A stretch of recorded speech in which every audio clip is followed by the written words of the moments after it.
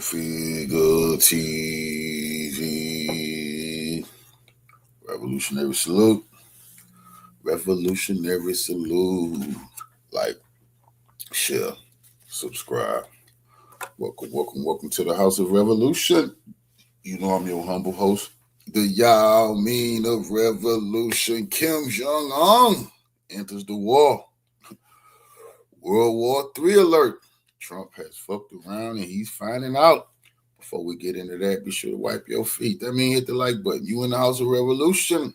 Like, share, subscribe, support the platform. Well, any of y'all who's been paying attention to Core Figure TV, salute revolutionaries. Y'all already knew Kim was going to enter the war. Kim is itching to destroy the imperialists. Our lives are in danger because North Korea may not be able to hit the United States, but Kim Jong-un absolutely does. Let's get into the contents of the. The world is waking up this morning to a development that has shifted the tectonic plates of the Middle East. And frankly, it's the kind of news that makes you wonder if the architects of Western foreign policy have lost their collective minds. All hell is breaking loose because North Korea has just pulled the plug on any pretense of neutrality. After the Israeli strike on the DPRK embassy in Tehran, a strike that was not just an act of war against Iran. As the war in West Asia rages on, North Korea is keeping the tensions alive. As the US and Israel launched strikes on Iran, as global leaders held emergency meetings, as news anchors pulled out giant touchscreens, the internet zoomed in on one man. Kim Jong-un, the leader of North Korea. Guess who has stepped in to support Iran? It's Kim Jong-un. According to local reports, the North Korean dictator has said that if Iran were to request military assistance, his country would be prepared to provide missiles against Israel. But a direct slap in the face to Pyongyang, Kim Jong-un has made his decision. He is entering the fray. We are now looking at the very real prospect of North Korean military might being unleashed not in the Sea of Japan, but against American and Zionist forces in the deserts of Iran. Let's paint the picture clearly for you, because the hypocrisy dripping from this scenario is enough to flood the Tigris. For weeks, the mainstream narrative has been consumed with what-ifs regarding North Korea. Pundits have been wringing their hands, reminiscing about the fate of countries that gave up their weapons. Every year, and particularly in Ramadan, Hidayah Foundation distributes food to tens of Pundits have been wringing their hands, reminiscing about the fate of countries that gave up their weapons, pointing at Kim Jong-un and saying, "Look how peaceful he is because he has the bomb." And you know what? They're accidentally telling the truth. Kim is sitting in Pyongyang, absolutely serene, enjoying a level of strategic invincibility that his father and grandfather could only dream of. He is watching the news from Tehran, and he is seeing the ultimate validation of his life's work. Iran, a nation that never pursued the actual test of a nuclear device. A nation that, by all accounts, had a religious fatwa against the very weapons that could have saved it, is being torn apart by American and Israeli bombers. Its embassy was hit, its scientists are targets, and its soil is burning. Meanwhile, Kim Jong-un, the man with the verified warheads, is left alone. He is left alone because the West, for all its bluster, understands mutually assured destruction. They understand that attacking North Korea means Seoul turns into a sea of fire. So tell me, who is the rational one here? Who is the madman? The man who built a shield to protect his people? Or the superpower that attacks a country desperately trying to negotiate simply because it doesn't have that shield? Before we dive deeper into the specifics of this new and terrifying military alliance, I have to ask you, does this outrage you as much as it outrages us? If you are tired of the media spinning this narrative that it's okay to bomb non-nuclear states while kowtowing to nuclear powers, then you are in the right place. We are one of the few outlets telling you the truth about Western hypocrisy and the strength of the resistance. If you believe in honest journalism that doesn't just regurgitate Pentagon press releases, hit that like button. Hammer the subscribe button right now and turn on notifications. Drop a comment, it's free. Share this video far and wide. We need to get this information out, because the corporate media won't tell you that Kim Jong-un is about to hand Iran the keys to the kingdom, the keys to stopping the American and Zionist invasion dead in its tracks. Now, let's get into the nitty-gritty of what entering the war actually means. We aren't talking about North Korean soldiers in formation marching through Tehran. We are talking about the transfer of some of the most deadly and sophisticated conventional weaponry that the world has seen, funneled through a partnership that has been decades in the making. When the Israeli F-35s struck that diplomatic compound, they awakened a sleeping giant. Sources are indicating that within hours of the attack, senior delegations in Pyongyang were finalizing expedited shipments. We are talking about the complete reversal of any arm's-length policy. North Korea possesses one of the largest stockpiles of artillery and missiles in the world, and they have been itching to field test some of their newer systems against American air defenses. Specifically, we need to look at the missile core. The backbone of this new aid package will likely... They did it in Ukraine. Ukraine started complaining, the U.S. was complaining, Russia was testing North Korean missiles. Israel and the U.S. is about to start complaining that Iran is testing North Korean missiles on their ass. Watch what I tell you. Center around the Hwasong-11 Nenge, also known as the KN-23, a missile that has terrified American and South Korean strategists for years.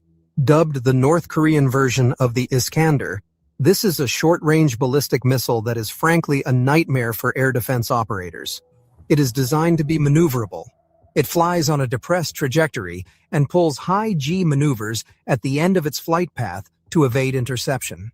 For Iran, which has been reliant on liquid fuel missiles that take hours to prep, the arrival of solid-fuel, road-mobile Hwasong-11s changes the calculus instantly. These are weapons that can be hidden in tunnels, rolled out, fired, and moved within minutes. If these are supplied to Lebanese resistance or the IRGC directly, those American bases in Qatar, UAE, and Kuwait just became sitting ducks. Let's talk about the drones. Everyone loves to talk about the Iranian Shaheds, and yes, Iran has indigenous capability. But North Korea has been watching the war in Ukraine as closely as anyone, and they have developed their own extensive UAV program. We are looking at systems like the kamikaze drones that mimic the Israeli Harpy, loitering munitions designed to home in on radar emissions. Imagine the U.S. Navy sailing through the Strait of Hormuz, turning on their defensive radars, and immediately being swarmed by North Korean-designed anti-radiation drones that lock onto that signal. The combined Iranian-North Korean technical bureaus are likely working right now to integrate North Korean guidance kits onto Iranian ballistic missiles. It's a match made in heaven, or hell, depending on which side of the bomb blast you're standing on. But to truly understand the rage and the fear gripping the White House right now, you have to look at the history. This isn't just a spur-of-the-moment decision by Kim Jong-un to help a fellow Muslim state. This is a brotherhood of the sanctioned. The Prophet ﷺ said, the best charity is giving water. The relationship between Tehran and Pyongyang goes back to the Iran-Iraq War in the 1980s. Back then, when Iran was isolated, who sold them Scud missiles? North Korea. They traded missiles for gold and for technical cooperation. That relationship deepened through the 1990s and 2000s, with North Korean technicians reportedly being spotted at Iranian missile test sites. The Shahab-3 missile, the cornerstone of Iran's medium-range threat to Israel, is essentially a North Korean no-dong missile with a Persian name tag. This is a partnership built on decades of shared suffering under U.S. sanctions. They trust each other because they have bled together in the shadows. Now you have Donald Trump, who during his time in office was tweeting about fire and fury for North Korea, yet he never touched them. Why? Because Kim had the button. He had the hydrogen bomb. Trump, for all his bluster, is a deal-maker who respects power. He looked at North Korea and saw a nut too hard to crack without losing soul. But he looked at Iran, a country that was actually abiding by the nuclear deal until he tore it up, a country that was negotiating, and he decided, let's go. The illogical rationale is now on full display for the entire global South to see. The West's policy is exposed for what it is. Do not get a weapon, and we will destroy you. Get a weapon, and we will be forced to negotiate with you. It's an insane asylum run by the inmates. The message from Tehran and Pyongyang is now unified. We are seeing reports from the North Korean ambassador in Tehran, Han Sung-oh, meeting with Iranian coalition leaders, vowing to stand powerfully alongside Iran. They aren't hiding it, they are flaunting it. They are telling the West, "You have created a monster. You have pushed us together, and now we will burn your empire down." The ambassador specifically pointed to the attack on the nuclear facilities under IAEA supervision as proof that international standards are worthless. And he's right. If the IAEA stamps of approval couldn't protect Iran's facilities, then why would any country trust inspections over having their own bomb? Digging deeper into the mouth-watering tale of historical correlation, we have to look at the concept of That's the craziest part about what Iran done did with defeating the U.S. in the Middle East, showing the whole world that the U.S. air defense system is crap. Imagine what North Korea would do to their motherfucking ass over there in South Korea. Because if U.S. tried this shit with North Korea will whoop their ass 10 times, 100 times worse than Iran, and they would immediately attack their bases in Japan, immediately attack their bases in the Philippines. I said Iran then gave the world the blueprint. The U.S. not gonna win no war near nobody's border. They got to come home and try that shit. Anywhere else, all their bases gonna get fucked up. Iran done proved it. The embassy trigger. There are precedents for this, but usually it's the West using an embassy attack as a casus belli. Think about the Spanish-American War. The sinking of the Maine was used to whip up frenzy. Think about the Gulf of Tonkin. But here, the opposite is happening. An Eastern power is using an attack on its diplomatic soil to justify entering a war against the West. The last time something of this magnitude happened regarding embassy seizures, it was in Tehran in 1979, which severed U.S.-Iran ties for generations. Now, an attack on a different embassy in Tehran is going to bring in a nuclear-armed state to fight the U.S. The historical irony is so thick you could cut it with a knife. In terms of thwarting the American plan, the North Korean aid is a game-changer specifically in the realm of range and payload. The U.S. military relies on overwhelming air superiority. They park their carriers in the Gulf, they launched jets from Qatar, they refuel over Iraq. North Korea has been perfecting missiles that are designed explicitly to hit those choke points. If Iran receives even a dozen of the newer North Korean intermediate-range ballistic missiles, the entire U.S. logistical chain from Diego Garcia to the Mediterranean becomes vulnerable. The Americans planned for a quick surgical campaign to decapitate the Iranian leadership. They didn't plan for a prolonged slugfest where their bases are showered with dozens of missiles daily. Missiles that are built in underground factories in North Korea and shipped across China or via sea lanes that are impossible to fully blockade. So, what happens next? We are likely seeing the opening stages of World War III, but not as we imagined it. It won't be tank divisions clashing in Europe. It will be proxy wars amplified by direct state-to-state weapons transfers. The Americans thought they could smash Iran in a few weeks. They thought the supreme leader's death would cause a collapse. Instead, they have galvanized the resistance, and now they have invited the wrath of a nuclear-armed North Korea. Kim Jong-un is laughing. He is laughing because every bomb that drops on Tehran is a commercial for his nuclear program. He is laughing because he is safe, he is armed, and he is now the kingmaker in the Middle East. The Zionists and the Americans have opened Pandora's box, and out of it came not just demons, but ballistic missiles with North Korean serial numbers. The game has changed, and it has changed forever. We will be tracking these shipments, these alliances, and these strikes around the clock. Stay with us, stay informed, and keep resisting the lies of the empire.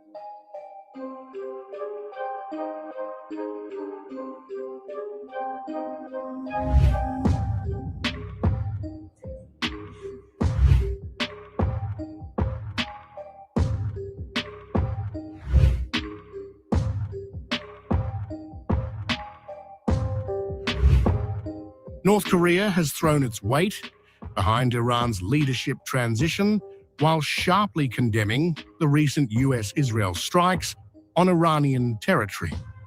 Pyongyang says it respects Iran's decision to appoint Mojtaba Khamenei as the country's new supreme leader.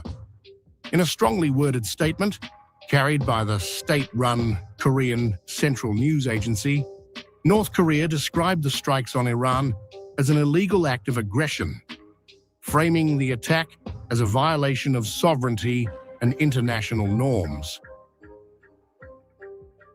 The statement from Pyongyang positions North Korea firmly alongside Iran at a time of heightened regional tension. Officials accused United States and Israel of undermining regional stability and escalating the security crisis in the Middle East.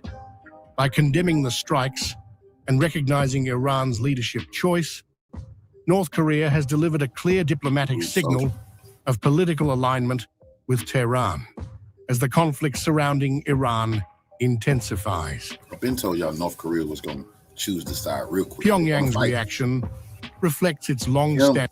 Kim braver than Russia and China. Kim not bullshitting, nigga. Kim done already said he refused to wait on his turn. Kim know the time is now, nigga. Opposition to U.S. military actions abroad. The country, which has frequently clashed with Washington... North Korea did, what Iran did, that done emboldened Kim, because now Kim know the U.S. not winning shit without using nuclear weapons being the end of the world. It's time to get rid of them in Israel. If Israel and the U.S., if they want the population to go up in flames, they can hit the nuclear button. Other than that, they finna get handled real rough. That's just what's finna happen. They've been talking all that conventional military shit. Now the whole world is witnessing. This is a conventional military battle, no nuclear weapons, and they're losing bad. Over sanctions and security issues, has repeatedly criticized what it calls unilateral military interventions. By labeling the strikes on Iran as illegal and destabilizing, North Korea has reinforced its narrative that such operations threaten the foundations of regional peace and international order. At the same time, North Korea's message emphasizes respect for Iran's internal political decisions. Officials stated that the choice of a new supreme leader is a sovereign matter for the Iranian people. The acknowledgement of Mojtaba Khamenei's leadership marks a diplomatic gesture that signals Pyongyang's willingness to engage with Iran's new political authority during a period of major geopolitical uncertainty.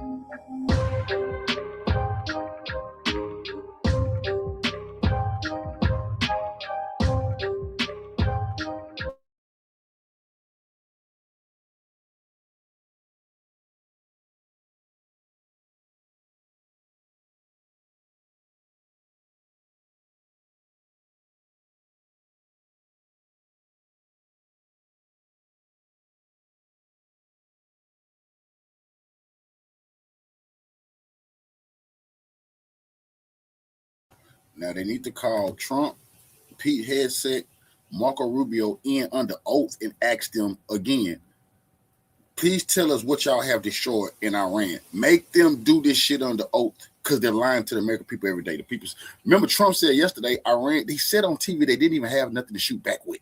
The Navy was destroyed. Air Force destroyed. Missiles destroyed. And he said they barely had any drones left. And then Iran did this.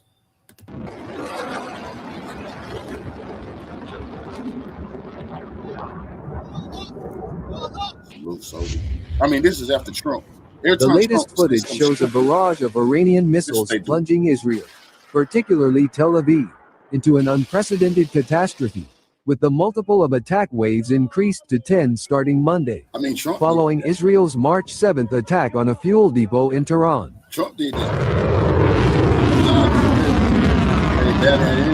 IRGC released footage of the launch of the 31st wave, as part of Operation True Promise 4, dedicated to the Supreme Commander of the Armed Forces, Ayatollah Said Mojtaba Khamenei, codenamed Labayek Ya Khamenei, against Israel, including U.S. bases.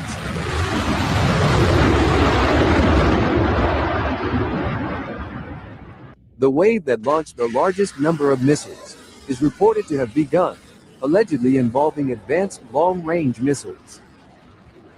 The Air Force of the Islamic Revolutionary Guard Corps released images of the Khorramshahr 4 ballistic missile, which was launched towards Israel, and this time featured targets against everything in Tel Aviv.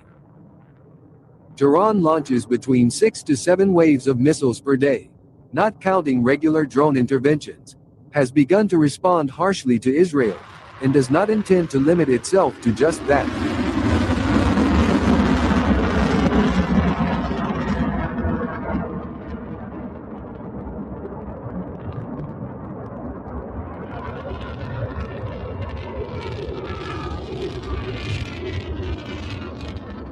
A senior Iranian official said that the ongoing conflict with Israel and the United States had entered a new phase, rejecting the notion that hostilities would end soon, and affirming that Tehran would set a timetable for its completion. Quoting an Iraqi official, Iranian foreign minister said on Sunday, "Our honor is not for sale. The Americans and the Zionist entity asked us to stop firing, and we refused."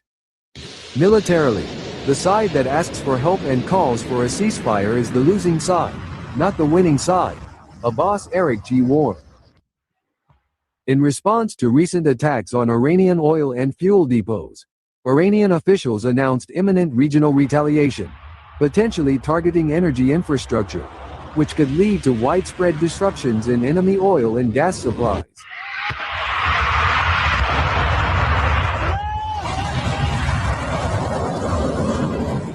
Tel Aviv's skies were like day at night. The city was rained down with missiles, Iranian harshest retaliation having begun. It was unclear if this was the same missile or a different missile, but footage showed another display of what appeared to be bunched ammunition warheads over the city of Israeli settlers, a barrage of small rockets hitting its targets, and no interceptor missiles being launched. Sirens sounded throughout the city, some reported to have had an impact, as compounded by the lack of response from air defense. The situation continued to deteriorate. Many Israelis ask, where is the importance of the Iron Dome? Iran announced an increase in its attacks on Israel this week. Its priority targets are military and economic infrastructure. Recording or disseminating video is now punishable by prison, but the missile rain reportedly occurred at Ben Gurion. The night at the airport will feel long and dark. Chaos broke out on the ground, while Netanyahu was reported to have moved his family to safety in Miami.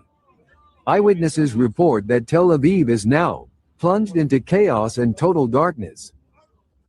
The Iranian army launched a devastating attack on the main power plant in Israel, which caused the power plant to be completely destroyed, energy centers to be destroyed, and oil tanks to burn. Sources write that the media hides the facts, which confuses everyone, but the fact is that many buildings are in ruins, everything is turned to ashes. The foreign policy of the war running this time seemed to benefit Iran. Iranian swift response with missile and drone strikes across the region not only broadened the scope of the war, but also showed that Tehran, with a strategy known as horizontal escalation, seeks to increase the political and economic costs of aggression for the US and Israel.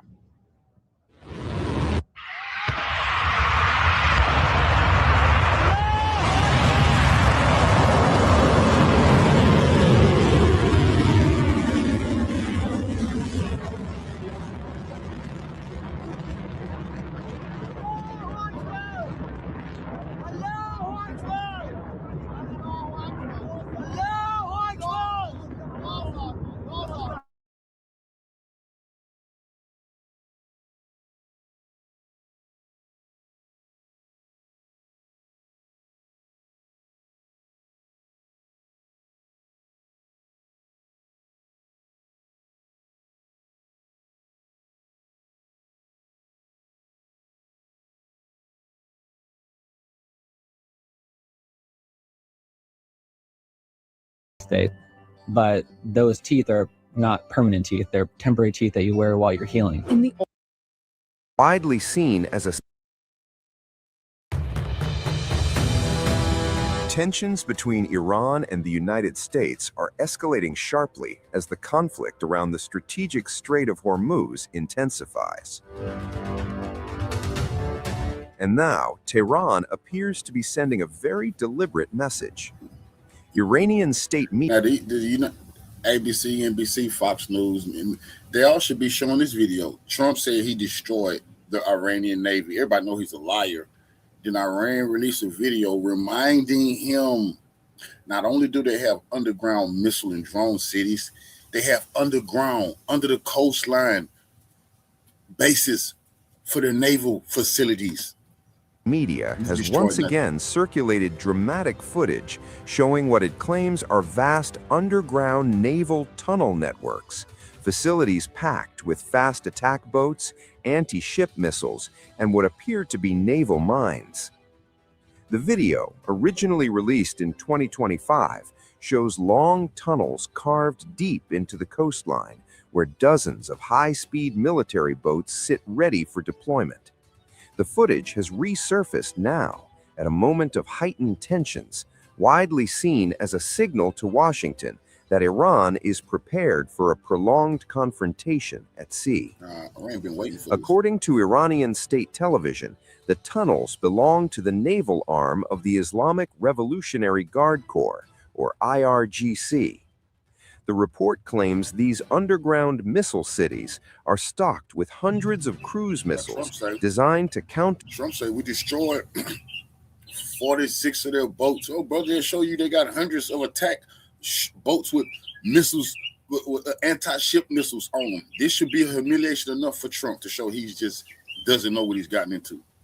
Counter enemy warships and electronic warfare systems. Iran says the weapons are stored hundreds of meters underground, protected from airstrikes and surveillance, and can be activated in a very short time. State media also claims that these missile systems are capable of striking targets hundreds of kilometers away, allowing Iran to hit naval forces operating far out at sea. See, they're not going to activate none of these attack boats with these anti-ship unless the U.S. dumb enough to try to come into the Iranian waters. Right now, the U.S. is outside Iranian waters, high not launching shit. If your dumb ass try to come into the Iranian waters, then attack ship, then attack boats come by the dozens, swarm boats, drone boats. It'd be nothing but horror for the U.S. at sea.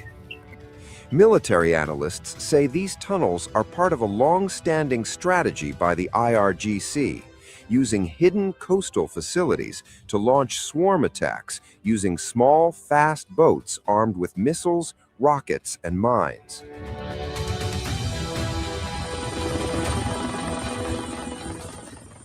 In the narrow waters of the Strait of Hormuz, that tactic could pose a serious challenge to even the most advanced naval fleets. Because remember, these brothers willing to die. It's a difference. So when they send out 1,000 boats, some of them drones, some of them actually manned by revolutionaries, those men don't care about not coming home. They're willing to be martyrs. This is the holy war. Thousands of them, tens of thousands are signing up to get in those attack boats to go ram into a motherfucking U.S. ship. That's a fact. The strait itself is one of the world's most critical energy choke points. Roughly 1/5 of global oil shipments pass through this narrow waterway, making it strategically vital to the global economy. That is precisely why tensions here carry such high stakes.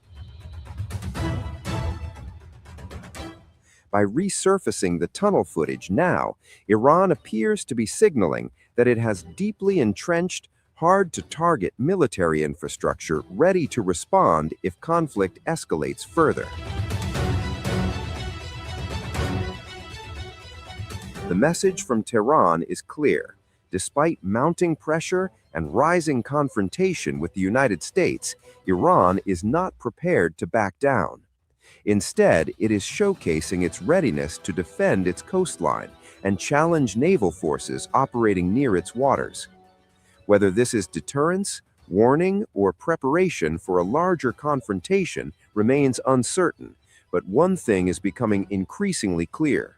The strategic waters of the Strait of Hormuz are once again at the center of a growing geopolitical standoff, and both sides appear to be signaling that they are ready for what may come next.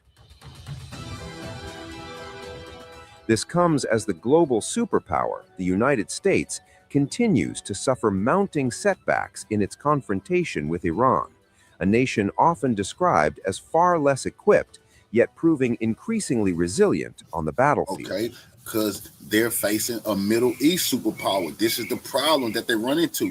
If they tried this with North Korea, they would be fucking with an Asian superpower. That we predicted this here. They're not going to win this battle, Iran, and it will never be the same again. The Arabs, they're never, ever, ever going to try to test Iran again. Why would they ever do that when they're scared of the U.S.? Iran is not. And Iran is fighting the U.S. and Israel at the same damn time, something unheard of, and beating them.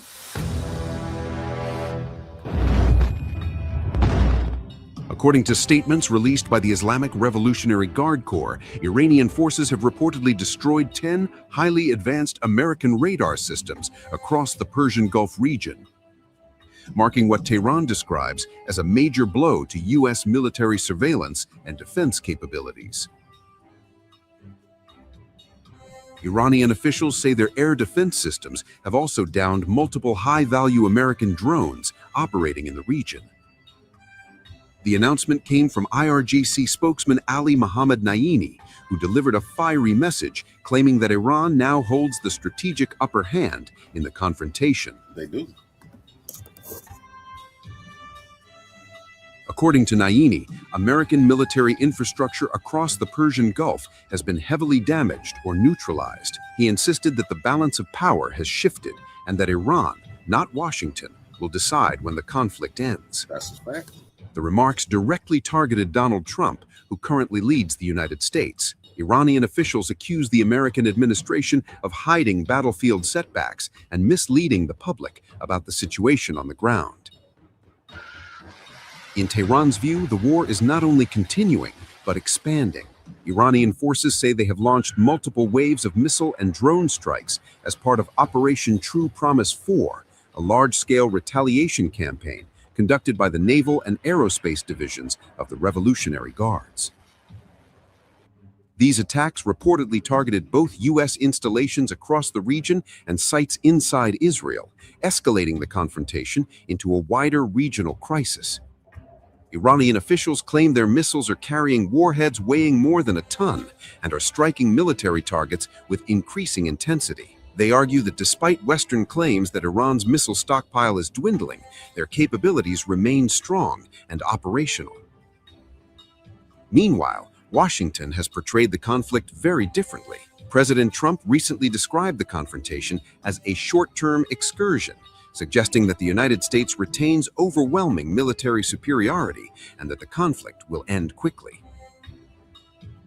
But analysts across the world are divided. Some experts believe the fighting could spiral into a prolonged regional war involving multiple countries and military alliances. Others say both sides are engaging in information warfare, exaggerating victories while downplaying losses.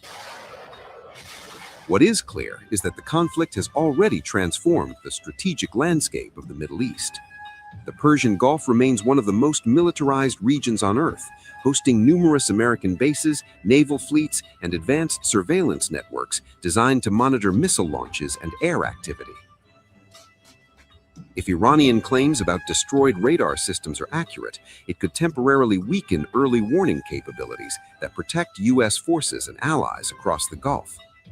That possibility alone raises the stakes dramatically. Radar systems play a critical role in modern warfare. They track incoming missiles, coordinate air defense responses, and guide interceptor systems designed to protect bases, ships, and cities from attack. Taking out multiple radar installations could create gaps in surveillance, a serious strategic advantage in a high-tech conflict. At the same time, Iran's leadership has signaled that the conflict could grow even larger.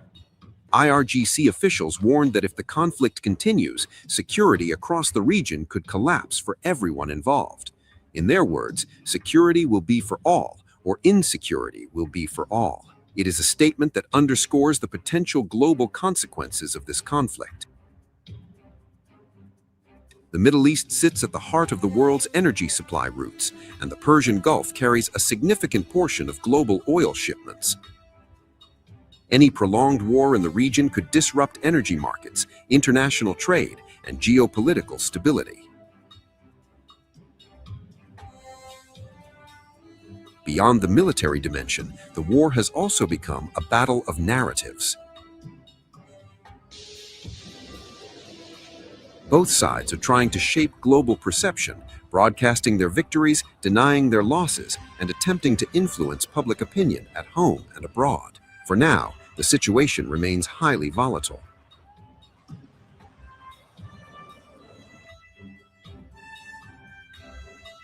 Missile launches, drone strikes, and retaliatory operations continue to raise fears that the conflict could widen further, potentially drawing in additional powers. As tensions rise and rhetoric intensifies, one question looms over the region. Will this confrontation remain a limited military clash, or will it evolve into a full-scale regional war? For the people living across the Middle East and for the wider world watching closely, the answer could shape global security for years to come.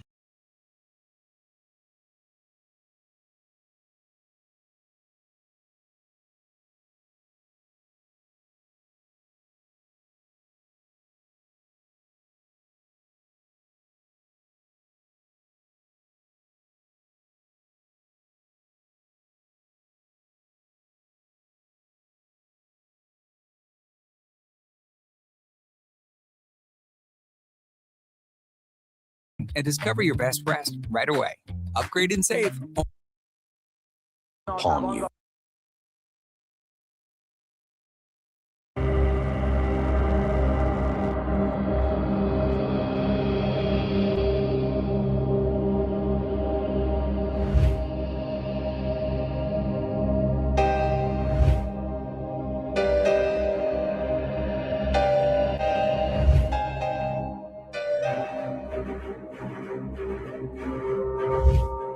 The night sky over the Middle East has turned into a corridor of fire. Under the shadow of the 21st of Ramadan, Iran's Revolutionary Guard unleashed Operation Vadi Sadig 4, a multi-layered assault that has pushed regional tensions to a breaking point. The IRGC's 37th wave wasn't just about numbers, it was about new, unseen technology. For the first time, heavy-hitting Khorramshahr and Qadr missiles were fired, carrying devastating one-ton multi-warhead payloads designed to saturate and shake defenses from Tel Aviv to Erbil. But it's what's falling after the initial blast that has Israel on edge. The IDF confirms that nearly half of the 300 ballistic missiles launched in this campaign are equipped with cluster bomb warheads, munitions that split mid-air to rain down dozens of smaller, lethal submunitions. The tactical shift is clear. By scattering bomblets over a 10-kilometer radius, these missiles bypass traditional point defense systems like the Iron Dome. In central Israel, the results have been tragic, with cluster strikes in Yehud and Beit Shemesh claiming lives and turning quiet neighborhoods into minefields. Our message to the enemy is this: the fire of our fury will continue to rain down upon you. The clashes involving the Zionists while fleeing from Ben Gurion Airport reveal the reality of the dire and humiliating condition of the helpless regime. Moment by moment, the arena will become tighter and tighter for you, and fleeing to narrow and dark shelters will become more and more your habit, and victory comes only from Allah, the Almighty, the All-Wise. While Tehran claims precision hits on the US Fifth Fleet in Bahrain and the Arif base in Kuwait, the humanitarian toll is mounting. Thousands of unexploded clusters now litter the ground, acting as dormant landmines that threaten civilians long after the sirens stop. As the IRGC vows even more destructive waves under the code name, O Commander of the Faithful, the world watches a terrifying new chapter of missile warfare unfold. In this conflict, the rain doesn't just fall, it explodes.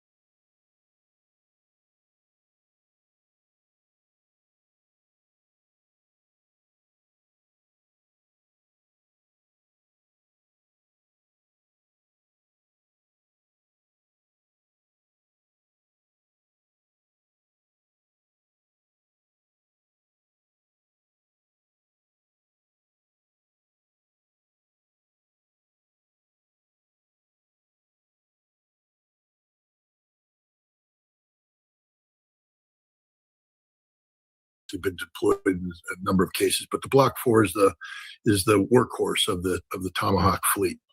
And we can talk about the Tomahawk comfortably because we have the photograph, and the president has sort of suggested that a Tomahawk was involved. He just says it came from Great Britain, the Netherlands, Japan, some of the other nations that are possessing these weapons, not the United States, but it came from the United States. There's just literally no doubt about that. What the Tomahawk Block 4 is, let's say it's launched from a destroyer, an Aegis destroyer, Arleigh class, or some other class. It's launched from a control room, and so the each missile can be programmed, and actually the Block 4 can actually be programmed up to 15 different missiles, and you can select it. And the other interesting thing is you can redirect it, as needed. So let's say you're firing and you need to be redirected to another target for priority. You can, if there's a communications link, and the control room can actually redirect them and all that. But basically, they are operating off of a master plan. The initial strike is a very carefully planned thing, and basically it's time on target. You don't want to start it prematurely and give an advance. So everything flows into strike just about the same time. So you're going to launch, a ship's here, a ship's there. This ship that's further away is going to fire first, then you'll fire. And the idea is that you're going to come in, and hit your target at the same time as aircraft are flying, releasing their standoff munitions. So it's all a carefully choreographed thing. And the targets are picked for maximum effect of the shock and awe of the goals and objectives. If you want to suppress this, that, and the other thing. So, all this data has to be factored. Why can I speak about this? Gosh, I helped plan the strategic air campaign against Iraq, and I know intimately what went into the first night strike against Iraq in Operation Desert Storm. And, past practice repeat themselves, so we can imagine that even though there's been technological updates, the same concepts apply to this one. So basically, a target deck was picked, and then each target was selected. You assign a weapon to each target based upon the damage you want, weapons availability, etc. Some will be struck by aircraft, some will be struck by cruise missiles. And so you're doing that. Now, what goes into the target deck? This is where your campaign priorities come into play. We know a couple of things. We know that regime change was definitely one of the priorities. We also know that suppression of Iranian ballistic missile capability or cruise missile capability is another priority. And so, I'm getting phone calls nonstop. I'm doing my best to keep calm. I just blew up on my last interview and lost my temper. So I'm trying to keep calm here. My wife has told me to stop doing interviews because I'm becoming too emotionally involved. But, when we're talking about the murder of 176 kids, how can you not become emotionally involved, especially when it's your country that committed mass murder? But anyways, we come back to the targeting. So now we have target types. So normally what happens is you have targeteers, people like me who sit behind a desk and they said, find, go through the list. You have this national target base. Everything in the world is targeted by the United States. We've taken photographs of everything. And every photograph we take, every place, whether it's a bridge in Tajikistan or a warehouse in Vladivostok, it's in the database and it's got a target number attached to it. And so I can sit there, at least I used to be able to. You used to have to do it by microfiche. You put the old microfiche down there and do it manually and handwrite the notes and then print it up and put it together. And, then we got computers and it was all computerized. You could type in search words and you could get all that stuff. But it's hard work because now you have to pull up that stuff. Then a lot of times they haven't digitized everything. So even if you get the master list, you have to go into the microfiche and pull up the fiche and the fiche reader and go blind reading the microfiche or print it out and then type up your own reports. I did this in 1985 when we went through the target deck for Iran, by the way, the invasion of Bandar Abbas. I went through the whole database of targets, updated them, looked at ones, is that bridge still there? Bridge was built in 1956. Well, gosh, it's 1985. Do you think the bridge is still there? Has it been replaced? If it's replaced, what is the construction type of the bridge? Do we have to change the targeting parameters? All this stuff. Have the roads changed? I mean, this bridge might have been strategic in 56, but maybe a bigger road has been built and it's no longer strategic. We can look. You had to scrub the whole thing. That's what I did. And then, you do the same thing. But the point is, you have to confirm each target, what it is. You have to confirm what it's built out of, because that plays a role in what's going to blow it up. And then you have to also scrub and say, in 1956, when this bridge was built, you had a village over here, but that village could have expanded. We noticed there was an expansion rate in 56. Maybe that village has actually grown around the bridge, and maybe there's a mosque right next to the bridge now. We might want to look at imagery and evaluate it. So you have to do this thing. You have to go in and update it. You got to make sure that if we're blowing something up, we're not blowing. There's a reason why we're blowing it up, and that we're not inadvertently striking a school, a mosque, a hospital, anything of that nature. It's the law of war. The law of war requires this. The 1949 Geneva Conventions, then the additional protocol to those, 1977, been adapted into the Department of Defense Law of War Manual. So I'm not making this up, ladies and gentlemen. When you take an oath to uphold and defend the Constitution, this is what you're talking about here. This is what you're talking about, the law of war. You're talking about the rule of law. And military professionals take this stuff very seriously because it's our job. We're not here to do Pete Hegseth murder. We're here to uphold and defend the Constitution. And if our commander-in-chief gives us instructions to go to war, we have to ensure that the war we wage, in addition to be lethal and effective and victorious, is legal and moral and just, as much as the extent that any war could ever be moral and just, you're murdering people. But, law of war is a funny thing because it basically creates a legal framework to commit murder in. But that's what the law says.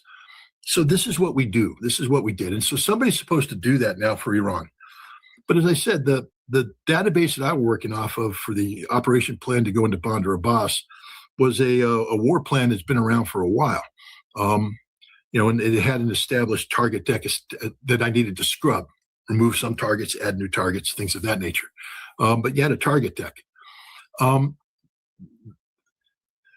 This war plan that's being executed against Iran is completely different. This is a strategic air campaign that was ginned up literally in January, because we know that the war plan for January 17th, when Donald Trump was saying, help is on the way, there was a war plan.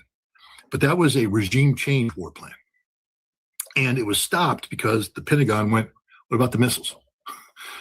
If we bomb the regime and they start launching missiles, we don't have enough defense capability here. And we need to suppress this. We can't let them just fire missiles at will. So that's why they stopped that the action in January. That's why we flowed in all this air defense, all the FADs, the Patriots. We built it up. And then under that umbrella of perceived protection, we then to flow in the military power. And that military power dictated the plan. We had ships coming in, we had planes coming in, and now they said, these are the resources we have, let's give them targets. And they started making the targets up because they weren't ready to do that national suppression thing. Now they're making the targets. So this is a war plan that was ginned up very quickly. That's okay, because that's what intelligence officers do. That's the job we do. That's why we're fat and we eat donuts. We have glasses. We sit behind a desk and we look at shit and we make decisions. Some of us are in the field to get a little lean and mean, but most part, intelligence officers, we don't live the sexy life. This isn't James Bond. It meant sit behind a desk and evaluating data, rolling through the data. But we don't do that anymore. You see, the job I used to do, they've streamlined it. And so what happened is we use artificial intelligence to do targeting. And I hate the term artificial intelligence because there's nothing intelligent about it. It's basically parameter driven. You say, go through that database. Remember that database I was telling you about, all the things. Everything is targeted. It's all there, and they have dimensions and all that.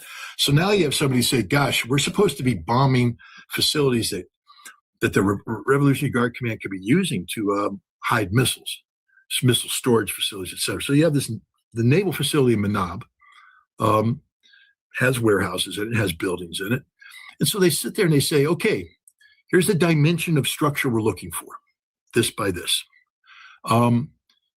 Generate a target list of all structures that meet that criteria. And so the artificial intelligence does that. Now, that's okay. I mean, that's a good way to jumpstart it. If you want to do that, that's a good. I still would want to double check it because, I trust the human brain, and I'm the kind of guy that believes that there's always the gem that didn't get picked up. The most important target isn't the obvious target. And if I spend enough time on the white table looking at a photograph, I'm going to go, that's the real target. AI can't give you that. This brain can, because I'm thinking, I'm doing. But so I'd still want to scrub it, but it's a good way to start. You start with this. And so the Manab base once used to be a big base, the whole base. And so the database that in there, AI, instead of discriminating, which is, again, the human brain would go, well, gosh, you're pulling me a data set that's from 2005. And at that time, Manab was one giant Revolutionary Guard naval base. But we know in 2013, they carved out this section. They carved it out. And I'll just give you another thing. We run a program, or we used to run a program. I don't know if we run it anymore. But, every Iranian that leaves Iran and goes to Dubai and does the smuggling thing gets debriefed by the CIA. We can do it directly or we can do it indirectly. But we have a CIA presence there and in Abu Dhabi and all the places. And we talk to everybody. What happens to that kid, the Basij, that joins the Revolutionary Guard Command? He gets stationed in Manab, does his 2-year assignment, gets out, and then he gets a job on a fishing boat, a dhow, and he starts moving stuff back and forth and all. But now he comes in, and we caught him buying some weed because, Iranians are human. So he's in there smoking weed, and the locals got him. So we sit down, we say, hey, what we want from you, who were you? I was this. I used to be a private in the RD. So you're in Manab? Yeah. Here's a map. Tell us about Manab. And he'll sit there and point it all out. We'll say, okay, well, what you do is when you go back, just talk to people and just try and get an update. Go to your friends that are still there, and then just come back and we'll report.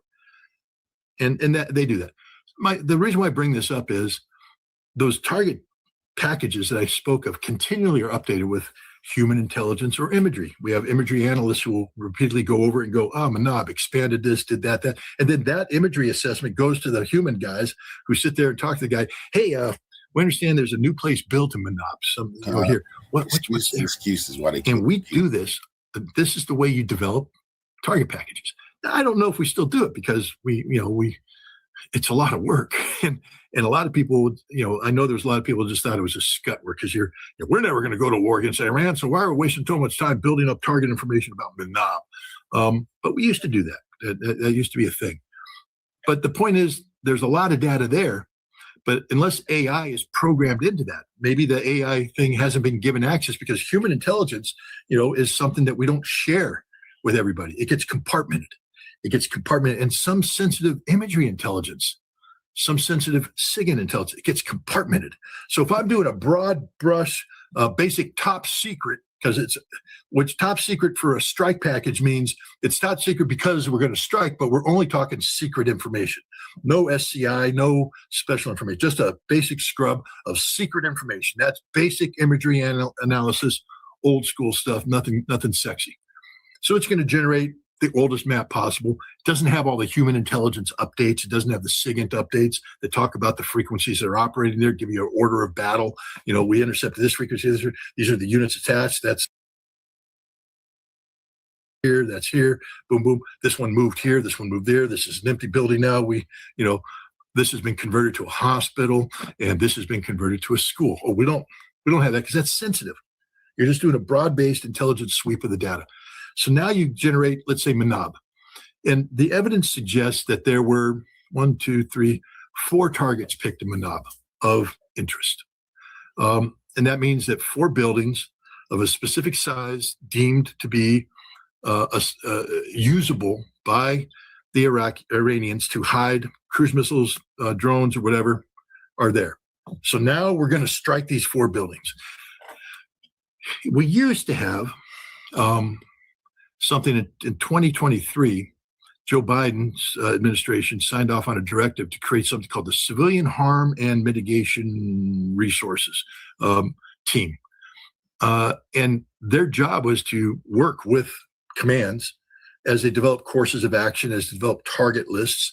Their job was to go through the targets and evaluate each target to make sure that that was what it was, that it wasn't next to a school, that it wasn't a school, that it wasn't a mosque, and that's what their job was. Now, this is it's constricting. I can understand if you're a warrior who wants to bomb, and suddenly you have a geek like Scott Ritter coming in going, hey, mosque across the road, what munition you dropping on that? 2,000-pound bomb ain't going to cut it. You dropped a 2,000-pound bomb, you're going to get collateral damage, and we're prohibited by law from doing anything to that mosque. Well, they don't like to hear that. That's constricting. That's restricting the ability of the military to be lethal. No, it's called the rule of law, the Constitution. It's sort of a thing, if you believe in it. Well, Pete Hegseth comes rolling in. Now he's Secretary of War. And he says, I'm doing away with all that. Doing away with it. He canceled that directive. There is no more civilian harm mitigation team. There is no more scrutiny of targets. We are rules-free. And he has said it. No rules of engagement, no constraining rules of engagement. We are maximum lethality.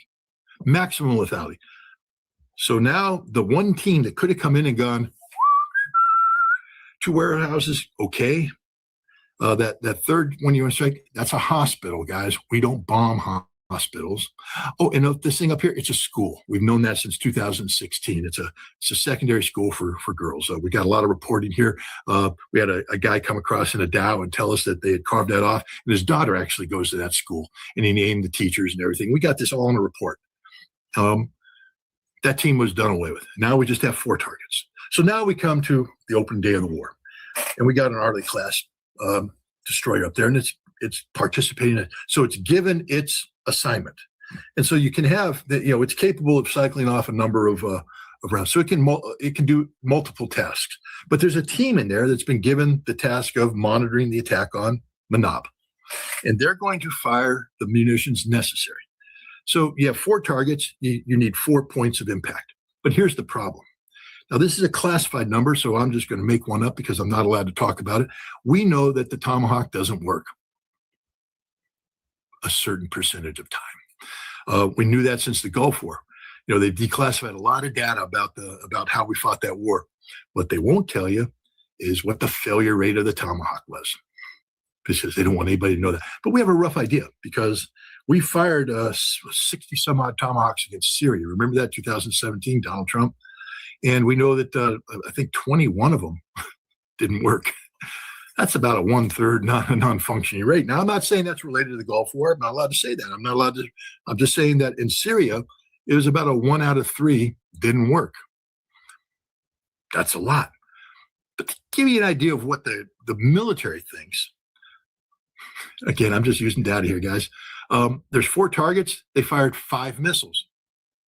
Why would you fire 5 missiles? Because 1 out of 4 is anticipated not to work. That's about a 25% failure rate. I'm not saying that's a number. I'm just saying that appears to be what's happening here. So you cycle off 4 cruise missiles to go to the target. Each one has a point. The 5th one, it's a Block 4, has the ability to loiter over the site and take imagery and send that imagery back to the ship so they can monitor battle damage assessment. Because you want to hit all these targets, take them out, and you anticipate the potential of 1 out of 4 failing. So you have the 5th back up there to look. If you get a fail, it can reattack. And so the first 4 come in, bam, bam, hit the 2 warehouses, punch holes in them.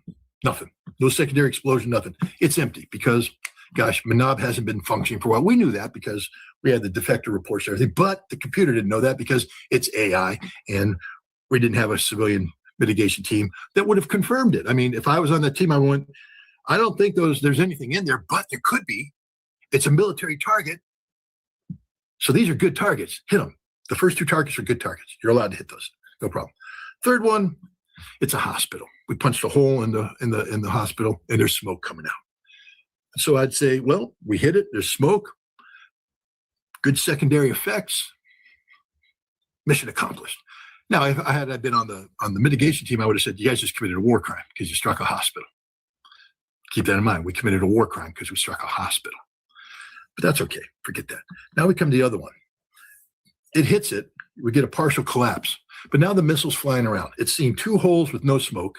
It's seeing a 3rd hole with smoke. And it's looking at the 4th target. And what does it see? Movement on the ground. It sees a lot of movement on the ground. There's people inside moving to a building. There's people outside coming to that building. And the guys on the ship, they're sitting there. Their job is to destroy. And so they're like, okay, destroyed. Movement, people coming in. We haven't completely neutralized this target. Reattack. So that cruise missile goes up, boom, hits the target, the reattack. Now, the interesting thing about the Block 4 is the warhead that's probably used on there is I forget the exact name, but it's a combined effects munition. It's designed basically to punch through concrete and then blow up inside and destroy what's inside. So you're not going to get the full 1,000-pound bomb because people are like, that's not the size of 1,000, because it's not a 1,000 pound. It's a combined effects munition. The other thing about the Block 4, though, is that when they were testing it, they realized that there's a lot of unexploded fuel here. That's potential because, again, this is a munition. So they designed it so that you could convert the unexpended fuel into a fuel air explosive, and you can get this additional thermal effect on the target. So this went down, punched through the hole of the building where the people were going in. You get the combined effects blast, so fragmentation blast, explosive blast. But on top of that, you get a little thermal barrack action going in, burning everything up inside. And of course, they hit, and that's it. We got 4 out of 4. Good job. The problem is that last target was a school. And the first cruise missile that hit collapsed some of the structures affiliated with the functioning of the school. The surviving teachers and students, and many of them did survive. There were casualties in the initial strike, but many of them survived, were being ushered into the last remaining safe place. It's like what happens if you have a school shooting. Take the kids to the cafeteria, take the kids to the library, take the kids to the safe place, the place where they're going to be safe. If there's a tornado, take them to the gymnasium. Well, the safest place in that structure was the prayer hall. Take the kids to the prayer hall. And so they're evacuating them. Kids are coming in, the teacher bringing them, trying to calm them down. They're also calling the parents and saying, hey, something's happened here. You need to come and get your children. So parents start to arrive. So this is the movement that the cruise missile is seeing, that the guys on the ship are seeing. They're seeing teachers taking children into the prayer hall. They're seeing first responders coming in. And they're seeing parents start to arrive to collect their children. But they ordered the reattack anyways. If you read the accounts of there's accounts that coming out of Iran that talk about this. You have a parent that talks about, I could only recognize my child because of her backpack, because what was left of my child was nothing, ashes, burned, incinerated. That's the thermobaric effect. Only could recognize the child because of the backpack. And other parents have spoken about the same thing, the horror that they confronted there with their dead children. It's one thing to pull a dead body out of a rubble. It's another thing not to have anything left because of what happened. 176, I think the number may have gone up even higher than that now, 180 or so.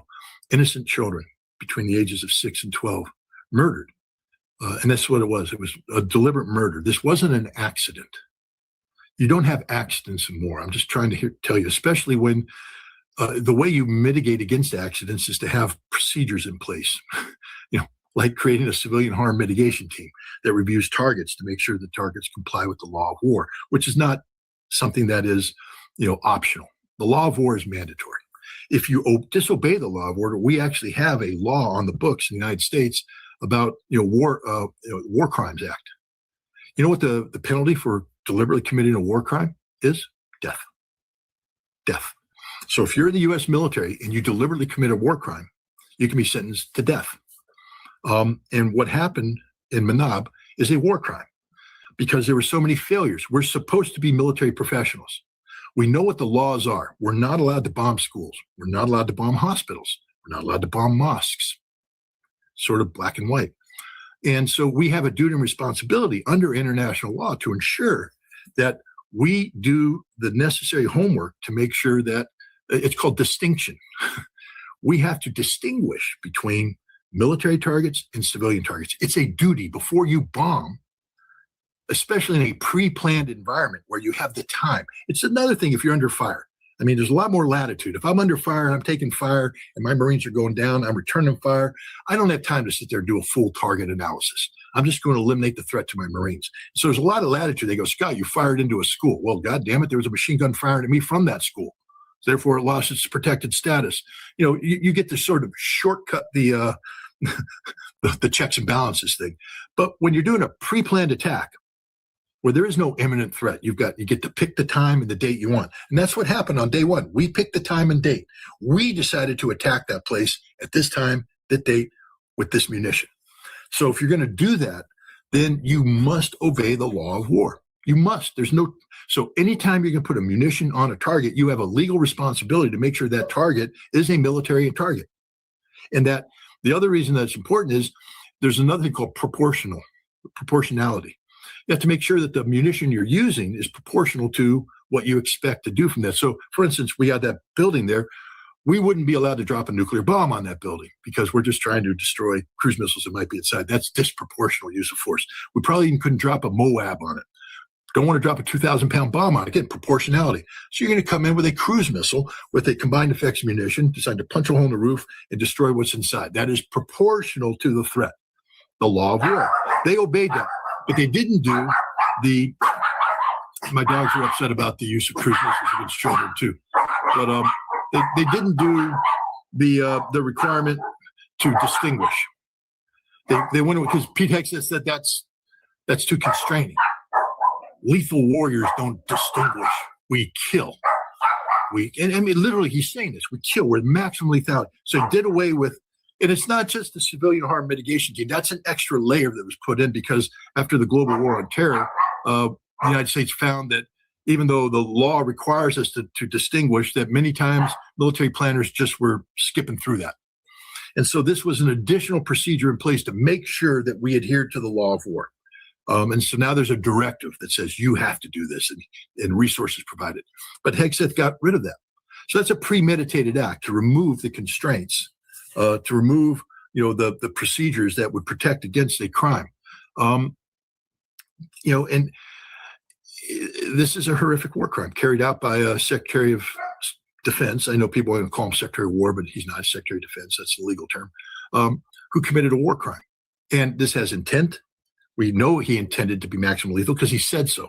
And he facilitated the crime by eliminating all the checks and balances that could have prevented this. And he also failed in the way he did targeting. If you're going to subcontract out to a artificial intelligence civilian platform, which we did, there must be supervision. There has to be some sort of supervision. You can't just receive a package and go, we're good. No. You have to do the due diligence. You have to have somebody go through and make sure that everything they say in there is good. They didn't do that. Pete Hegseth did that. He streamlined murder. And then the U.S. military executed the murder. And so every one of those children was murdered by the United States Navy on that. And everybody in that kill chain should be held accountable because people say, well, why would the sailors be doing? Because you have a moral duty under the law of war before you apply munition to target to make sure that the law of war has been applied. If you're going to bomb a target, you have a right to say, has this been properly vetted? You handed me a completed thing, but has this been properly vetted? And if you're also an admiral general and you know that the directive has been canceled, you have a duty and responsibility to say, I'm not bombing this target until we do our own civilian harm mitigation. I know you've canceled that directive, but that doesn't supersede the law of war manual. The law of war manual requires me to review this target. They didn't. They skipped over that. So it's not just Hegseth, but it's everybody in the kill chain below that is culpable in the murder of these children. There are no innocents here. Everywhere, somebody that, again, you're that chief petty officer sitting in the Aegis destroyer, looking at the imagery coming in from the cruise missile overhead, and you see people moving in, and the officer on duty says, "Reattack." You go, "No, sir, I refuse to obey that order." Sir, we don't know who those people are. We don't know what they are. These could be first responders coming in. We have no positive identification of these people, and therefore we have no legal authority to strike this target. We cannot strike the target. That's the legal responsibility. That's what a moral warrior would do. And the officer, if he was also moral and taking a note, the Constitution, you're absolutely right. No reattack. What are the 15 targets in there? Boom. Okay, send this cruise missile off to target Alpha 01001 and complete the mission there. And then you go expend that munition on a legitimate, lawful target. But if you're sitting there looking at bodies coming in, you have to stop, and say, we need to know who those people are. We can make no assumptions here. We have to know who they are before we move on. This has changed. We went from destroying a building to killing people. Okay, we put a hole in the building, but now we have people moving around in there. Who are they? What are they? What are they doing? And we have to confirm that this is a valid military target, put that on target. And the people in the destroyer, with all due respect to them, I wish I could court-martial you. I'd love to have you on the stand because you're going to jail for the rest of your life. There is no defense for what you did. You are war criminals. And this is why I tell everybody in the U.S. military right now, you better start looking in the mirror because one day you're going to be my age. Right now you're in your 20s and your 30s and you're strong and you're virile and you're like, I'm a warrior and I'm tough. Been there, done that, got the t-shirt, guys. I know what I'm talking about here. One day you're going to be my age. You're going to look in the mirror. You're going to be reflecting back on what you did in your life. And every single one of you guys are responsible for the deaths of those 180 plus children. They're on you. You murdered them. And now you got to look in the mirror and say, I'm a murderer, because you are. It's going to haunt you for the rest of your life. You did nothing to stop it. Nothing.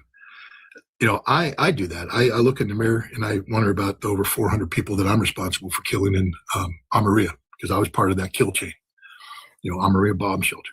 But I know I can look back and say, I did everything according to the book. I did everything according to law. I looked at, the Mark 14 intercept that was linked to presidential command and control, that was linked to Scud. And we were in the business of stopping the Scud launches. We had an emergency going on where Israel was threatening to come into war if we didn't stop the Scud launches. And we were trying to interrupt the Scud decision chain. And so Mark 14 communications linked there, Check. And then we asked the question, is there evidence of people coming in? No, none.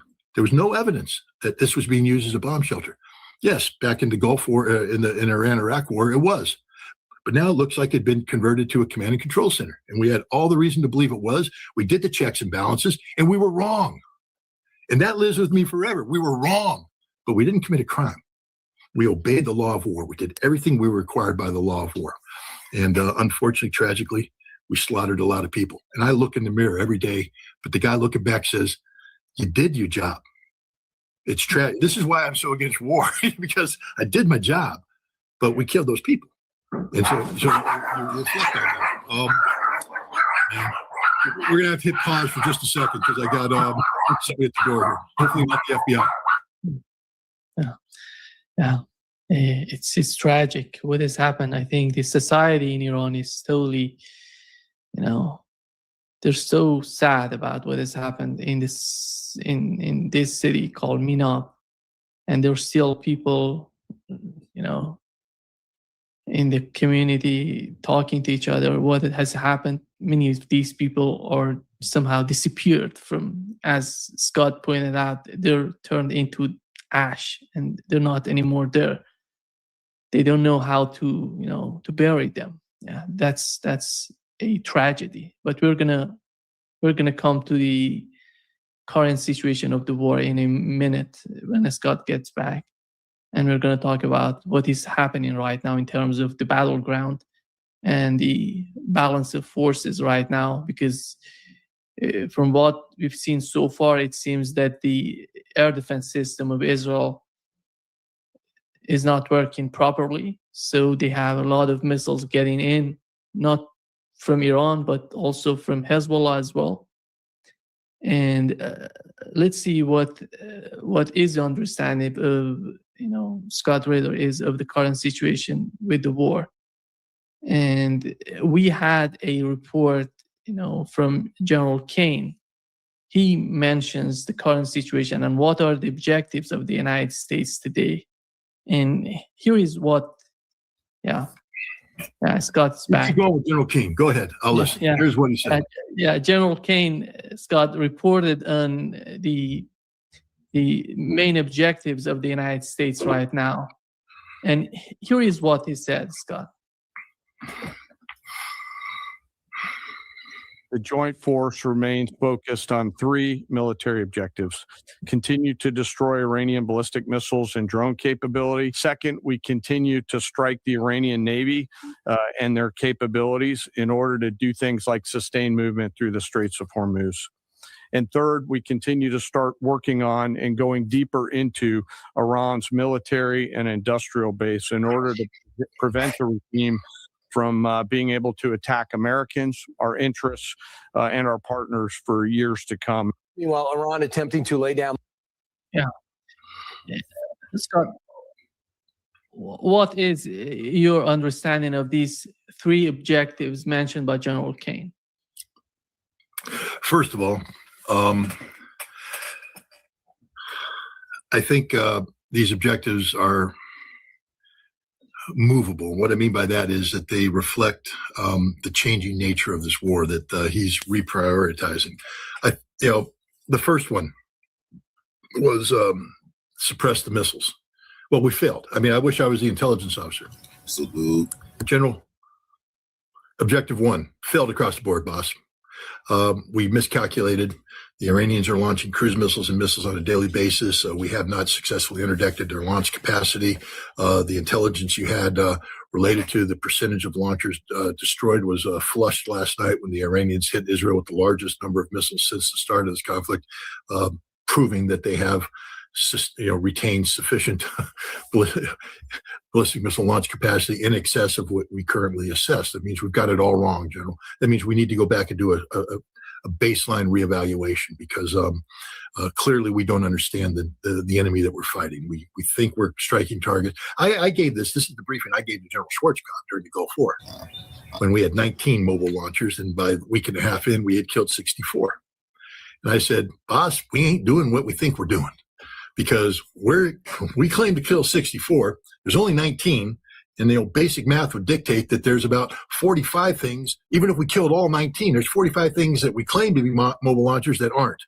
We have to ask ourselves what they are and why we misidentified. Plus, we aren't killing any of the launchers because they continue to launch missiles at a very high rate of fire. So we've done it all wrong. And I got fired for that. So maybe these intelligence officers don't want to get fired, but that's your job, guys. Your job isn't to sit there and blow smoke up General Kane's ass. Your job is to tell General Kane the hard truth. The hard truth is we're failing. We're not accomplishing the mission. We need to reevaluate. And if we continue to drop bombs on target using the existing intelligence, we're just going to continue to fail. And so we're going to basically rob America of its capacity to wage war by expending munitions, putting lives at risk, and we're not going to achieve the outcome you say you want to achieve.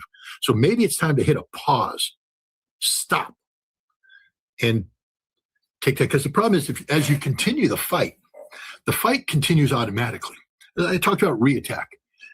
When you start bombing, you have battle damage assessment, you're looking at effects, you look to reattack. You want to get the objective hit on every target hit. And then that target is part of a campaign plan. As you move from one target set, you move to the next target. So it's on full automatic. And once people get into the rhythm of war, been there, done that, got the t-shirt, you get in the rhythm of war, it's hard to hit stop because everything's planned. Strike packages aren't done instantaneously. I'm planning today for the mission tomorrow. I'm planning, munitions. I got to get them ordered up. Boom. I got to get fuel ordered up. I got to find out which pilots are going to be assigned to which aircraft. Is that aircraft going to be up? Does it have to go down for maintenance? Do I have a replacement aircraft? The whole thing, the way war works, it's on automatic. And so it just keeps feeding itself. And if you get the machine doing the wrong thing up front, it will never self-correct. The machine can't self-correct unless you pause. You have to hit stop, reset, go. And that's what needs to be done with the missile thing, if it's even possible. I think that we have bad intelligence. I think we don't understand what the Iranians are doing.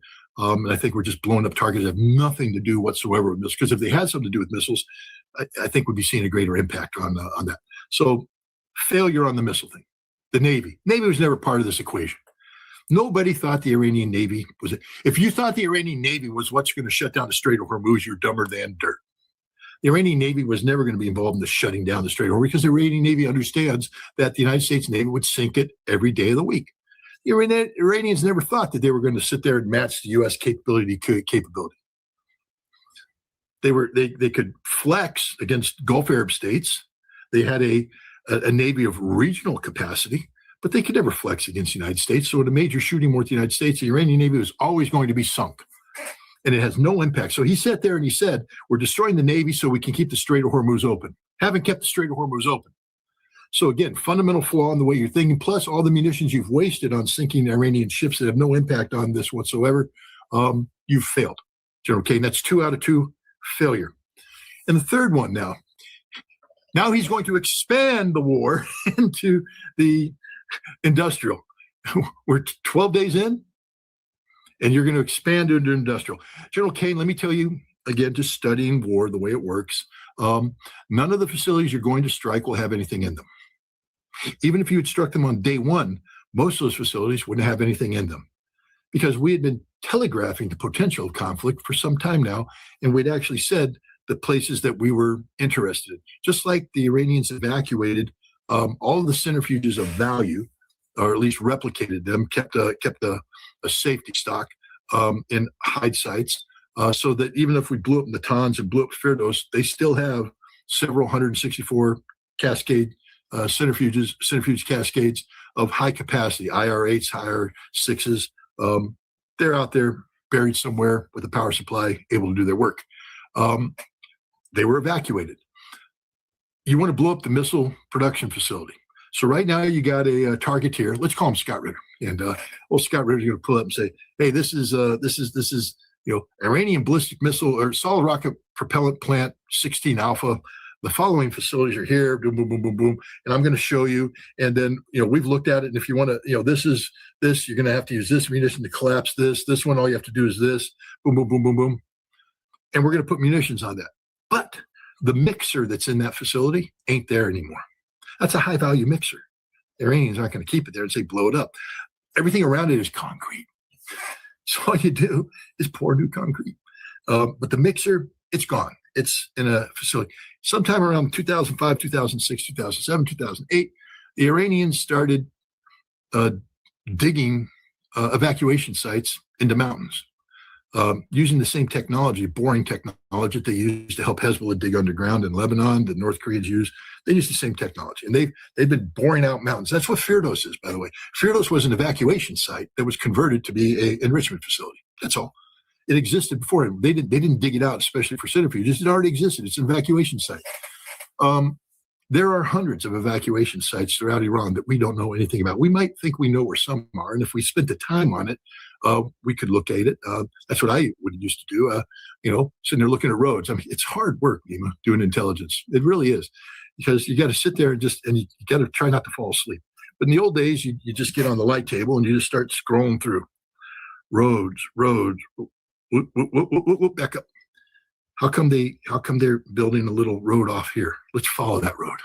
Where's it going? What do they got here? They got a camp. They got bulldozers here. What are they doing there? What are they building there? That road's expanding. Now there's big excavators coming in. There's mixers coming in. They're pouring concrete inside. There's a hole there. I just found an evacuation site.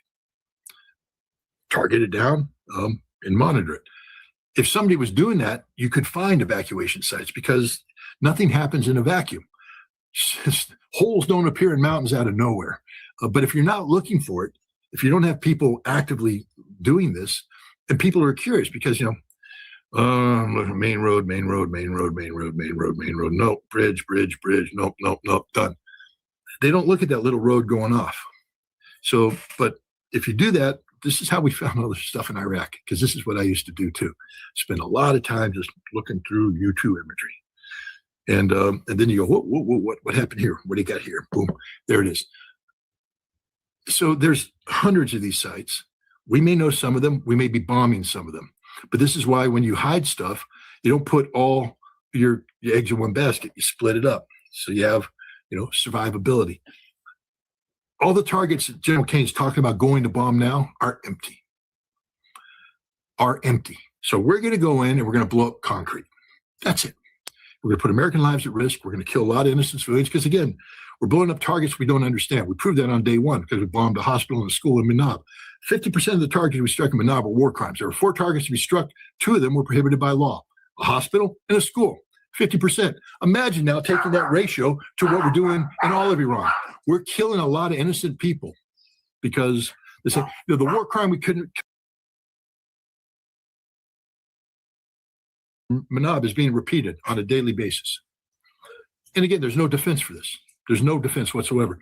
Military professionals should be saying, time out, we need to go through. And you have to do that right now. You have to say, why are we bombing this target?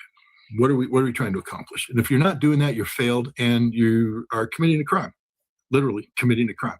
You have a responsibility under the Constitution not to obey an unlawful order. And at this point in time, you all should be put on notice that your targeting is insufficient, that they have removed the checks and balances that are required by law to do distinguishment, to distinguish between military and civilian. That's been removed. Therefore, you can't assume that that's been done. Therefore, you must not strike the target. And if you continue to bomb, anybody bombing after this, you're committing a war crime, a potential war crime.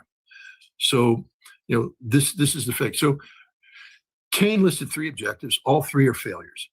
2 have already failed. The third one is doomed to fail because I'm just telling you right now, we learned this from Iraq.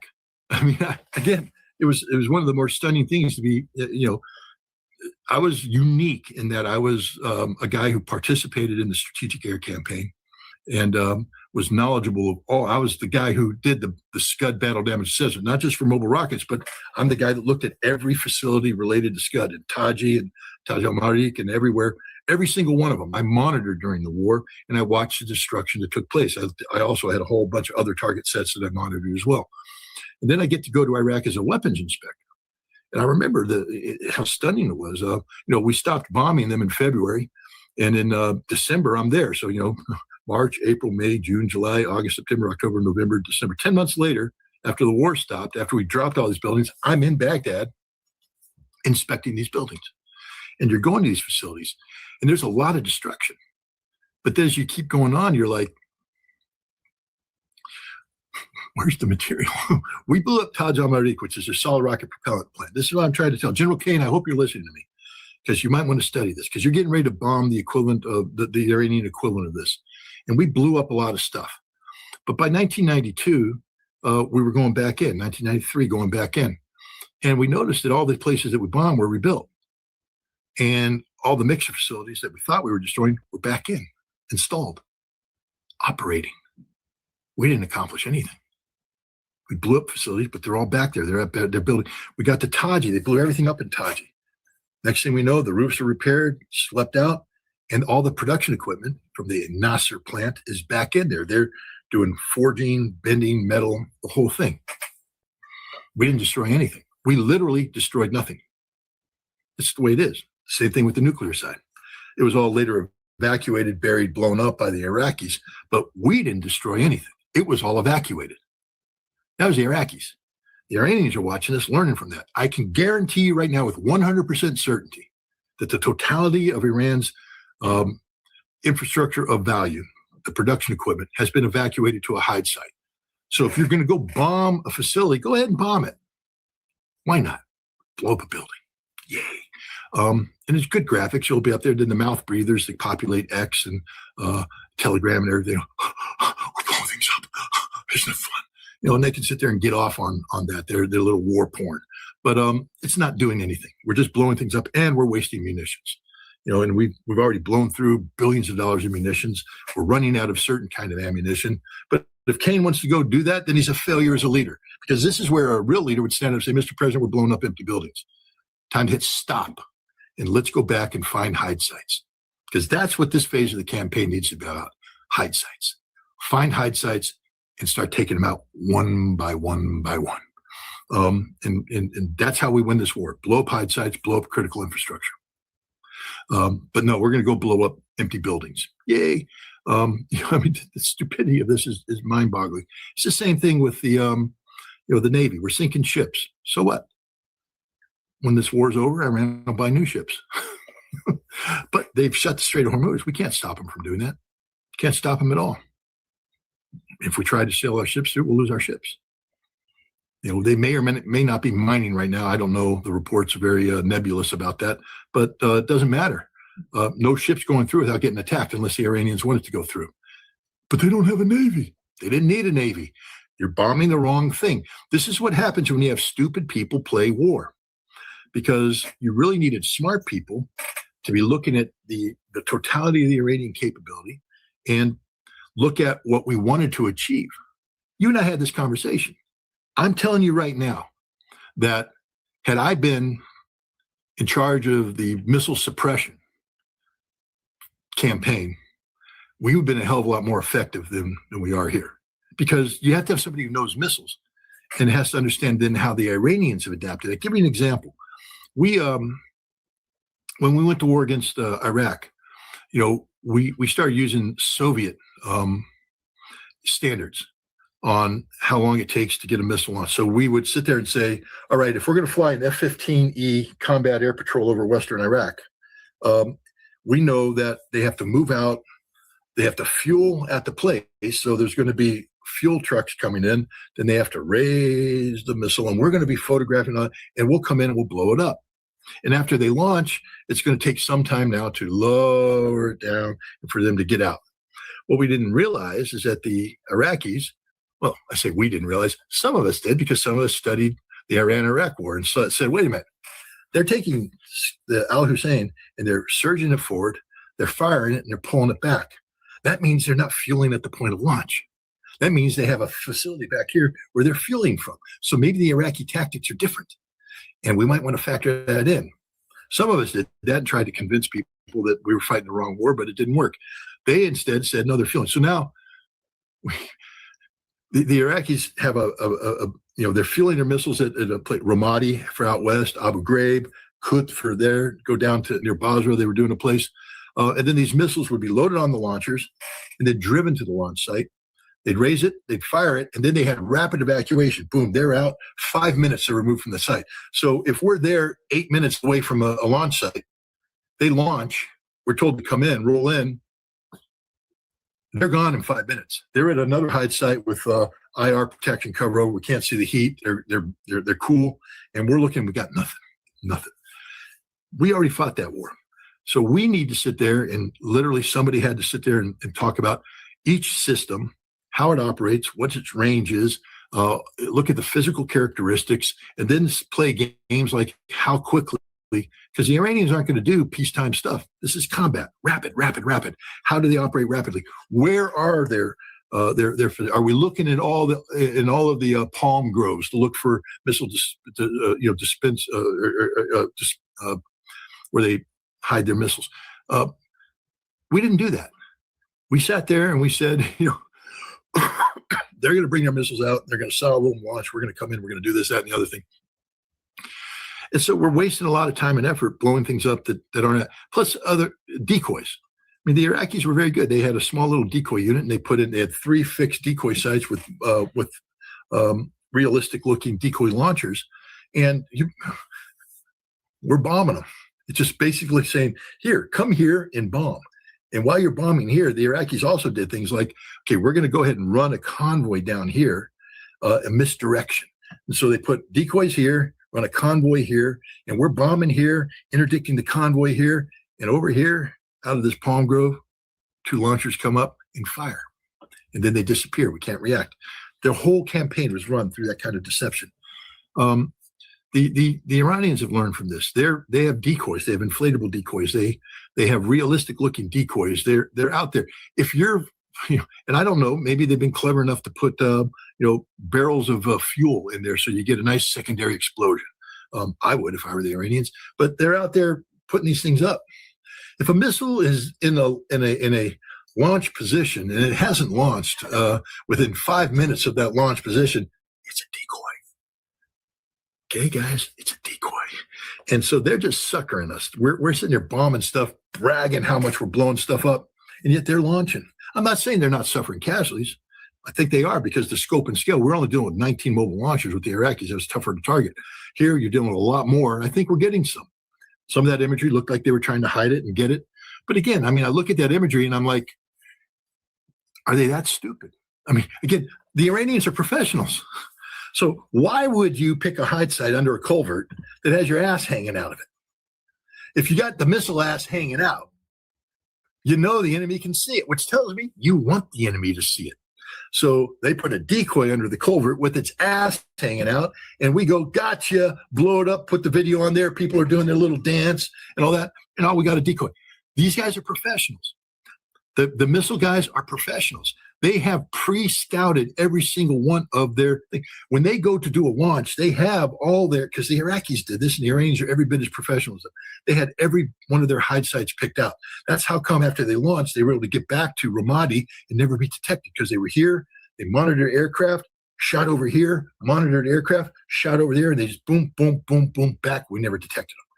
The Iranians are that good too. So I can't imagine an Iranian guy going, all right, let's fire and stick it under a culvert, leave our ass hanging out.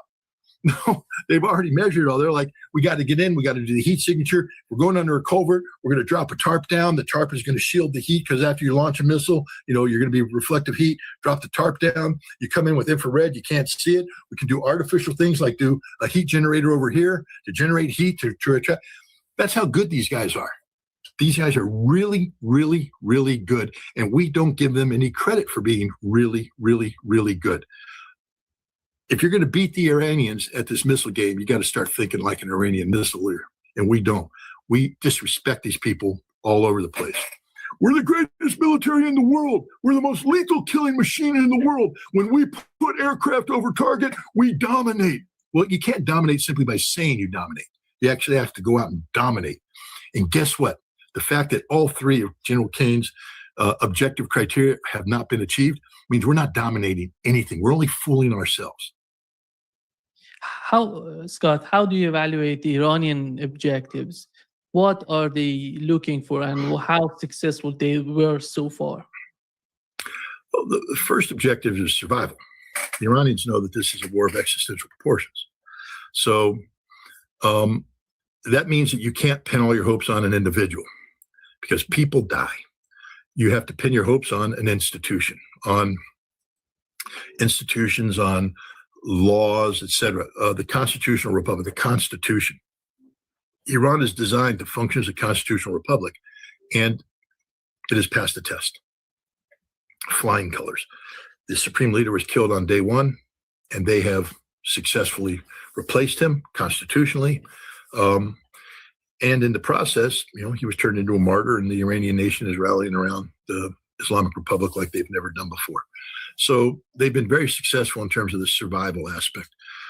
That's political survival, but now you have to have military survival. And the Iranians have for some time now. I originally thought it was 12 autonomous military districts, or somebody's talking about 32. So maybe they even broke it down even more. I don't know. 32 would be great because that means it's more difficult for us to take it out. You can kill 12 places, but 32, that's a different targeting problem. But they have built this system that's designed to function autonomously. So every one of these military districts doesn't need somebody in Tehran telling them what to do. When the war started, they unplugged and they are running their war plan. Now, the central people might be sitting there trying to direct and redirect and all that kind of stuff if they can stop. But if they don't, they just don't stop. They keep going. So the Iranians will never stop putting pressure on the enemy, ever. No matter what we do, they will continue to go. That's military survivability, keep the pressure against the enemy. And then war is an extension of politics by other means. So you have to ask yourself, why are the Iranians doing what they're doing? Well, I think they have several political objectives, but the big one is to drive the United States out of the Middle East and to defeat Israel to the point that Israel will never again seek to flex its muscles the way they are, to humiliate Israel to the point that Israel stops being an irresponsible power. So you have to have the resources necessary to sustain the fight against Israel. It looks like they've done that. They've been successful. And you have to have targeting of Israel to know where the pain points are, and they're doing that. They're starting to hit all the important targets, and now permanent pain is about to be inflicted on Israel. You can shut out the lights for one night. What happens when you shut out the lights forever? And we may be headed in that direction. For the United States, you have to destroy. We have these bases, but why are the bases there? Many of the bases there are to collect intelligence on Iran and to facilitate missile defense and facilitate military operations. You do that through radars that collect data, and you do that through satellite relays that communicate data. And they've destroyed that infrastructure. It's gone. Now they're in the process of doing even more damage. But again, with the Iranians, I think they understand. People are like, well, they haven't done that much damage to the base. If you blow up a barracks facility, what have you accomplished? Nothing. I can rebuild a barracks facility. But if you blow up a $1.1 billion unique radar system, you can't replace that. So the Iranians are blowing up critical infrastructure. The base may look intact, and for all the mouth breathers out there going, they haven't really done that much damage, they've neutered the base. It's useless. I mean, if you get a giant stallion, he won the triple derby. I'm going to make a lot of money. The stallion's going to mate with the mares, and then you neuter them. Your stallion's no longer a stallion. It's just a horse. No balls. Well, the American stallion is supposed to be out there mating in the Persian Gulf, but the Iranians have cut the balls off. So it's just a horse. And that's stage one, because it's going to be very expensive for us to move back in. But two, you have to create the political environment for the region not to want the United States to come back. And so you have to make sure that there's a price paid for collusion with the Americans, and that price is being paid. And you're starting to see people in the Gulf Arab states question why they have this relationship with the United States. There's no protection coming from there. We're being attacked. And so I think the political objective here is in the process of being accomplished for them. Punishment of Israel is ongoing. Israel hasn't been fatally hit yet, but they're moving in that direction. There's nothing. Israelis are defenseless at this point. They simply can't defend themselves. So, how much more damage can they take before you cross over that political threshold where it becomes politically unviable? At some point in time, you destroy desalination, you destroy electricity, you make life in Israel unlivable, and the people are going to flee. And when the people flee, when Israel depopulates, that's the end of Israel. And I think the Iranians are moving in that direction. Unlike the American objectives, the Iranians are actually moving towards accomplishing their tasks. And then the other one is, how do you make the United States quit? You're not going to defeat America militarily. You're not. We're going to blow up targets inside Iran forever. The only way you defeat America is to make us politically quit the fight. You're not going to bring military harm to us. So with all due respect, losing 8 soldiers, it's tragic for the families. So what? when we went to war in Desert Storm, we brought we brought 10,000 body bags and we ordered another 60,000. We didn't use them, but we were ready because there's a war. Okay, and you're going to lose guys in war. So the U.S. military can take a punch, and Iran hasn't delivered a punch to the soldiers. The human cost, it's trivial. 140 wounded, 8 dead, nothing, 0. We can remember World War II. We're going to lose 5,000 Marines on day 1 taking Iwo Jima. We're going to lose 5,000 guys going across D-Day. We could take casualties. That's not how you beat America. You beat America here at home. When the American people lose the will to fight. Remember, in World War II, a lot of people don't realize an interesting movie, Flags of Our Father. James Bradley wrote the book and they did the movie. They're talking about war bonds, and there's an important speech given by the Secretary of the Navy to the Marines. He said, we're running out of money. The American people don't want to fight this war anymore. They're tired of it. We won in Europe. They're done. They think it's over. And they don't want this thing to continue. And we're running out of money. If we run out of money, that's the end of the war.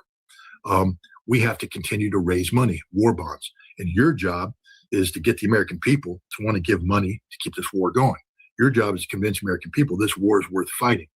A lot of people don't realize that, how exhausted the American public was about World War II and how victory in Europe actually undermined the potential of victory in Japan, which is another reason why we dropped atomic bombs.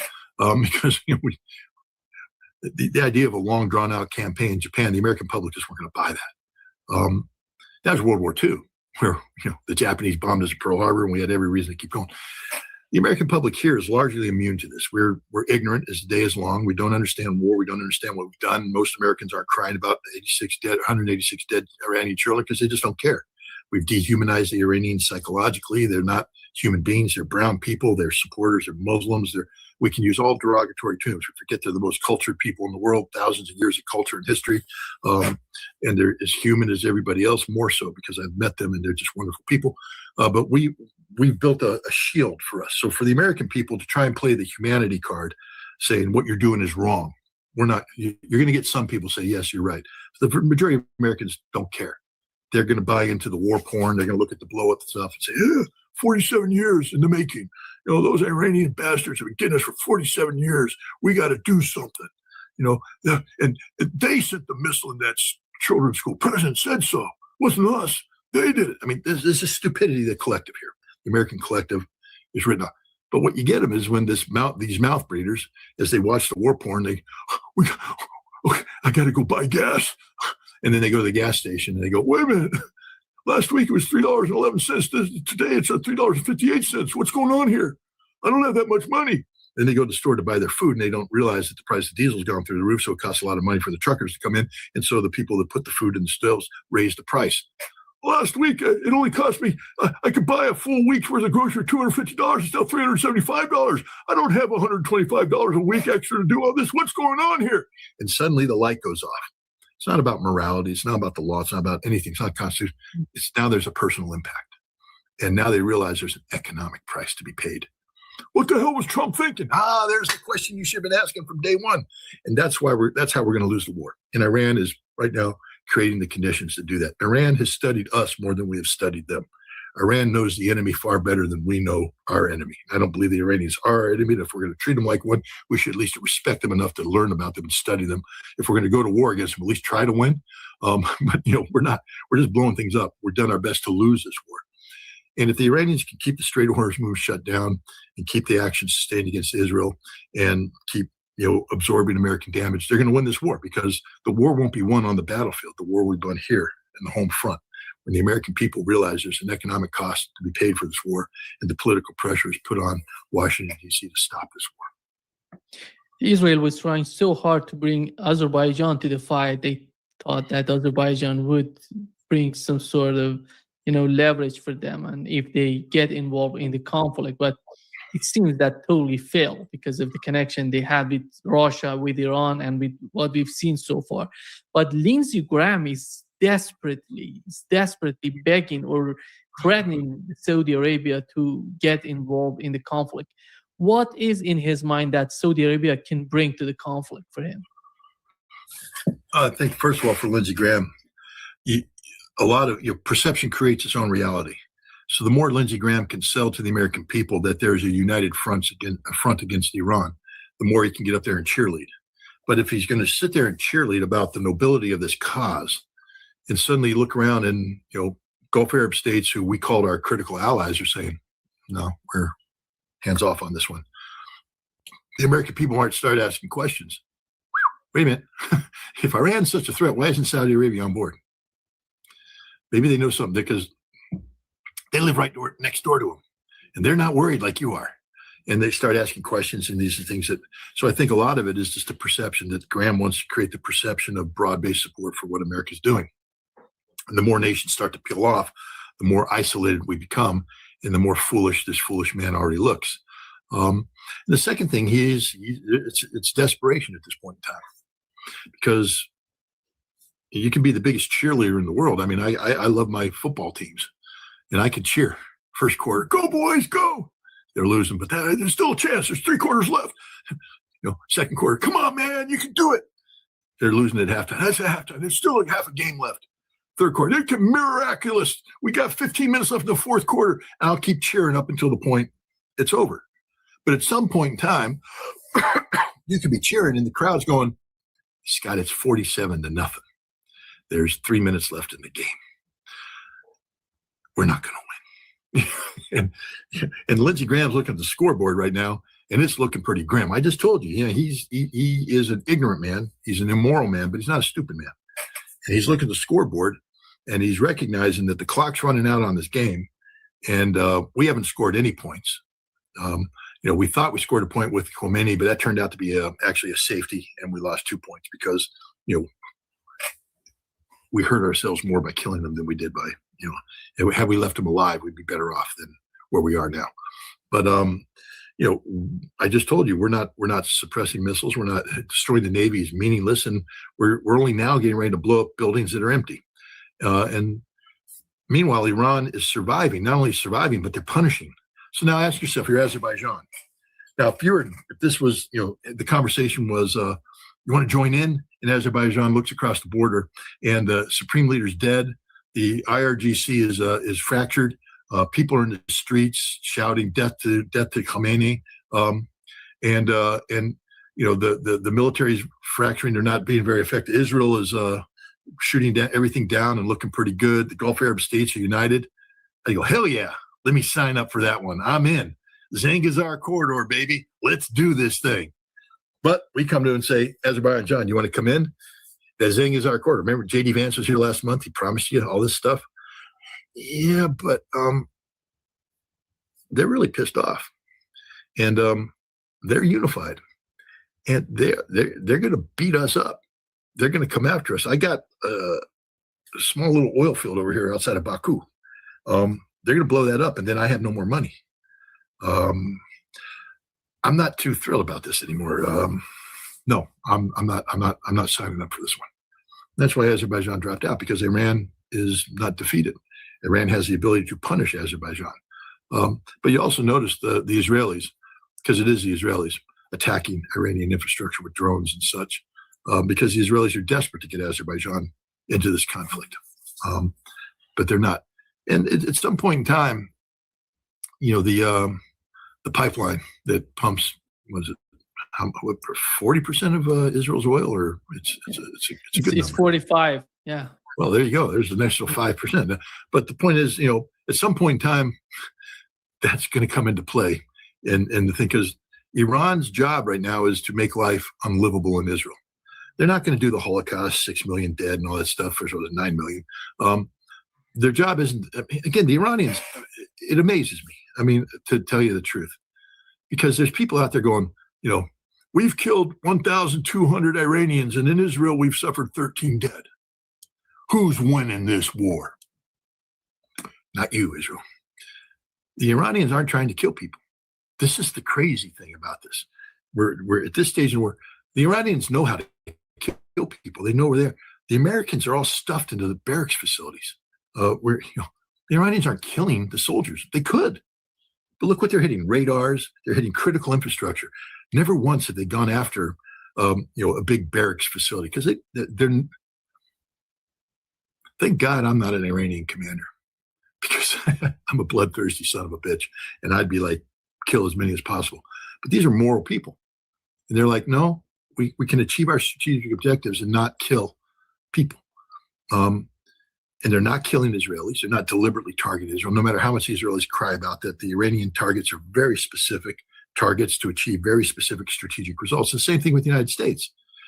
And the Iranians are smart on this one because, you kill too many Americans and we get pissed off. And you don't want America pissed off. You want America angry about prices of gas. That's where America's mind needs to be, gas prices. But 500 dead Americans, I'll pay as much as the pump is necessary to kill all those Iranians, kill them all.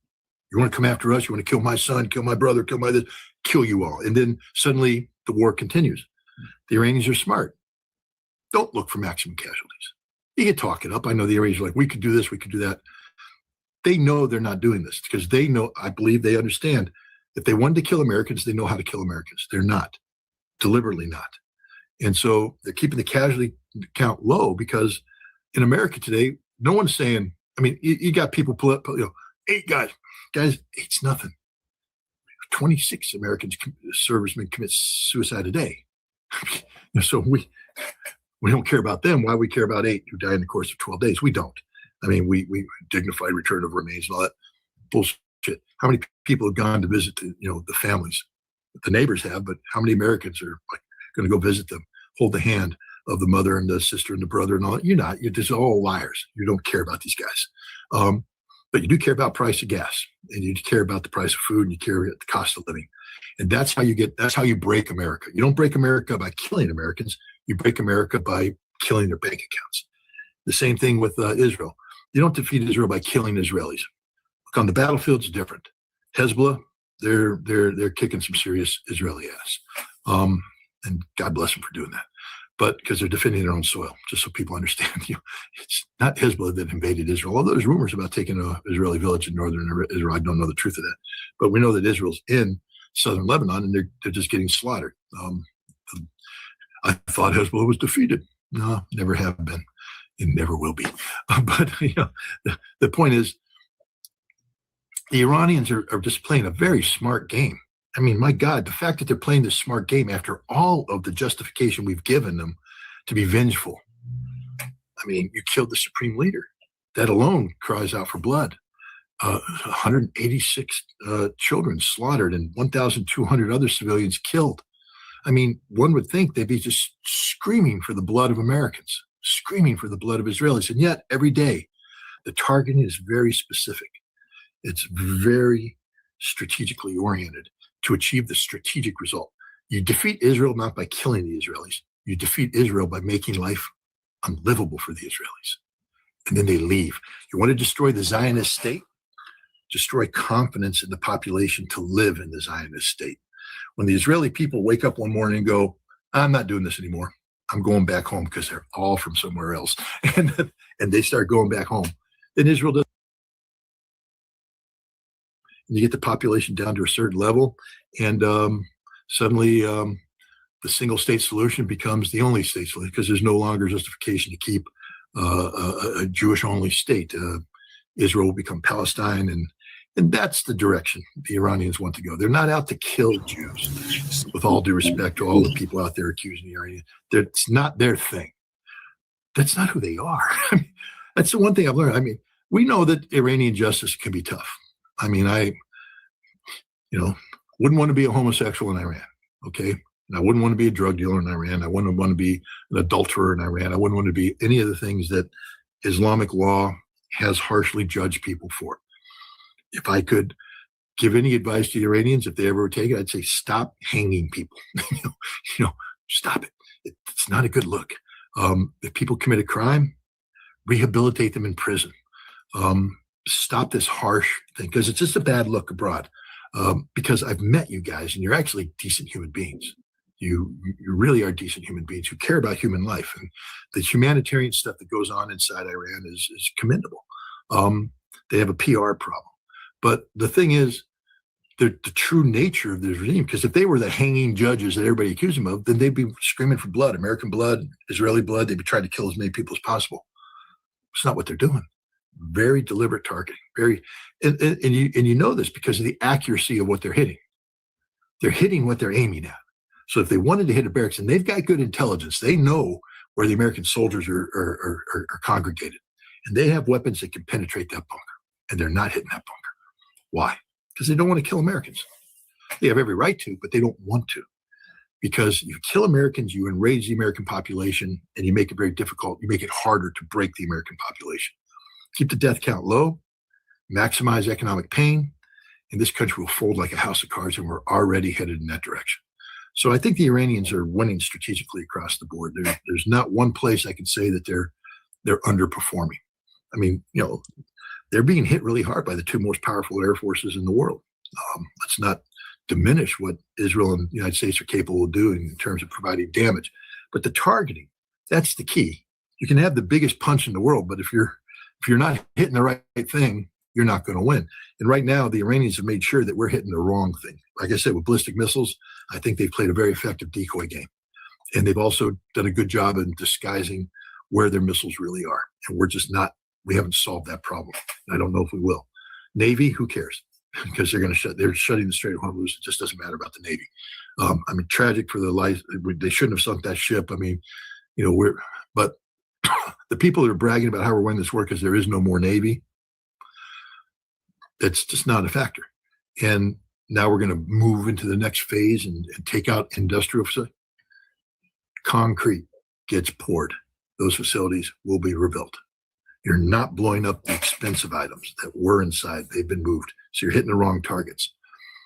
So I think that we're losing this war, and we're going to lose this war.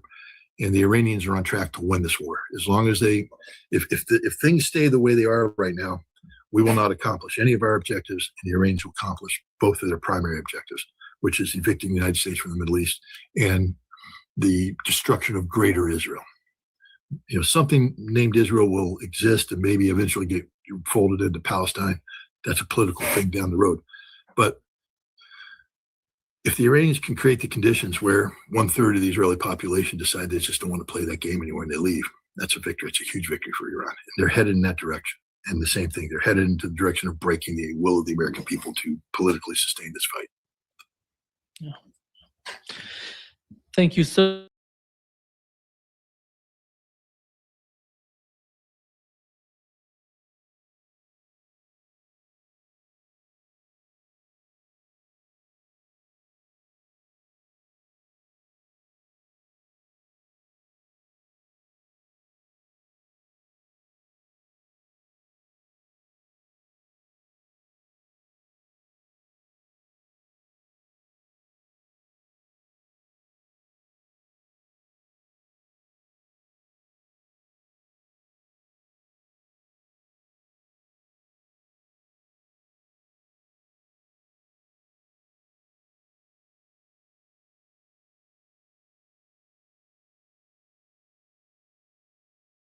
Regardless, it seems like both the United States and Israel are not only getting hit harder than the sensors are starting to work a lot less effectively. We're seeing images of the 1-ton plus missiles hitting Israel, and then, of course, the aftermath. Now, I also wanted your comments on what was, I think, while unverified and unconfirmed, massive reports that happened over the last 24 to 36 hours about who got hit in these strikes. Of course, there's been, since the beginning of the war, Netanyahu has come under the scope of, is he around? Is he alive? It seems like he is. But then his brother got into the fray, and there's been a lot of damage control around this. His brother Ido might have been killed. Maybe the Mossad chief has been killed. But regardless, it seems like both the United States and Israel are not only getting hit harder than before Pepe, but they're also losing this narrative war quite dramatically. I'm going to pull up the sources as you speak, but I want to get your reaction to these things. Well, first of all, Danny, I prefer not to comment on rumors, spin, a tsunami of spin, in fact, and a tsunami of info war going around. We don't know. I prefer to comment on facts. And the most important fact is that Iran once again tweaked their strategy. which, as we have been discussing, it's the decentralized mosaic strategy. This means 31 commanders in all Iranian provinces with total autonomy to strike and to conduct any sort of operations without having to check with Central Command in Tehran. This is from the beginning. It was, to a certain extent, in many ways, also reactive. There were, let's say, volleys of swarms of drones and ballistic missiles, but not uninterrupted. From now on, and that came from the Central Command, including the IRGC, now it's going to be literally around the clock. And that we are not even seeing the amount of destruction that they can inflict, not only on American interests all across West Asia, but especially Israel. And in terms of Israel, as I'm sure all of you, our audience, know, that is in terms of censorship, is the most censorship territory on earth. Nothing compares to it, especially when they are being hammered, like they are being hammered, especially these past 2 or 3 days, and especially starting with the latest offensive. The one tonight, well, it's late night here in Southeast Asia, so in a few hours, just wait about then it's going to be what, the 35th or the 36th Iranian offensive, and it's going to be the order of magnitude compared to the past ones, because they already admitted live in public the strategy that we saw from the beginning. They were launching their old batches of missiles. These were made in 2012, 13, 14, 15, etc. And from now on, it's only missiles with at least 1 ton in their warheads. So destruction absolutely guaranteed. And the Kaybar Shekhan and the Khorramshahr, much more than the Fatah. They're top missiles, not to mention the ones that they haven't announced yet, because these are in the missile cities in the eastern part of Iran, which has not been touched by the Epstein Syndicate so far. So once again, they tweaked the rules of the game, and the absolutely extraordinary announcement that we had a few hours ago, once again from their Central Command, which also includes the IRGC, that the Strait of Hormuz will only be open, and it's in fact open to friendly nations. That includes especially China and Russia, and some other ones, of course. And for instance, example, Bangladesh, because Bangladesh needs oil badly. The Iranians are not attacking any vessel that is going to Bangladesh. And the Strait, of course, is completely closed for, in their terminology, hostile nations, and every vessel linked to U.S., Israeli, or interests of, for all practical purposes, NATO stand. That may include Japan. It's not clear if that would include South Korea, for instance, unless the South Koreans have a back channel to get to the Iranian leadership, and they may be exempt. So they are all legitimate targets. And the last point of the communique was something extraordinary. Prepare for $200 for a barrel of oil. So let that sink in slowly. We are around 100, a little less, a little more. So in the next few days, we're going to hit 200. And after that, the sky is the limit. And this had been gained years before by Goldman Sachs analysts. It could get to 500. If we go over 2 weeks or 3 weeks of Strait of Hormuz blocked, it could easily get to 500. We are already on the way to 200. So for all practical purposes, Danny, and all of you, the global economy is collapsing in real time in front of all of us. This is absolutely unthinkable until only a few days ago. Now it's happening, and it's going to be accelerated. Because, of course, there's not going to be taco anytime soon, unless he gets into an absolutely desperate position. We have already confirmed that he tried taco already with 4 key actors. Oman probably twice. I think they tried taco with Oman today again. Turkey, Qatar, and Russia in that famous phone call. That, there was practically zero leaks about the phone call that Trump called Putin. Very, very important, not the other way around. And when you read the Russian transcript and when you read what Ushakov was saying, it's absolutely fascinating. Ushakov is an old fox, as we all know. Huh? Basically, he said very diplomatically that Putin was telling a few facts of life to Trump. And Putin offered his services in case of a possible mediation. So this does not mean that Putin is endorsing an immediate tackle. Putin left in the air, hanging in the air, the possibility of, if you have a really serious offer to Iran, and it's not going to be the other way around. Now it's the Americans have to offer something to Iran to stop the war. It's a completely different story. Russia could be the mediator. But Russia is not interesting to be the mediator for several reasons. One of them is every second that the Strait of Hormuz is closed, the Russian budget goes exponentially higher without lifting a finger. That's the beauty of the whole thing, right? Second, and this is what I detail in one of the columns that I wrote this week. This one, if I'm not mistaken, is coming out tonight in Moscow.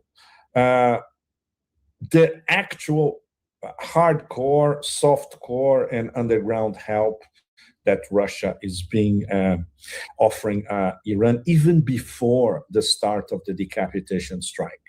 It started. I don't think this has been reported in the US. Correct me if I'm wrong, Danny, and any of you. But 1 week before the decapitation strike, February 28th, 1 week before, the Minister of Defense in Russia, they gave to the IRGC the full American battle plan in detail, what the Americans would do, how, launch platforms, what kind of weapons, you name it. So the IRGC had at least 1 week to start digesting all that. And that's one extra element compounding the fact that the response, the counterpunch from Iran was so fast this time, only half an hour after the decapitation strike on February morning, Tehran time. And of course, something that I called it the Astrakhan-Tehran shuttle, which is Russian cargo planes bringing all sorts of stuff that obviously we don't know exactly what it is, from Russia to Iran, practically full-time for a long time, for weeks. And of course, the division of labor between Russia and China in terms of helping Iran with everything from upgraded Shahed drones, which in fact are the Russian geraniums. It's fascinating, the story. Russia buys the Shahed drones from Iran. They upgrade in Russia. They become geraniums 5 or 6. And now they're back to the battlefield in the among the Iranian forces, using the Russian upgrades, including the Comet antenna for jamming all sorts of signals. So this is part of their military collaboration. So this is all very important in terms of describing the degree, the interlocked degree of collaboration between Iran, Russia, and China. Obviously, the Americans were completely oblivious about all that. So we have the pathetic real estate negotiator Witkoff accusing Russia of supplying intel to Iran, but he said that Ushakov said that. And when you read the Russian transcript, Ushakov never said anything remotely similar. No. And don't forget, and Witkoff obviously doesn't know how Russian politics works. Top political operatives in Russia, they never comment on military secrets. Never. This is something that only the Ministry of Defense will talk about, and they don't. So all of us, we have to dig and try to find something about and talk to our connections, etc.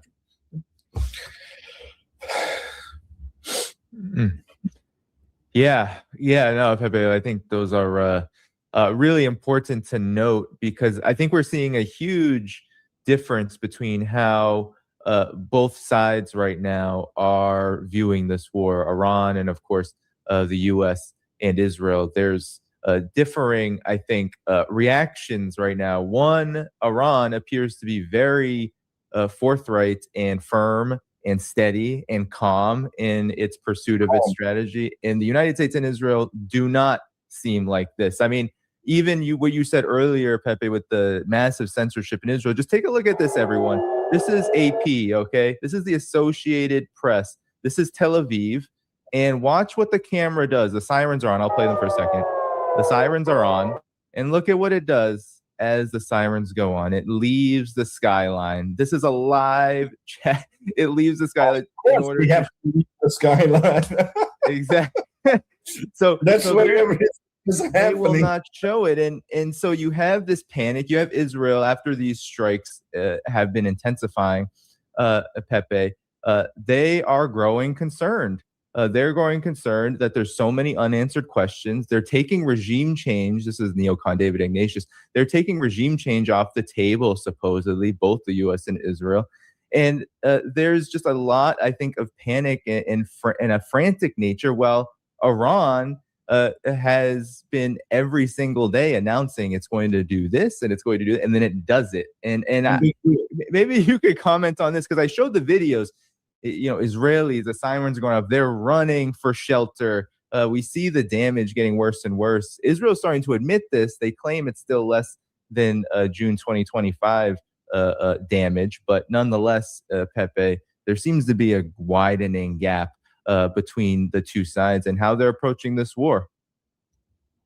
Well, because in Iran, simply there is no censorship. We know what's being attacked, and sometimes we see it in real time when you have Iranian reporters in the middle of crowds pledging their allegiance to Ayatollah Mojtaba Khamenei, and there are missiles in the sky. It's something that we saw when I saw these images the first time. I immediately connected to the funeral of Sheikh Nasrallah in Beirut last year, when we were all in the stadium. And there were 4 Israeli jets that went over twice, and they were greeted with, you can imagine how they were greeted by everybody that was at the stadium. So Iran, the population is not intimidated. They are suffering horribly, because what is the tactic of terrorist regimes?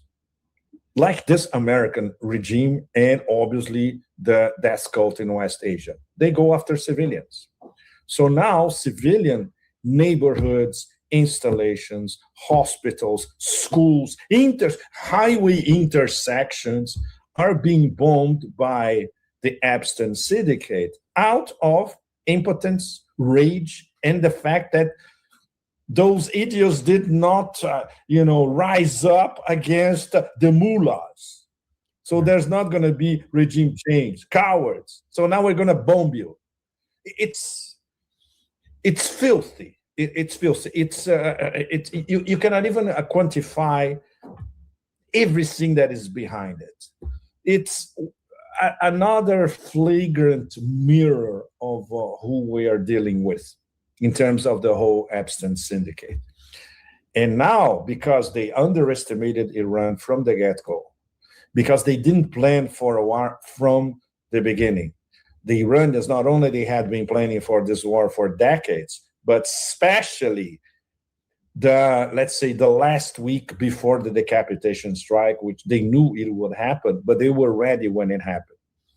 Ayatollah Khamenei had already organized all the meticulous planning with 4 levels of replacement for every important military commander, leader, etc., including himself. Very important point, which I prefer to tell it right now. He did not leave a successor. He did not leave in his will the name of his successors like Khomeini did. Khomeini had appointed, before he died, Khamenei as his successor. Khamenei did not, much less his own son. And of course, high Ayatollahs in Qom, they know that Moshtaba is not at the highest level as an Ayatollah. It doesn't matter because they chose to elect an idea, a flaming idea, and the idea of continuity, in fact. And of course, somebody that will, I wouldn't say exact revenge, but cultivate the memory of everything that his father did right for Iran. His father was an intellectual, was a gracious man, but a man who went to the trenches during the Iran-Iraq war. So he had battlefield experience, religious experience, and leadership experience. And this is something that Moshtaba inherited. It's very, very important. And that's why he's being universally approved, and people are extremely touched by this idea that the son is coming right after the father to preserve the legacy of the father. So this, all that spells out total cohesion between the new setup in Tehran, all the military commanders, the continuity of government, which is something that, people in America only talk about the US. No, really serious governments and institutions, they have continuity of government plan in detail. And that was the case with Iran this time. And of course, this explains why the consensus, and especially coming back to that, let's say, intimation by the IRGC that we're talking at the beginning of our conversation, that now there's no holds barred, in fact. And if the Americans and Israelis go up a notch, for instance, they bombed Bank Sepa, which is one of the 2 most important banks in Iran. The other one is Bank Melli. Bank Sepa is very intimately linked with the IRGC. This means paying salaries, all that kind of stuff. So now the Iranian response is an absolute killer, in metaphorically and otherwise. We're going to attack all American-linked, Israeli-linked banking system all across West Asia. So HSBC, Standard Chartered, everybody is freaking out completely. And today there was another, let's say, advice from the IRGC to people living in Abu Dhabi, Dubai, etc. If you live 1 kilometer inside the radius of a bank branch, please move out, because they are all now legitimate targets. I can visualize in Dubai many of these places, inside shopping malls or in the main artery. Wow, they can attack anyone, anytime from now on. So that's compounding with the end of the business model, tourism, no taxes, easy life, bling bling, etc. Well, in the Emirates as a whole, the whole business model, including the banking business model, is dead, and it won't come back. That's it. That's the end of it.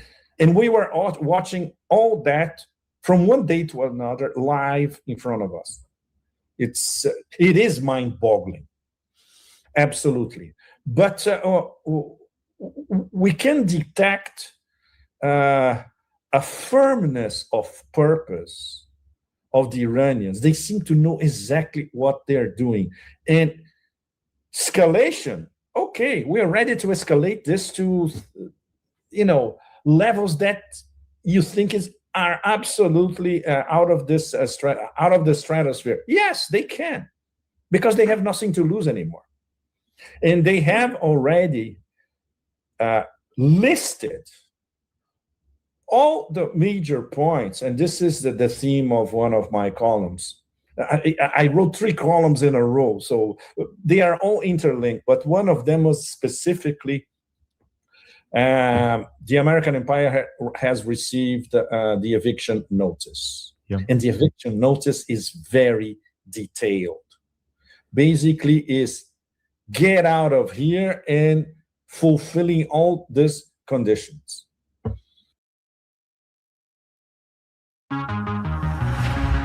Taxes was so taxing.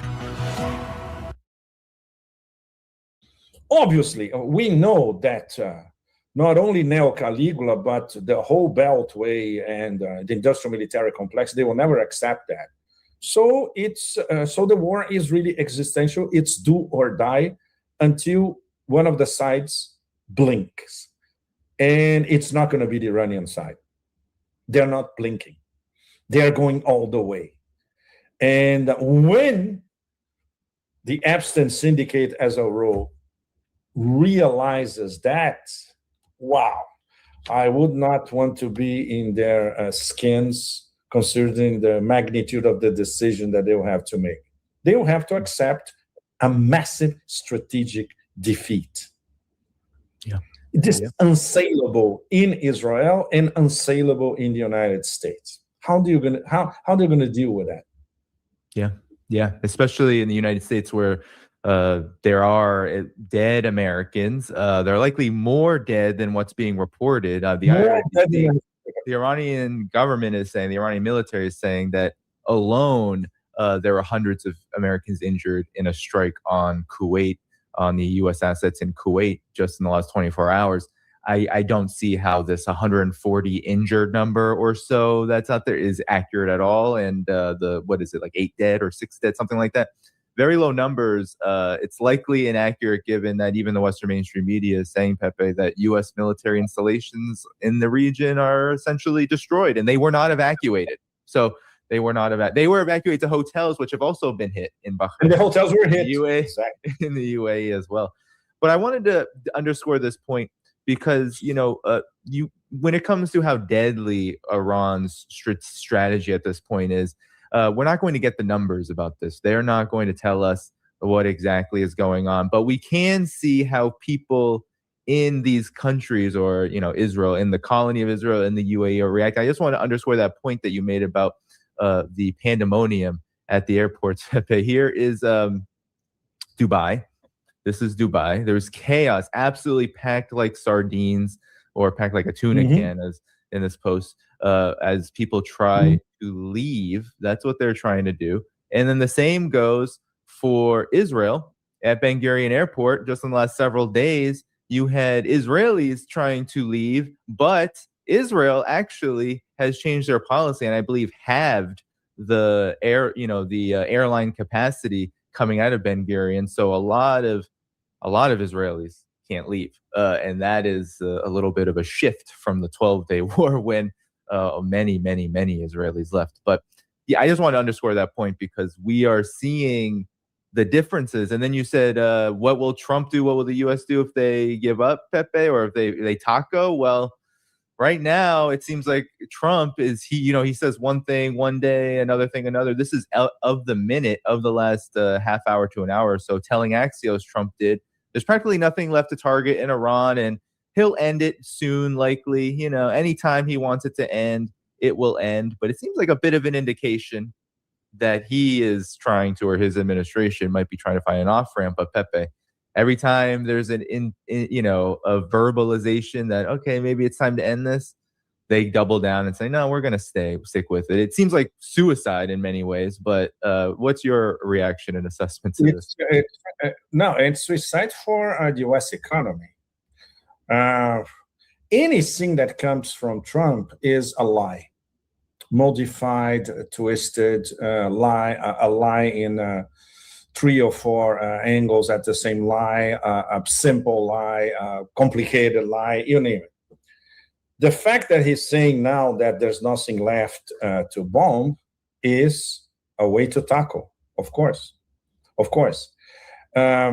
He cannot possibly admit that he's going to perform tackle.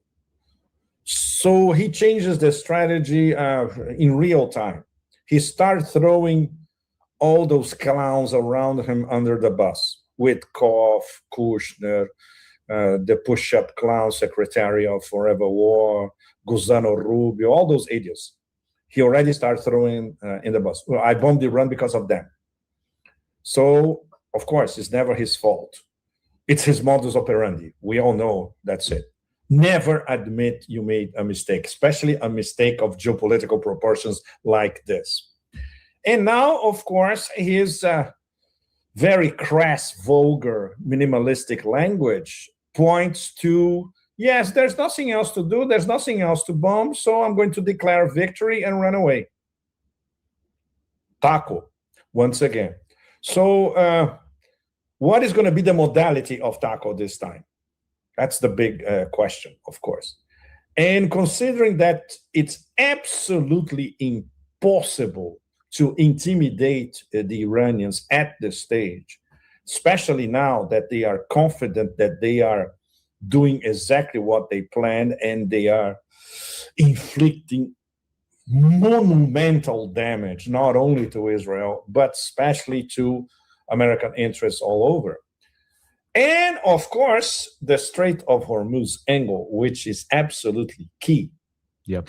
Yeah, which we're going to get to. They know that their grip on the Strait of Hormuz is their grip on the global economy as a whole. They can do anything they want during the week, during next week, next month, for the next few months, and drive the whole global economy to a black void. So this is unlimited power concentrated in a single fighting force. That's quite something.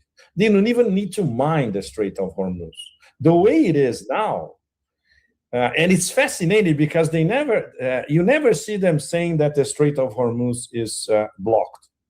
They say that the strait is open, but at the same time, it's not open.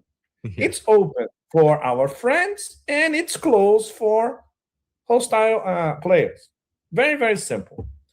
The ones who are clever enough to do a backroom deal, no problem. Like, certainly Bangladesh, they reached up there, explained their predicament, and the Iranians, which are very, very graceful, say, okay, no problem. And obviously, Russia and China, it goes without saying. And these cargoes continue to travel across the Strait of Hormuz with absolutely no problem. Everybody else is considered hostile. And that's it. You are going to be intercepted, period. Yeah, or worse. Apart from that, we have cargoes who are displaying their text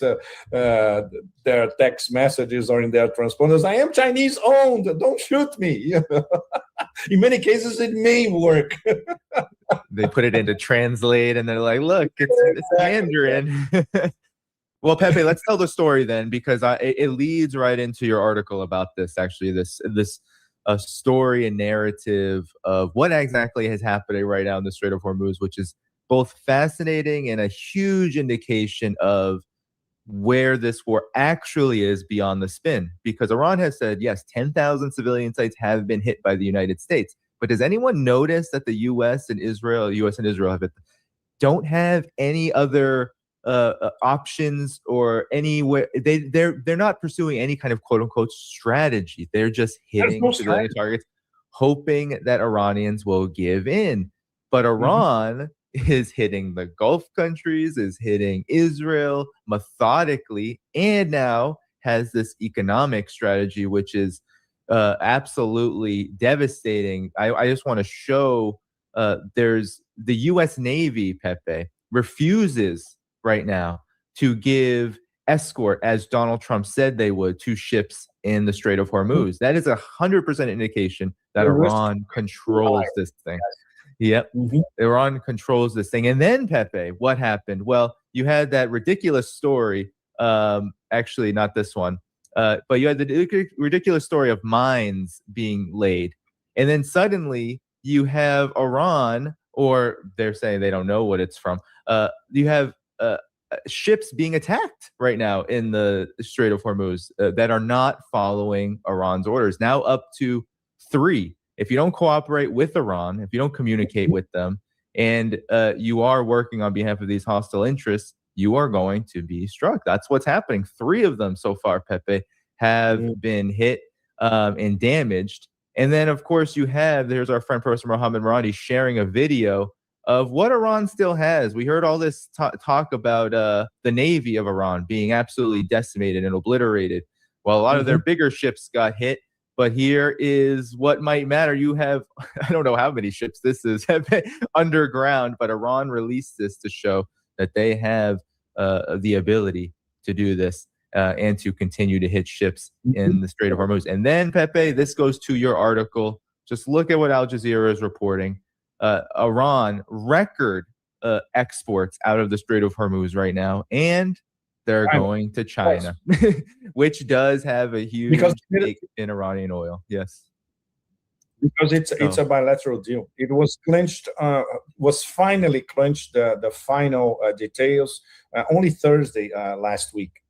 They had an understanding before, and now it's a solid deal, which goes directly to this was this morning, if I'm not mistaken, and Arakshi and Ghalibaf, the leader of the Majlis, are always saying the same thing about the Strait.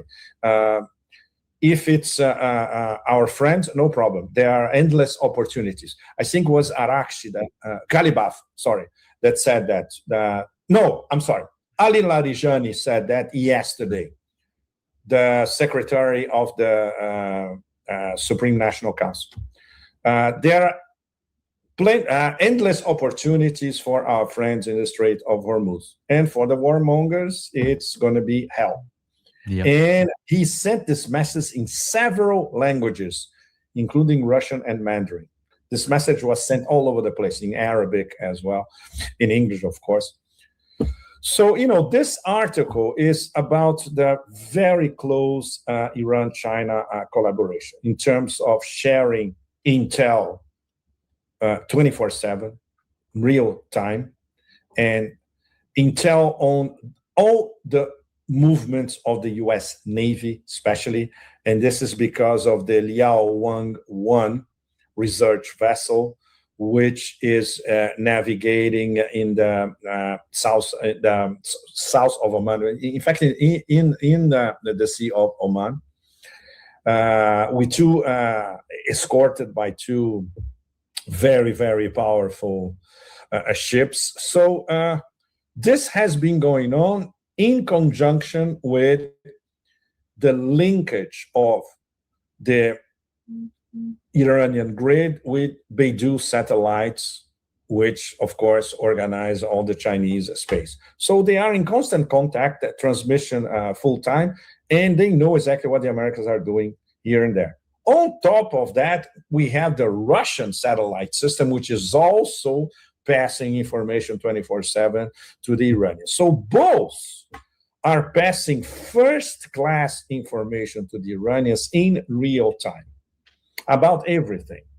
And on top of it, from the point of view of the Chinese, they are accumulating, I would say, a zillion Bibles on how the Empire of Chaos acts in a war zone. It's beyond priceless for the Chinese, because obviously we know how they're going to apply everything that they're learning in the future. It's going to be in the South China Sea, and it's going to be around Taiwan, of course. Yeah. Anything that happens. And they are learning in real time how the Americans play their game, in fact. So in terms of valuable experience for the Chinese, this is beyond priceless. And at the same time, when you look at the Chinese media, not official media, let's say the more independents, like Guanxia, our friends in Shanghai, which I read almost every day, they do not seem to be worried. Yeah, you read some analysis, they're saying, no, it's okay. We have 140 days of reserves. Yeah. If it gets really, really horrible, and it won't, because the ships going to China can pass through. Still going.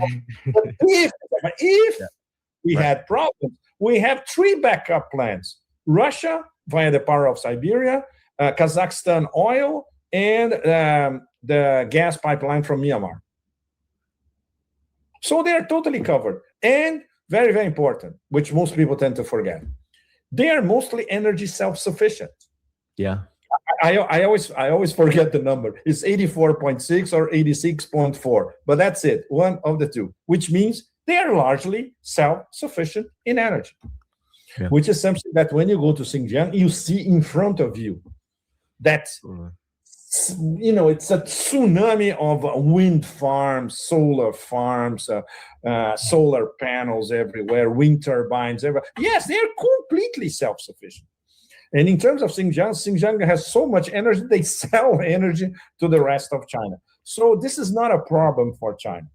Of course, if they would lose, 12% that they import from the Persian Gulf would be a lot. But they have plan Bs all over.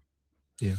And the Russians, as some of the oil that the Russians now can divert from selling to Europe, they are basically going to 4 Asian countries: China, India, Thailand, here, and the Philippines. So they can also use that oil that the Russians are, they're not going to sell it to Europe anymore. They don't care. When Putin said, I'm going to ask the government to think about it, maybe preemptively stuff. No, they're already doing it. So Europe will get 0 in terms of oil and gas from Russia, and Asia is going to get the whole lot. The Prophet ﷺ said, the best charity is giving water. $100. So, this shows how this serious, solid interconnection of these big Eurasian powers works in practice. And it's not only military, it's military, energy, geoeconomics, etc. They talk all that. Of course, they're talking about all that all the time. So this is what the organicity of Eurasia is in play. But try to explain that to the West, Danny, or to those clowns in the Beltway. It's impossible. They will never get it. They'll never. No. China's massive electrical grid. It's all that renewable energy you're talking about. People mock it, but having that in conjunction with basically every oil partner there is in the world, Russia, of course, the biggest one. Every oil partner is they want China. Why? Because China is using a lot of it for its production needs. So, this is really unprecedented, Pepe, because I think what is not being realized is that you have on one side the United States, you can say Israel, but let's just say the Trump administration, which is saying it has the power to end this war, regardless of whatever, to end this war whenever it wants, whatever people may think of that and their viewpoint of it. But that's what the Trump administration is saying. You have one side doing that, but then saying a million different things about why it's doing this and what it hopes to accomplish. And then you have Iran being very meticulous about how it shuts down the Strait of Hormuz. And you wrote in the article, Pepe, that BRICS has been blown up by this war. And how I see it is that we have, as we've been talking about on the show, we have 3 countries that really make up the spirit of BRICS, which is China, Russia, and now Iran. And yes. I think what we're seeing here is, from what you were saying, we're seeing how that actually plays out in real time when there is an existential war on BRICS. It's been quite astounding to watch from the very beginning, before this even happened, up until now, all the talk about it, and now we're seeing the results. Absolutely. Okay, maybe we could, against all odds, we should keep the benefit of a doubt a little longer. I'm talking about India. India betrayed two top BRICS sequentially, Russia and Iran. That's extremely serious. This would be grounds for expulsion of India from BRICS. But then I came across a phone call yesterday between Jaishankar, the India Foreign Ministry, and Arakshi. And it was very cordial. Why? Because Arakshi is a gentleman. So instead of behaving like a baboon from Mar-a-Lago or the push-up clown Secretary of Forever Wars, he was a gentleman, and basically he was saying to Jaishankar, look, we sort of understand that you are in a very tight spot because you are under extreme pressure from the Americans. So maybe we can have our relationship develop. We are not going to consider you a hostile nation. But at the same time, it's very hard to have the close relationship that we had before. So we understand that you are playing a sort of strategically ambiguous game, and we get it. But of course, we're going to have to discuss a lot of serious things from now on. This was, wow. Can you imagine? After what India did to Iran, you could even imagine Arakshi not even caring to have a meeting with their foreign minister. But of course, the facts are there, and the facts are horrible. The facts are absolutely disgusting. Everything in terms of inviting the Iranians to that maritime show in India, and after the ship leaves, it's an enormous controversy in India. And a lot of people, very well informed, said, yes, they gave the coordinates of the ship to the Americans, and that's why the ship was torpedoed. Maybe, maybe not. But they didn't do anything about it afterwards as well. The Sri Lankans recovered the bodies of the Iranian sailors, and under pressure from the Americans, they could not return them. Apparently today, there were reports that they are finally delivering the bodies back to Iran. And of course, Iran did not condemn the assassination of Ayatollah Khamenei. It took them 3 or 4 days to actually send somebody to the Iranian consulate to sign a book. The other BRICS condemned immediately. The other 4 founding BRICS members, Brazil, Russia, China, and South Africa. They condemned it immediately. India, not a word. Only 4 days later. And sort of, you know. So, and this after betraying Russia, because under pressure from the Americans, they said, well, we're going to stop buying oil from Russia. And Russia learned this by reading the headlines. And now they need oil from Russia again. So what Russia is doing, which is beautiful, very, very Russian. Now it's only business. You need our oil, okay, we sell it, but you're going to have to pay the spot market price. No discounts for you. Forget it. What we had before is dead. Now you pay, if the oil goes up every day, you're going to have to pay. That's it. So that's it. It's a lesson for the Iranians, or for the Indians, sorry. Let's see if they learn it. But the problem is what's going to happen to BRICS this year, considering that Iran is the BRICS chair. In this year, when they betrayed 2 BRICS, they're going to hold the BRICS presidency and the summit in New Delhi in November. Wow. I don't want to be in the skin of one of those Sherpas, in the next BRICS meeting. Yeah. They're going to have to restart the whole thing all over again. At the moment, BRICS is in coma. It's very painful to admit it, but we have to be realists. It's in deep, deep coma, blown up by one of its founding members. Yeah. And obviously, don't expect anything coming from Brazil or South Africa. They're not saying anything about it. Russia and China, they're looking at it. They said, oh, my God, We're going to have to restart this whole thing. And it's up to us once again. Once again, it's going to be up to Russia and China to put BRICS back together, right? So I talk about this in the columns as well, because these columns, they are more or less about the BRICS reaction to the war on Iran. So one of them, it's about China, and the other one is about Russia and India. So we can see that Russia and China, they are treating this war very, very seriously, and they have their goals very well established, which, okay, to give you all of you the headline, they want this war to be, for the Empire of Chaos, a defining moment.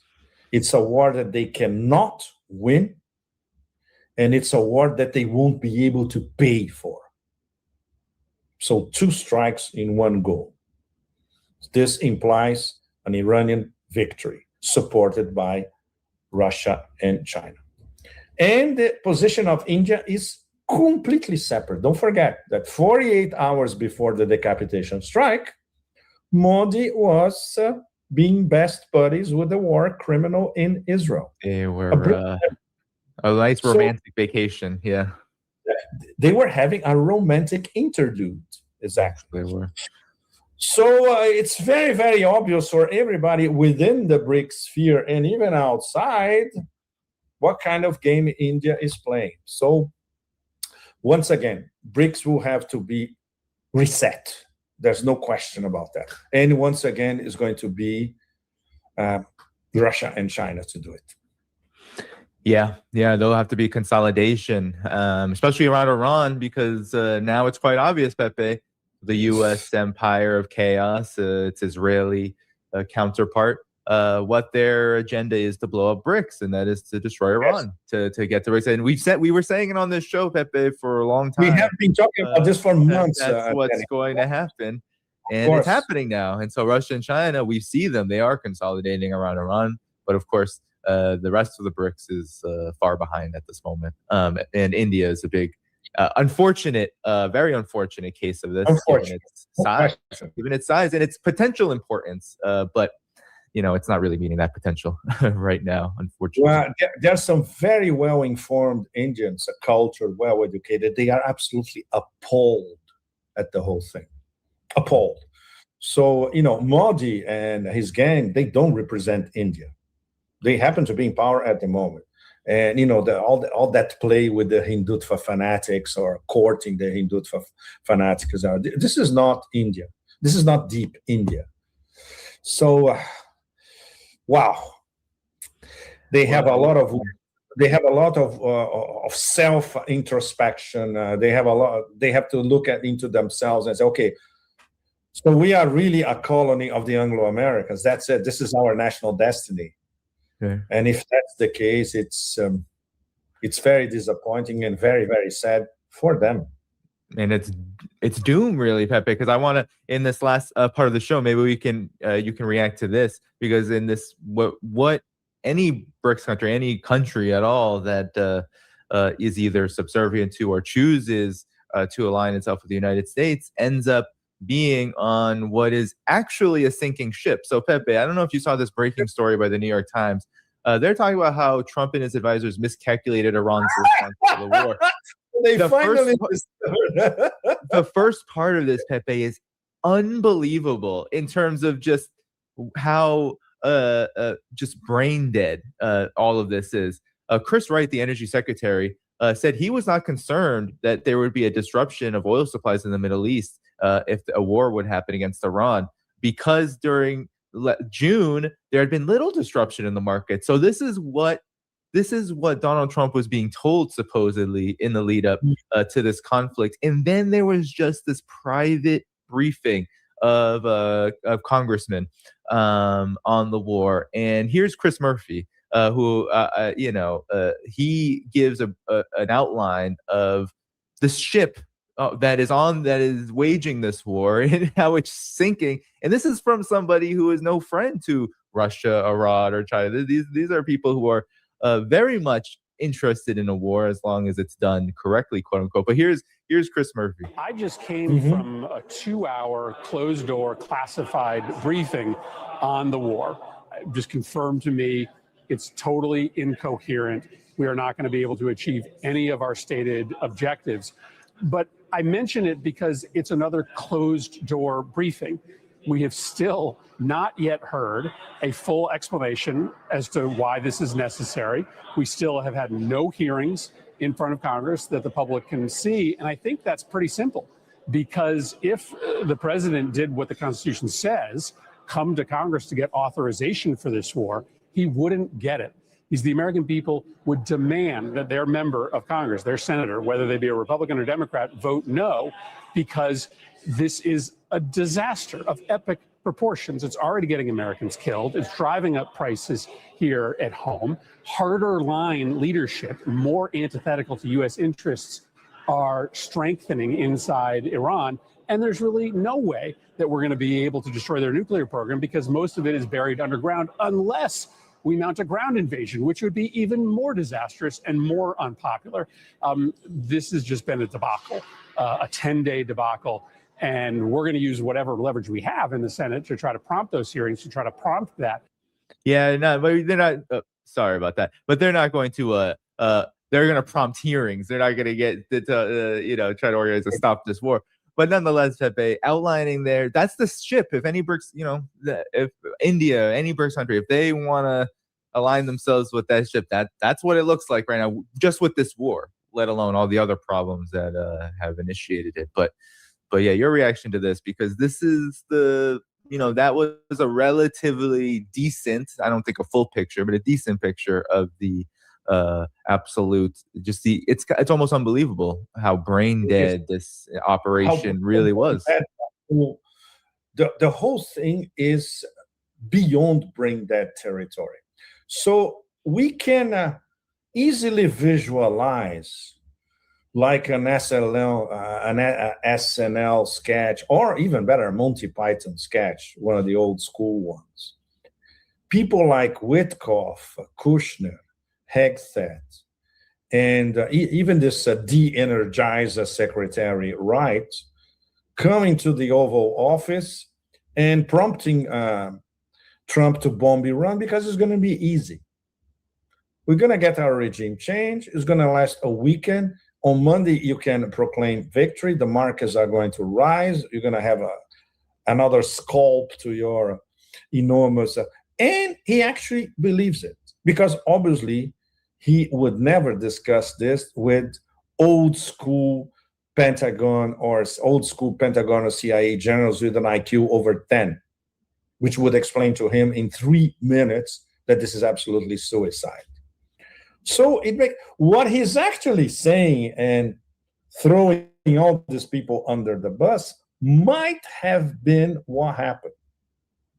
Certainly, because he only listened to these clowns, to these very dangerous clowns. Obviously, he did not listen to anybody with a minimum of understanding of anything regarding the Persian civilization, Iran as a civilization state, the power of Shiism, how things work inside Iran, how things work between the religious institutions and the IRGC. Of course, very few people in Washington know about that, but there are some people who actually have some understanding of it and could explain this to him. No, he listened to these clowns yapping in his ear, and it's quite possible this is how he made his decision. So can you imagine if this goes down in history as basically a bunch of clowns forcing a baboon from Mar-a-Lago to go to war against Iran and destroy the global economy, and in the long run, destroy American hegemony? Wow. I would say that this would fit perfectly, because there's nothing Shakespearean about that. This is not the stuff of one of those fabulous tragedies, This is farce and low-level, tawdry, cheap farce, Mm-hmm. And very, I would say, it fits the quality, the moral, quality of all these characters together, of this bunch of grifters, opportunists, sycophants, Yeah. But obviously, the problem is that, Danny, the American citizens, taxpayers, are going to be paying the price, and the rest of the world will be paying the price for that. Oh yeah, for sure. Yeah, Pepe, and our friends at Geopolitics brought up something really interesting that maybe we can close on here, because when you said that this could all destroy American hegemony itself, there are some indicators that directly, not just, of course, the economic, everything we've discussed so far, the humiliating political, military, and of course the economic impacts of all of this, but there's something very direct that they brought up here, where they talk about how the U.S. keeps delivering its best toys to the same recipients. And it goes over this long list of various weapon systems that the U.S. has lost over the years. One of them, Iran, the so-called Beast of Kandahar. It's the CIA's most capable surveillance drone, was essentially captured, rerouted by Iran and captured. But to this year, this very war, the precision strike missile was crane lifted intact from one of the residential buildings during this conflict. And it's likely now that all the data for that is now in the hands of not just Iran, but of course, Russia and China. So talk about this, because this is part of, we often say that wars, the empire of chaos is wars, they end up blowing back, they end up backfiring, and they end up actually making the situation worse for U.S. hegemony in the long term. This seems to be one of the most immediate results of that. Because there's never any strategy.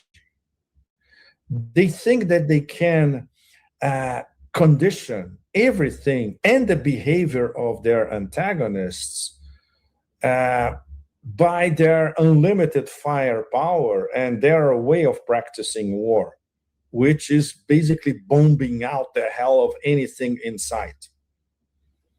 They don't understand what real war is.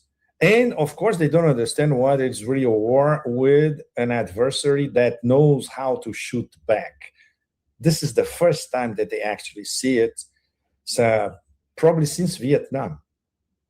And Vietnam, of course, the Vietnamese were shooting back guerrilla style. And now the Iranians is not, the Iranians is, we can say it's a digital guerrilla, in fact, and a high-tech guerrilla style. It's the high-tech equivalent of the Ho Chi Minh Trail. Wow. There's no question about that. But they know how to shoot back, and they shoot back and inflict. I was saying, Iran is guerrilla fighters with advanced weapons. That's what they are. Serious damage. Never in this exceptionalist doctrine there was space for the adversary shooting back. Never. So no wonder they are like ducks in a pond. Poof, poof, poof, poof. They have no idea. And because there's never any strategy, especially for this war, which has, as we know, this war has been planned for decades. Meet EM Sense, a breakthrough in foot therapy that wraps around your foot and ankle like a therapeutic boot and attacks the root cause of your pain in 4. Or instigated by the usual neocon suspects for decades. And there was no planning whatsoever. Bombs away. Can you believe that? Okay, we're gonna have a holiday excursion this weekend. We do some regime change, we bomb the shit out of them, and on Monday everything is over. Yep. This was the strategy.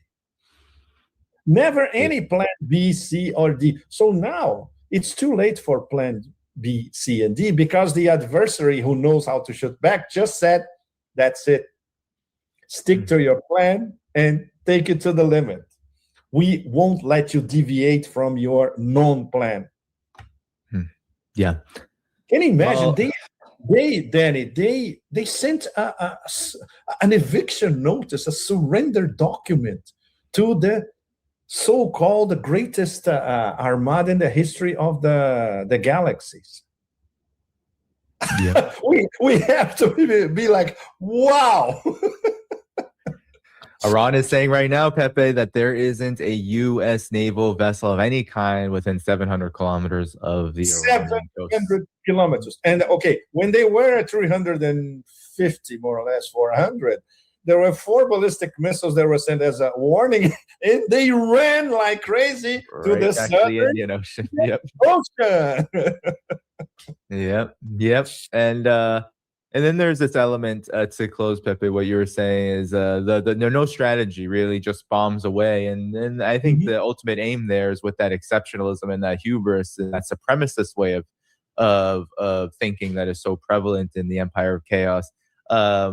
They believe that the Iranian people will just give in and give up and allow their country to be taken for a ride by the United States and Israel. But you reacted to this image, this video of Iranian people in the aftermath of the appointment of the election of the new Ayatollah in Iran. Of course, there's been mass rallies in Iran every single day, but not only have there been rallies, but there have been rallies where Iranian people are very close to the bombings that are occurring in Tehran and surrounding cities, and they're still out there. And here is the here's just one example. Here's one example of that.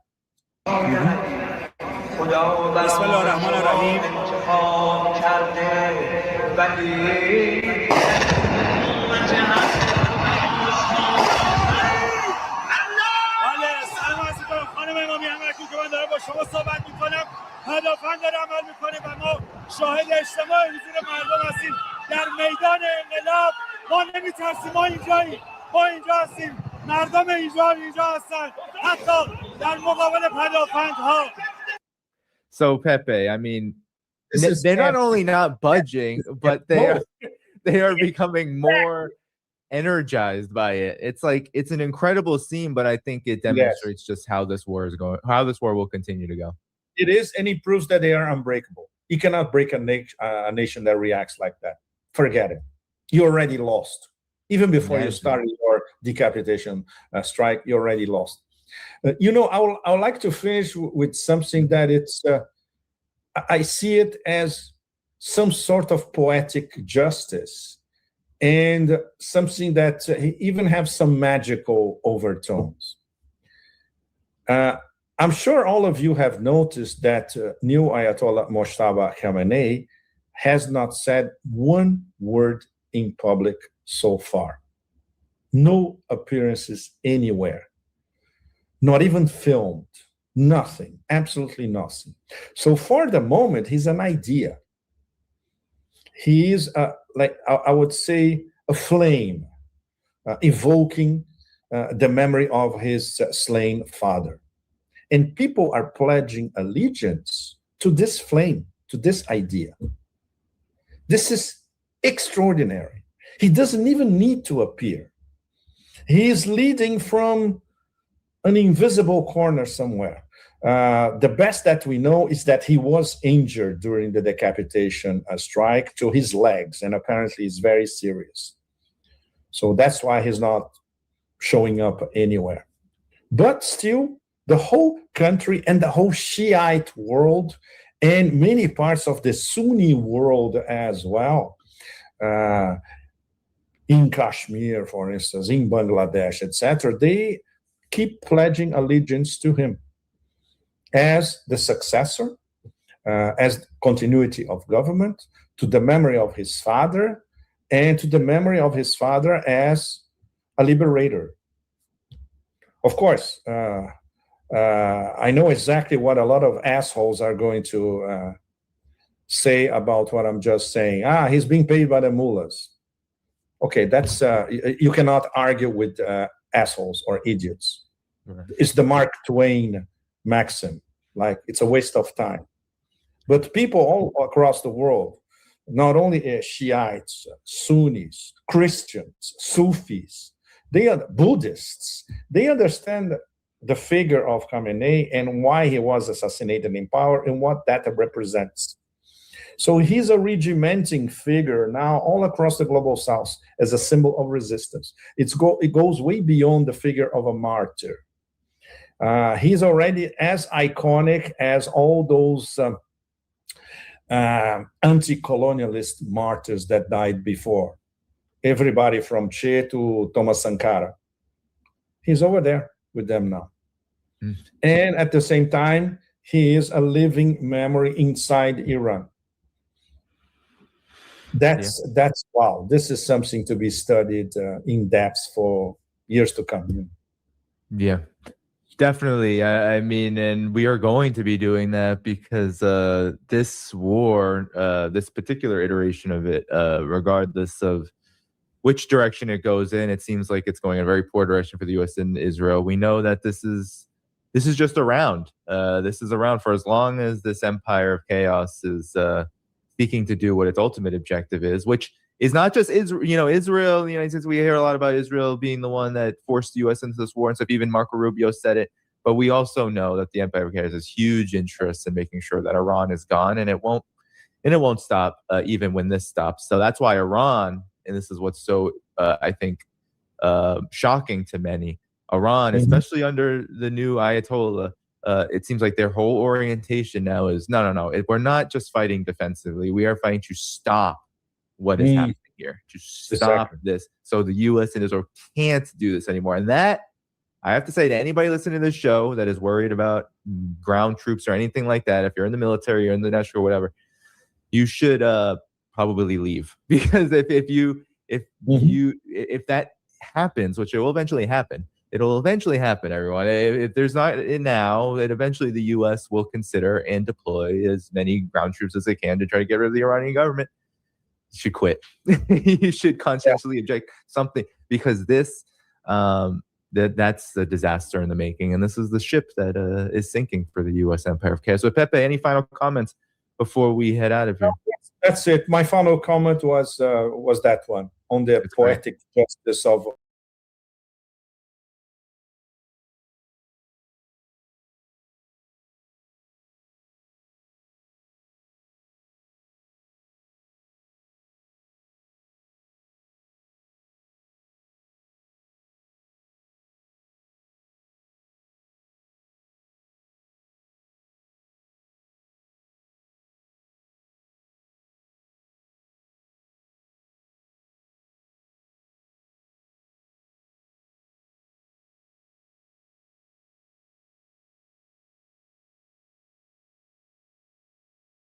Forces. As the conflict escalates, new viral footage suggests that sounds like a Hollywood. In a twist that sounds like a Hollywood script, Iran is reportedly using hundreds of thousands of inflatable military decoys imported from China to confuse American and Israeli air forces. As the conflict escalates, new viral footage suggests that millions of dollars worth of precision missiles may be hitting dummy targets made of rubber and paint.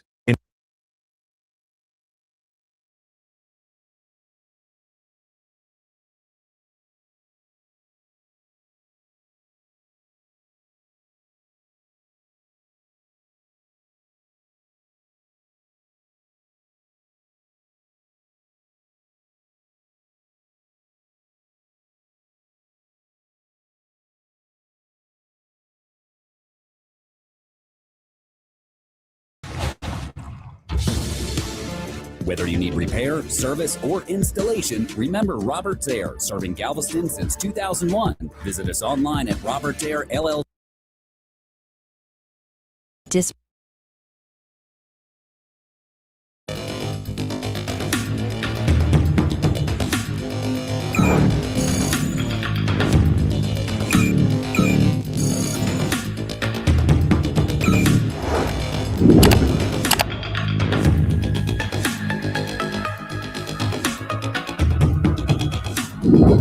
Explosive viral footage is circulating online, claiming that Israeli jets may have struck painted decoys in Iran instead of real military aircraft. One striking clip shows a missile hitting what appears to be a Chinook helicopter silhouette on an airstrip, sparking outrage and disbelief. Could Iran really have tricked the Israeli Air Force, wasting precision munitions on fake targets? The 2026 Middle East conflict between Israel, the United States, and Iran has been escalating rapidly. Since the start of joint U.S.-Israeli airstrikes on Iranian missile sites, nuclear facilities, and military bases, social media has exploded with dramatic claims and videos. Some posts suggest that Iran deployed clever decoys, painted aircraft silhouettes, mock helicopters, and inflatable planes designed to fool high-tech strikes. Early March 2026, viral images and clips began circulating. A missile impacting a painted fighter jet silhouette on a runway, another striking what appears to be a Mi-17 or Chinook helicopter outline, surrounded by tents and vehicles to create realism. Captions mocking the Israeli Air Force for allegedly dropping multi-million-dollar bombs on empty drawings. These posts claimed Iran's deception had successfully outsmarted advanced Israeli intelligence, a digital triumph in psychological warfare. Within hours, the images were shared thousands of times across platforms like X and Facebook. Analysts noted that the narrative of Iran tricking Israel fit perfectly into the ongoing tit-for-tat escalation, feeding into fears, rumors, and propaganda from all sides. Pro-Iran accounts and some state media amplified these claims, showing evidence of decoy strikes and exaggerating the impact of the alleged bombing. Many viewers were stunned, questioning, could Israel really have missed its targets entirely? While the viral claims gained viral attention, fact-checking organizations later investigated the footage and images. Using tools like Google's SynthID detector, analysts found AI watermarks, visual inconsistencies, and pixel-level distortions indicating the images were fabricated. Although Iran has historically used decoys, dummy missile launchers, inflatable aircraft, and painted silhouettes, these particular viral images were AI-generated fakes designed to spread misinformation and amplify narratives of Iranian cleverness. So, did Iran really fool Israel into bombing painted helicopters? No, the viral visuals were fabricated, but they reveal a new digital battlefield where perception is weaponized.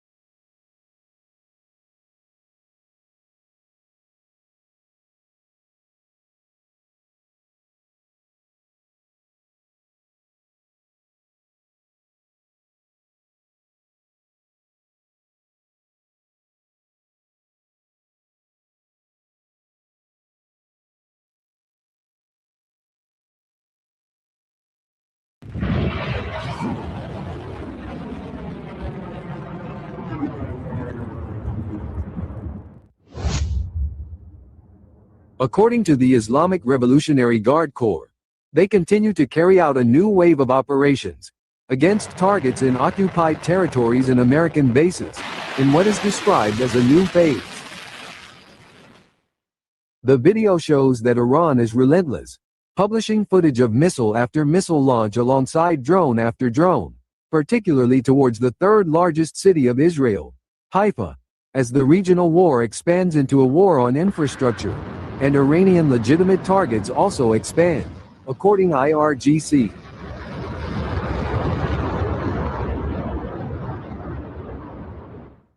In the 37th wave of Operation True Promise 4, Iran used super heavy precision missiles weighing more than a ton, such as Qatar, Ahmad, Khaibar Shekin, and the FOFA hypersonic missile, launched in the greatest numbers at various levels and continuously, followed by airstrikes launched by Hezbollah forces from southern Lebanon.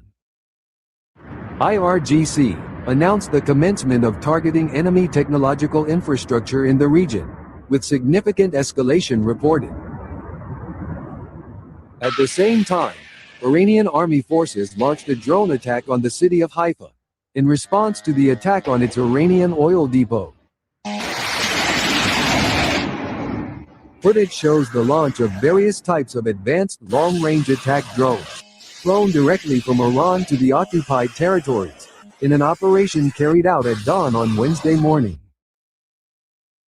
A spokesperson for the Qatam Al-Anbiya Central Headquarters of Iran announced that they used various attack drones targeting the Israeli Military Intelligence Directorate known as Amman Unit 8200, the Green Pine Spy Satellite Data Center, naval base facilities, and other Zionist regime targets in the city, and that these attacks are still ongoing. The Iranian armed forces will end the war when the shadow of war disappears from our country. We have ceased retaliatory attacks. Now, operations will be carried out in response to every attack, stated statement number 21 of the command. During this intense phase of the attack, reports circulating online noted that the sky above Haifa was filled with fire during the ongoing attack. A series of explosions occurred, leaving people with no choice but to hear the sirens, flee, and seek shelter. Air defense activity was reportedly observed, as well as at military bases and the city's port. In addition, the power plant of Bazin Group, a major industrial energy installation in the city, was reportedly on fire after being hit by a Khyber-Shekin solid-fuel ballistic missile on March 7, one of the most sophisticated weapons in Tehran's arsenal, burning fiercely even though it did not appear in the mainstream news. This is the second time, not just symbolically, that Iran has critically damaged this facility in less than a year.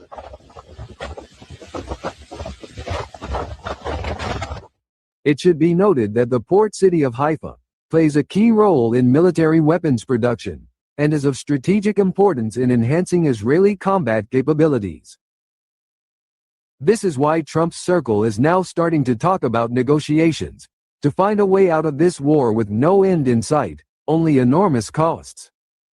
Meanwhile, Lieutenant General Hatami, Commander-in-Chief of the Iranian Army, said, "We will defend Iranian dignity and honor to the last drop of blood."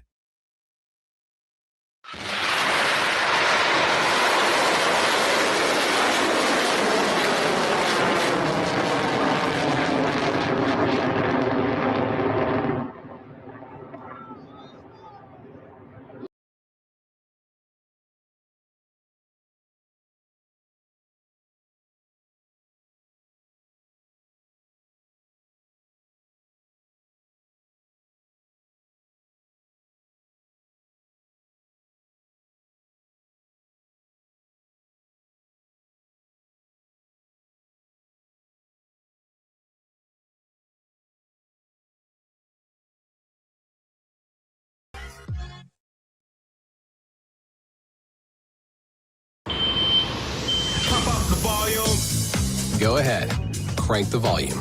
We got you.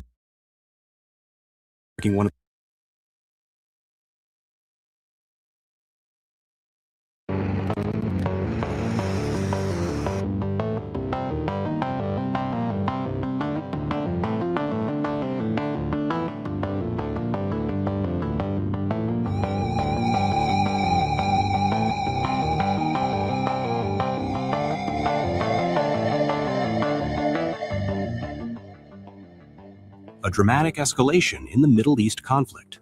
Iran now claims it has inflicted heavy casualties on U.S. forces in Kuwait. The Islamic Revolutionary Guard Corps, the IRGC, says more than 100 American soldiers were wounded after Iranian missiles struck a U.S. military base. The attack, according to Tehran, targeted the Al Udeiri helicopter base, one of the key American military facilities in Kuwait. In a statement released by the IRGC, Iranian naval forces said they carried out glorious and powerful operations against American forces across the region. The statement claims 2 heavy and simultaneous missile strikes hit the Al Udeiri base.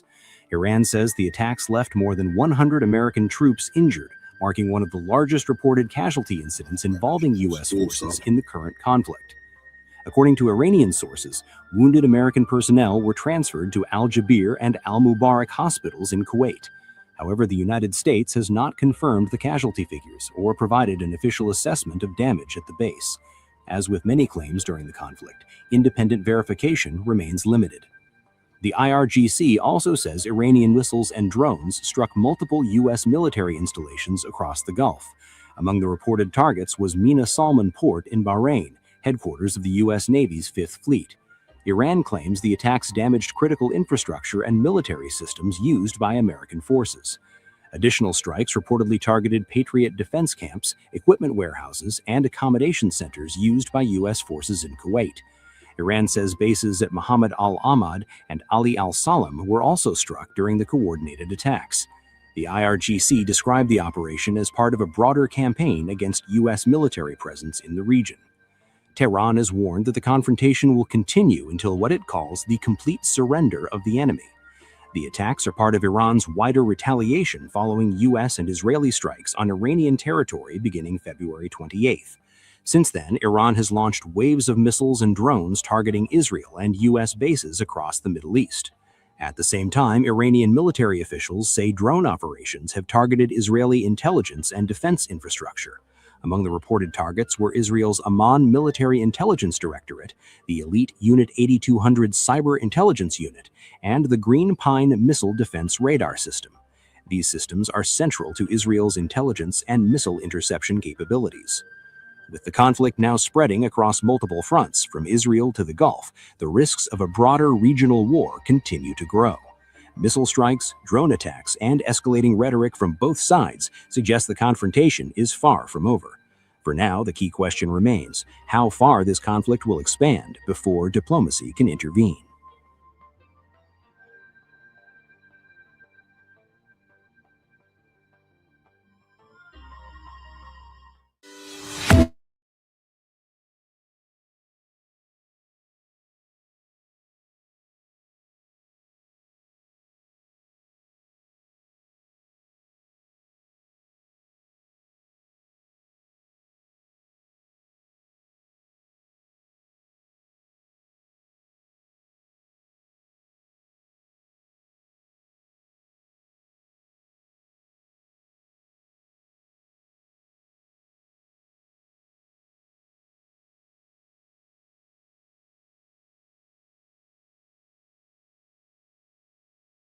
Methodist, leading medicine.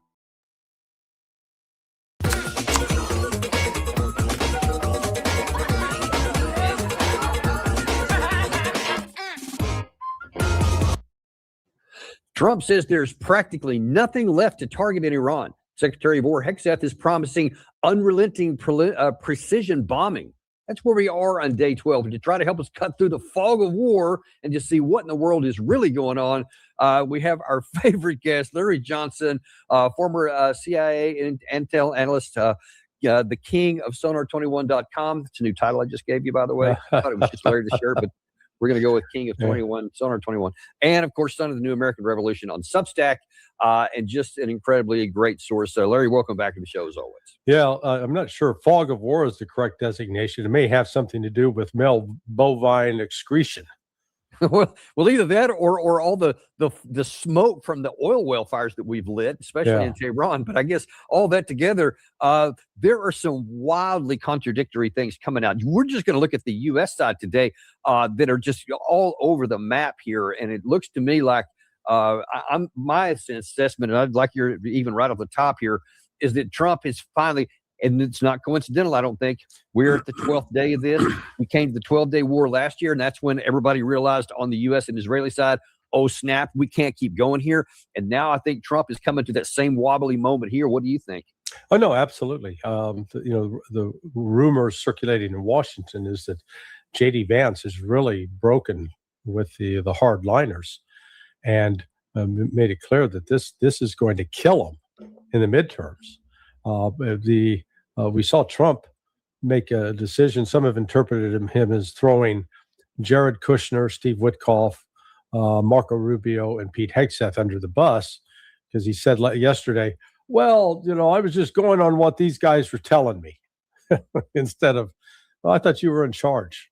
So he's starting to fend off the blame there. You've got the fact that the intelligence community is now leaking out that they told Trump not to do this. Wow, I hadn't seen that.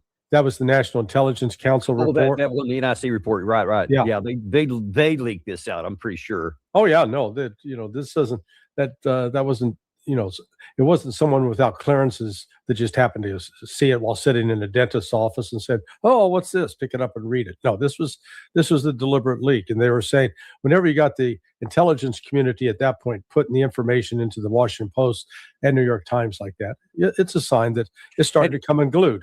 And another sign on that, when unlike some of these other leaks that have come out that have just been infuriated the White House and they're going after them with pitchforks and torches, I hadn't heard anybody going after anybody in this leak. They're just kind of like going, "Oh, never mind."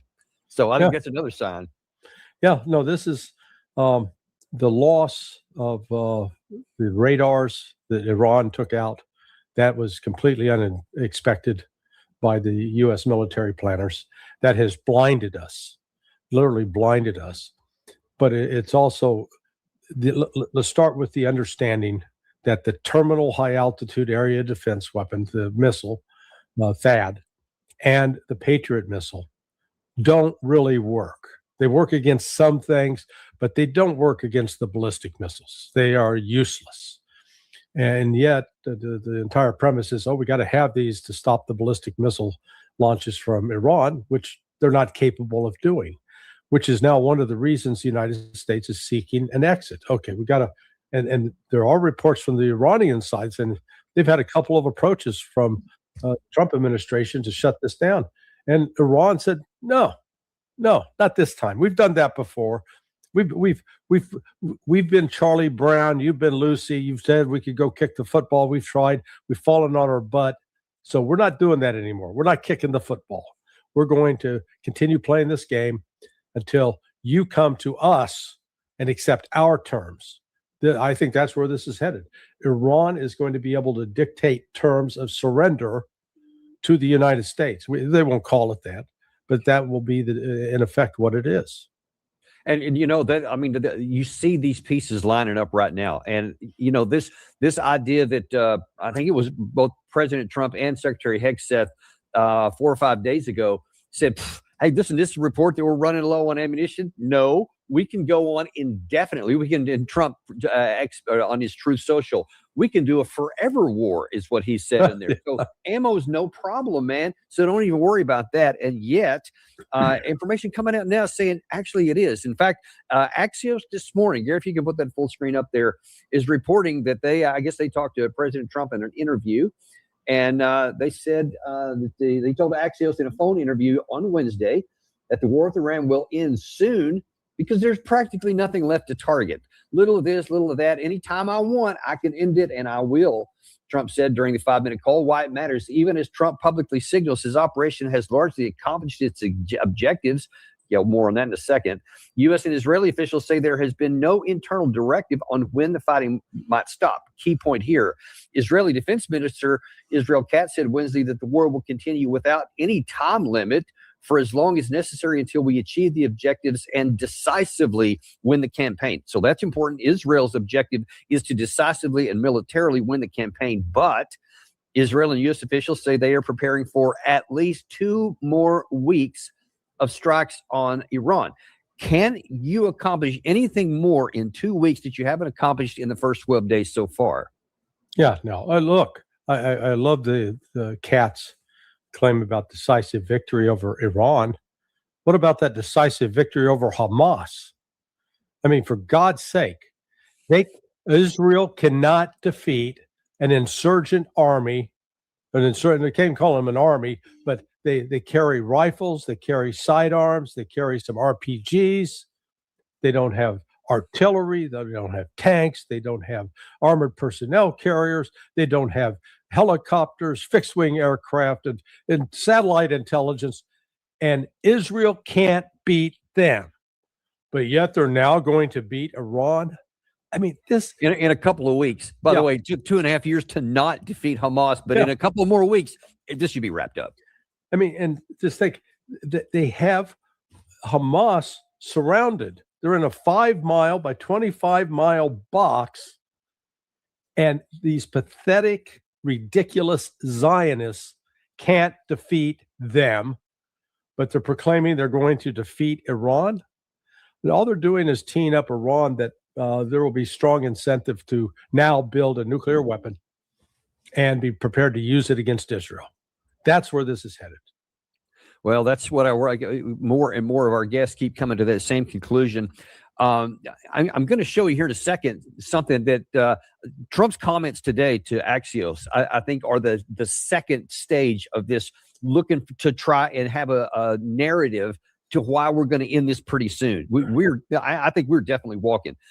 There was a trial balloon that was sent out last night by Senator Josh Hawley. I'm going to get to that in just a second. But I want to show you something, first of all, that we had Dr. Robert Pape on our show yesterday from University of Chicago, and he foresaw some of this stuff before any of it came out. Here's what he said on our show yesterday.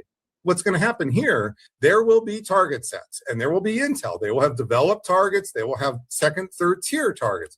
But we will run out of those targets. Now, we can go back and for symbolic reasons make that rubble bounce. So we can make it appear as that. But everybody in Washington will get all the leaks and everybody's going to know we've really run out of targets. That's the point where we got to decide, Nanny, are we going to let this regime or even a failed state, assume you broke the state, okay? Are we going to walk away with all that nuclear material floating around Iran? So he said, yeah, you're going to run out of targets. We may also run out of some of our categories of missiles, but then nothing's going to happen. And that's exactly what President Trump said last night. Practically nothing left to target.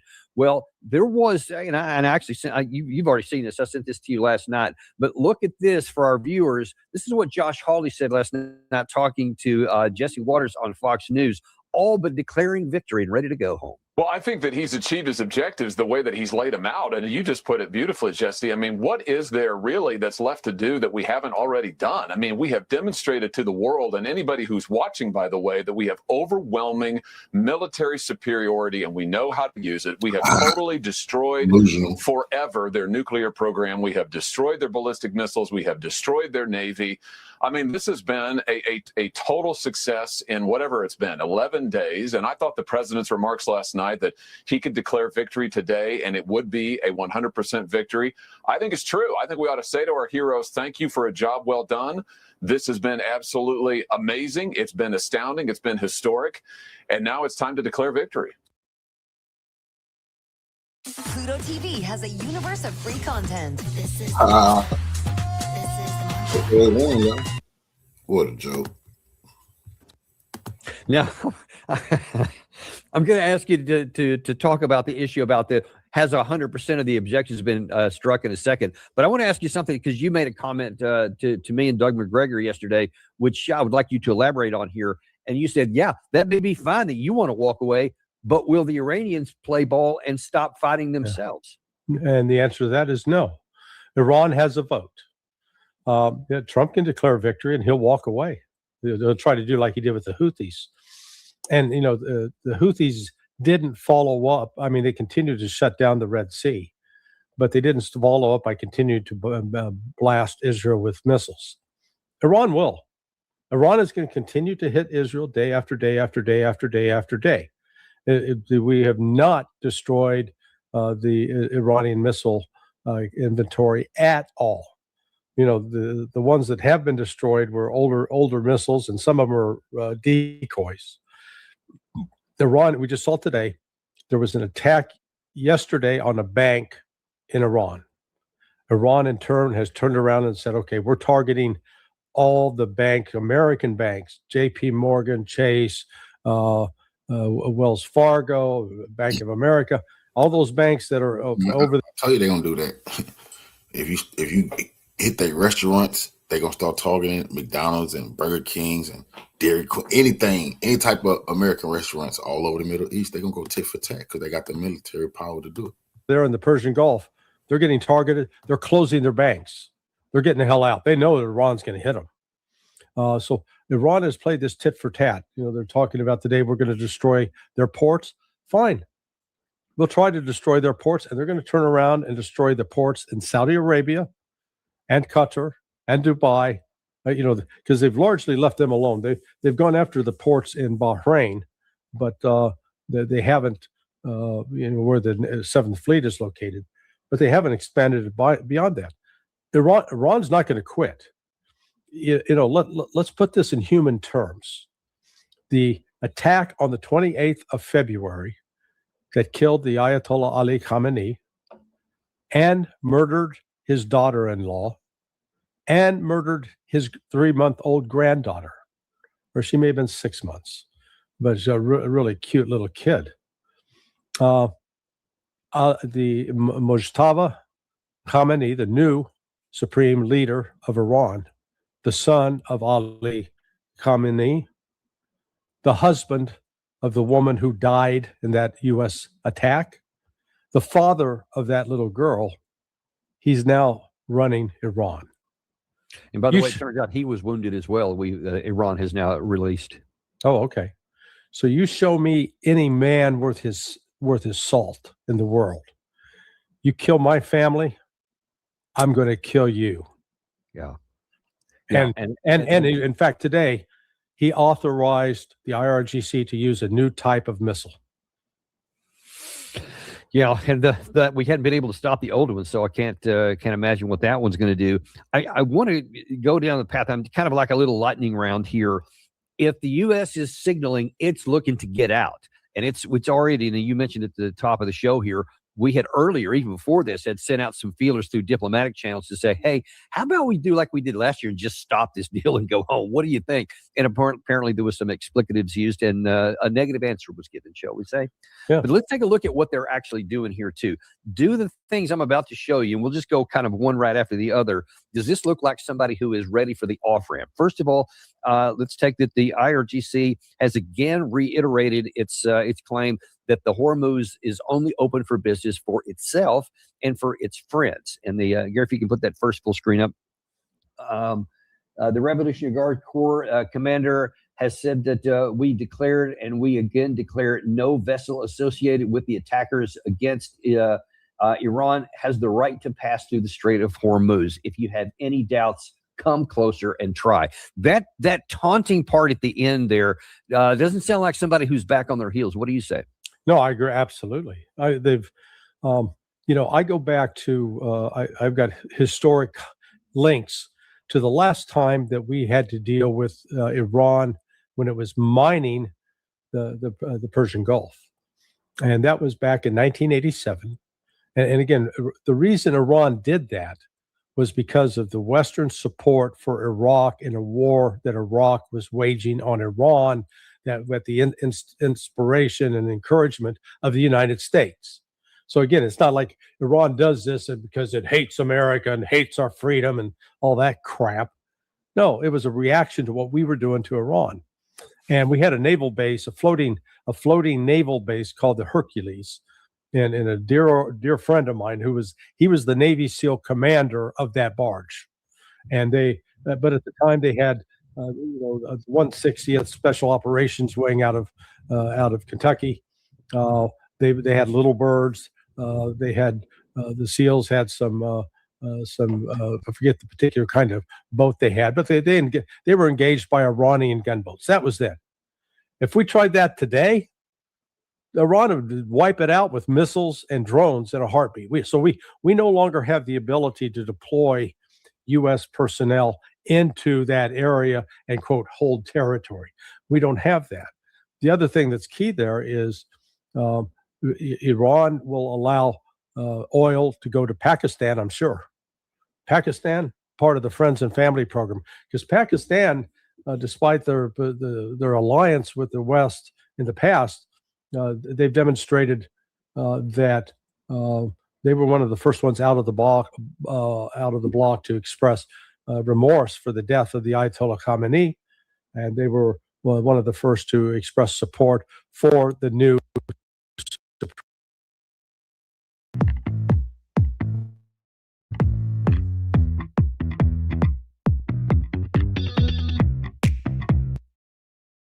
At Vistaprint, we print all the signs that help your small business stand out. We print tabletops that get your brand seen up close, and retractable banners that leader of Iran. So from that standpoint, Iran can be selective in who they allow in and out of the Gulf. But the effects of that shutdown, that is the real ticking time bomb here. That's what's going to be potentially devastating for the world. Yeah, well, we don't need any of that, but we've opened up a can of worms here that is hard to put back in the can, I guess. Next thing I want to go to is that their MQ-9 Reapers have been shot down. Now, according to this one here, 11 MQ-9 Reapers have been knocked down, over $330 million. But did you have information that maybe there's been more of those? Yeah, I think it's at least double that. So the total number was a few days ago was 29, and that was split between the Air Mace, which is the Israeli version of the MQ-9 Reaper, and the MQ-9 Reaper. But I did learn yesterday that 3 more went down, and they're being so there is still some, let's call it, air defense capability in Iran. It has not been obliterated, has not been wiped out. Yeah, it's no good at the intercepting glide bombs, intercepting tomahawks. Terrible at that. They haven't been able to. They've shot down, I think, one F-15 that got in the country, but they are shooting down the drones. And the drones are important because they're being used to locate targets, transmit real-time information. So you close the window of time between a target identification and a potential to put fire on that target. Because in the past, if you get a satellite image, it could be 10, 12 hours, and lots can change in 10 to 12 hours.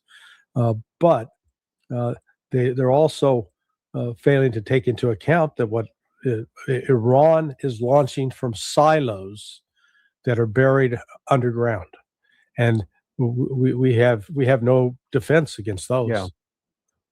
Right. Yeah, and that's one of the other issues for the sustainment. I'm going to get to that in a minute. There is also Gary, if you can go ahead and play that comment by the CENTCOM Commander General Cooper. There's a point I want to make about what he says, because he's going to show you here how we have literally, in their view, obliterated the Iranian Navy.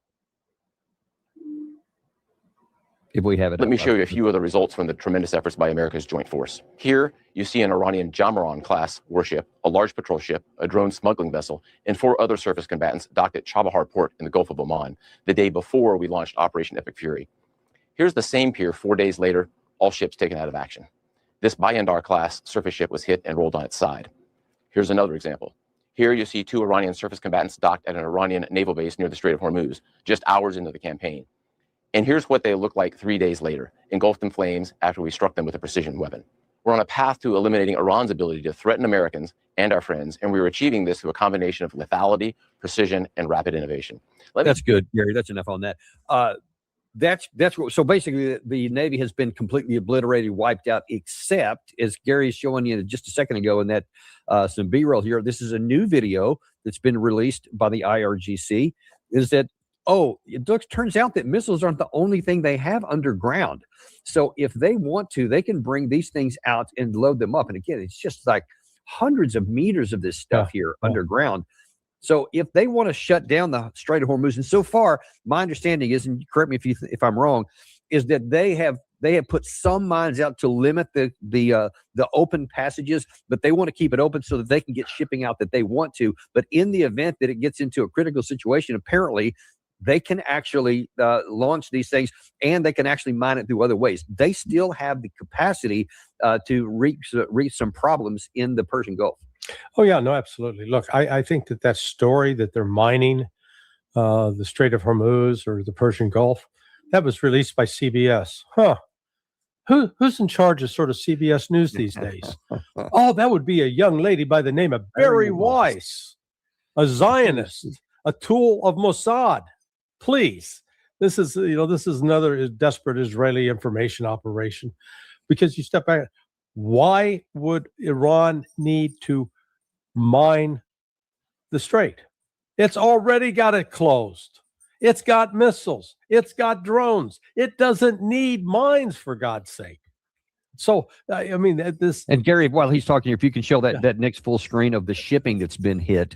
So they also apparently hit periodic ships as a warning, I guess. This is one of them. There's quite a few others, but all along the eastern coast of the Strait of Hormuz, and the landscape in Iran is filled with its mountains, caves. You can easily hide missiles inside those caves, and just like, we've seen the movies of around Iwo Jima during World War II. And we're just bombing the hell out of it, shelling the hell out of it for 3 weeks. Then the soldiers land, the Marines land on the beaches, doors open in the mountains, and out come the guns, just, creating slaughter and mayhem among Marines. Hello, that's what Iran's going to do to us. So anybody that dares to, the French, any of the Europeans that dare to quote, we're going to go do escort operations, great. Iran will love to have the target practice. So the closure of the Strait of Hormuz, this is the center of gravity of this war. This is where all of the leverage exists. This basically, if this continues, we're looking at a global economic catastrophe in many countries, primarily in countries that are allies of the United States. Yeah, and that's staying with the theme here of what is the Iranian strategy here in countering the war of choice that we have launched. You mentioned this a second ago, but Iran has today expanded that threat of warning of more banks and economic interests throughout the region. Let's see, that says the Dubai official offices have been warned after Iran warned U.S. and Israeli banks and economic centers in the Middle East will be next targets if the war continues on. Do you think that they would actually do that? Yes, absolutely. Look at what Iran has achieved in 12 days. They have achieved the closure of all embassies in the Persian Gulf, all U.S. embassies in the Persian Gulf, pulled our personnel out, shut them down. They have destroyed the effectiveness of military bases that the United States has used to launch attacks on Israel. Particularly, they've destroyed the Fifth Fleet, its headquarters, and they've rendered inoperative Al Udeid, which was the site for the Combined Air Operations Center, the KAOC. And in doing that, they have also destroyed the radars that were critical for identifying threats, both maritime and airborne, with missiles launched out of Iran. So that now, instead of advanced warning, there's virtually no advanced warning, maybe a minute or more. And Larry, I'll just kind of as an aside here I was, during my time of active duty, I was assigned in the early 2000s to Al Udeid and spent 4 months there working at the command center. And I even remember at the time seeing, because it was a pretty small base, at least the portion I was on, and it was ringed by Patriot interceptor batteries. Right. And I remember thinking at the time that, like, you look at a map and you're like, it's not very far from Iran if they ever decided to attack. But, these things would help us out, because back then, I believe the narrative that these things were 90% effective. And it turns out that on a good day, depending on what ammunition, it might be 5 to 10%. And then now we've seen that play out, and the place is apparently a ghost town. It's just hard to believe. Did you ever play miniature golf they had a miniature golf course right outside the gym, the whole gym facility, which is across the street from the DFAC, the dining facility. That may have been after, that was in 2006 when I was there. Oh no, it was like 120, 130 outside. I didn't spend any time. Oh no, it was a great. Listen, I came out of this was May of 2006. I came out of the dining facility, and they had a trailer. You could go get a Burger King. They had a Burger King trailer. Then they had sort of the gym facility, the recreation center, and outside was a miniature golf course, and it was 120 degrees. And there were 4 American troops out there playing miniature golf. Yeah, I wasn't one of them. I'll just say. Sorry. Ironically, I was there in 2006. Wouldn't that be funny if we actually were there at the same time and didn't even know it? Yeah, so I'm sorry. I digress. This shows. We know the area. We've been there. Yeah. Okay. And this was an important. This is an important base for the United States in order to conduct operations throughout the Middle East. Throughout the Persian Gulf and into Iraq and Syria. It's gone. So who would have thought that Iran could have shut all that down? And now the one area it's pulled a punch on was desalinization plants. So either the U.S. or Israel attacked a desalinization plant in Iran the other day. Now, Iran, it's only 8% of its water comes from that desalinization plant. Iran held off attacking those plants in Saudi Arabia, United Arab Emirates, and Qatar. And I believe for one reason. that they calculated is if we do that, we're going to cause massive deaths, because with no fresh water, you got too many people deprived of fresh water. There's no way to replenish that. And I think they said, we're not really here. This isn't about killing Arabs. This is about destroying U.S. influence. So I think they acquired a little bit of leverage there as well. But the point of this it is remains an option if we press a bad situation. I think that's important to point out as well. Yeah, I mean, the point is the United States has lost its influence. And this there was this one United Arab Emirate businessman, billionaire, and we may have talked about this last week. Since we talked last week, he came out with this scathing letter directed at Donald Trump, basically saying, "What the hell were you thinking starting this war? You came to us for money, for a board for peace, and I kicked in $1 billion, and then you start a war." Wow. I mean, it's just it's posted. It's up on the internet, and it's blistering. So Trump's not winning himself any friends, and I think what's starting to happen is the Saudis, the Qataris, and the Emiratis are starting to reconsider. You know what? We may be better off with Russia and China than with these knuckleheads. Well, yeah, and I think you may have mentioned it on one of our previous shows as well, that there are at least reports that all of these billions of dollars, maybe it was trillions of dollars allegedly anyway, that was signed by President Trump in his Middle Eastern tour last year in May, I think it was. Now, apparently, all those are on pause and on hold.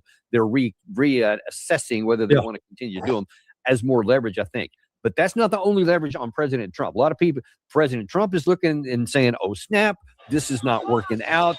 And maybe J.D. Vance is putting pressure on him to go that way. But there are others that are putting pressure on him to go in the opposite direction and hit that throttle button to go forward. One of whom is your best friend, Lindsey Graham. I think taxes are something that makes all of us panic, whether or not you want to admit it. Being able to pass. Oh, yeah. The biggest dumbass move in the history of the Iranian regime was to tell Steve and Jared, "Oh, by the way, we have 460 kilograms of 60% Jared, uranium that could make 10 bombs." They thought they were talking to Obama and Biden. And if Obama and Biden's negotiator heard that, they would have wet their pants. They'd run back to Obama and Biden. "Oh, my God, we got to do a deal. They're on the verge of a nuclear weapon."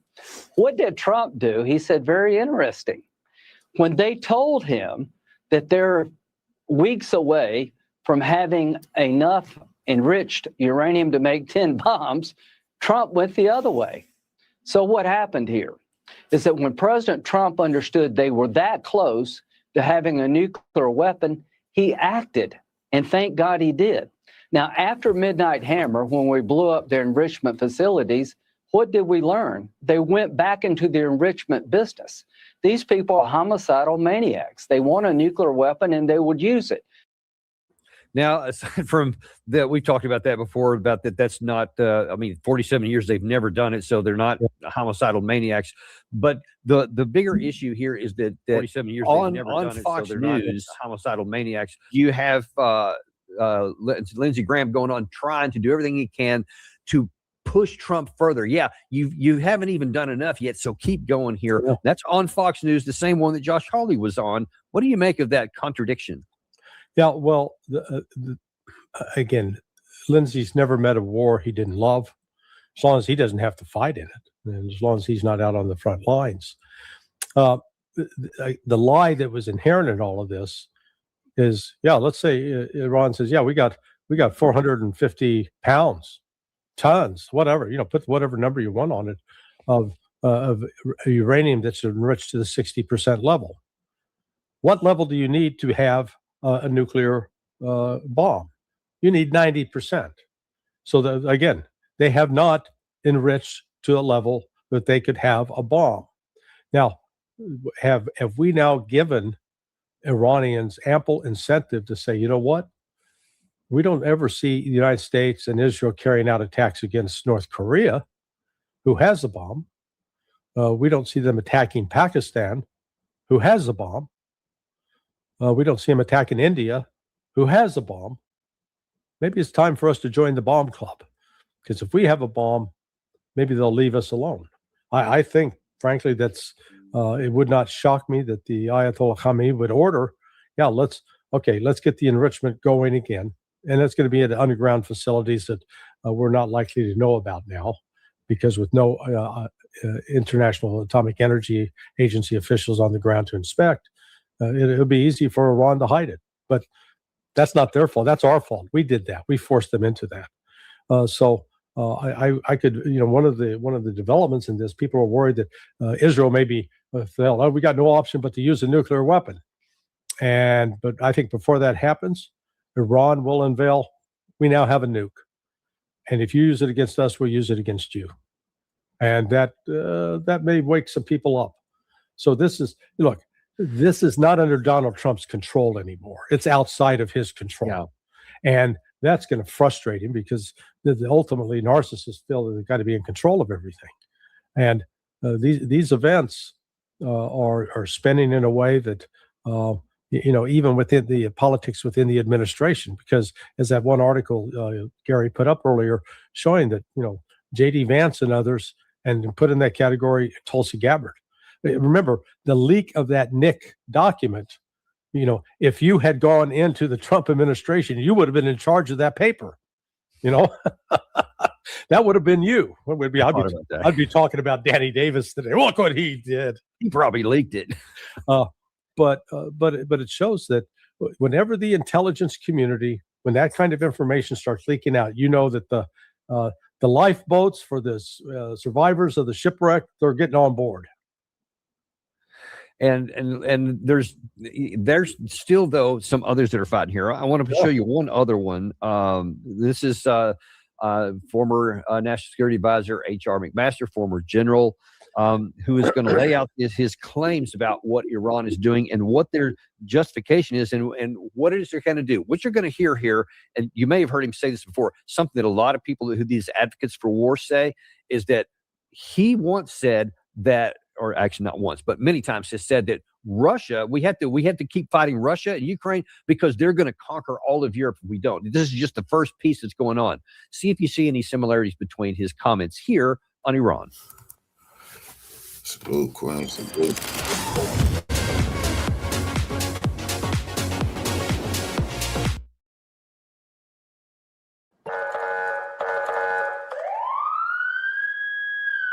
When the secretary says until they're defeated, what is the definition of defeat? Does that mean that your enemy, that Iran, can no longer continue to pursue its objectives through the use of force? And we have to remember its objectives were to get us out of the region as the first step in destroying Israel and killing all the Jews. And part of their strategy was to keep the Arab world perpetually weak, enmeshed in conflicts, sectarian civil wars, so they could extend their influence to the Mediterranean, build that ring of fire around Israel and light it. And of course, a regime with that intention, you don't want them to have these destructive weapons. I mean, at what point do people have to say, okay, they're going to do all this stuff and they're going to kill all the Jews? Lindsey Graham says that all the time. Yeah. And they never have before. And by the way, there's tens of thousands of Jews living in Iran that haven't been killed. So I'm not sure why they haven't done that. But what do you say to these kinds of analogies? Well, again, I was going to make that very point. Apparently, Iran has not got the memo on all the Jews, which is the oldest Jewish community in the Middle East, because they go back to the Babylonian captivity 2,500 years ago. Okay? So that group of Jews have been there for a while, and Iran hasn't rounded them up and executed them. Iran is diametrically opposed to Zionists, as am I, as are a lot of Americans. I think Zionism is just a pernicious ethno-supremacy ideology that has no place among civilized people. But over the last 46 years, how many times has Iran invaded its neighbors? None. Zero. How many times have its neighbors been used as a springboard for launching attacks on Iran? All of them. So, we got it backwards in terms of who's the threat here.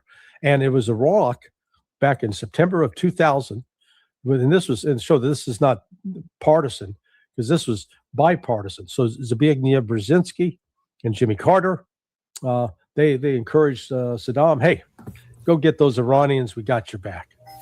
And 4 months later, Revolutionary salute to our brother Vincent Brown Scott for the donation to the war chest. Revolution is a way of life. Absolutely appreciate the love, family. Salute. Ronald Reagan comes into office. Cap Weinberger's his Secretary of Defense, but Don Rumsfeld is a horse holder. Next, Donald Rumsfeld is meeting with the Iraqis, and the first chemical weapons are launched in September of 1983. So we're 3 years into this war against Iran with the U.S. backing. So we're the proxy. We always like to blame Iran for what its proxies do. Iran is responsible for what Hezbollah does. Iran is responsible for what Hamas does. So let's apply the same standard. The United States is responsible for what Iraq does. And what is Iraq doing? They're launching chemical weapons, killing over 300,000 Iranians. And what does Iran do? They do not build chemical weapons. They do not use chemical weapons. Why? Because it's a sin. They actually believe in this concept of sin and that you're not going to violate God's word. That's why they didn't build chemical weapons. And not throughout that entire period, they did not use chemical weapons against Iraq, even though we were using it, encouraging Iraq to do so.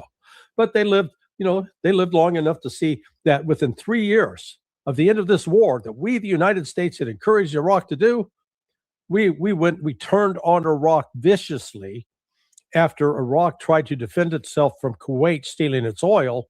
And Saddam had gone and asked April Glaspie, the ambassador, hey, they're stealing our oil. We're gonna go teach them a lesson. You got any problems with that? And April Glaspie says, no, the United States doesn't care. We have no position. And then they did it, and all of a sudden, Saddam Hussein, he's the most evil man in the world. I hope these Gulf Arabs are paying attention. You cannot trust the United States. We can say today that we're your friend, we got your back, and the next thing you know, yeah, we got your back, but it's a prison rape. Well, that's a pretty ugly analogy. Yeah. But let's continue on, because I want to continue on with what is the strategy of the Iranian side. And this next one here meshes exactly with what you just said there about trusting the U.S., and that is in interceptor missiles. So our allies in the region who thought we had their back are saying now, and they're complaining that, wait, where is the missile supplies? Because we're not getting it. If you can put that full screen up on there about the Gulf states and they're running low on the missile factories. It says that the Gulf states told the U.S. that they lacked missile interceptors. That forces them to choose which facilities to protect. The states asked to expedite the delivery of new missiles since March 5th, but Washington has not acted as quickly as they expected. U.S. would be able to assist with replenishing stocks or transferring resources to allies if needed, while always ensuring that American forces, American military, and American bases are secured first, and will help allies where we can. That's what Hegseth said. That's not what they were told ahead of time. And so now then they're worried. As little as these things are intercepted, there are some classes that they can intercept. But if they're running low on anything, what is going to happen to our allies in the region if they don't have enough interceptors to even hit the slow stuff? Yeah, they're going to turn elsewhere for help. That's where I see Russia and China coming to play. Let's just do how ridiculous some of this is, Danny. Let's just do the basic math. There have been, since 2015 until the end of December of 2025, there was a total of 4,620 Patriot PAC-3 missiles produced. That's total.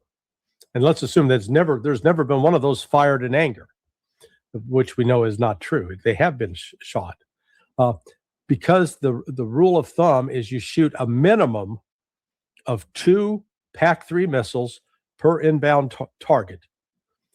Just everyone do the simple math.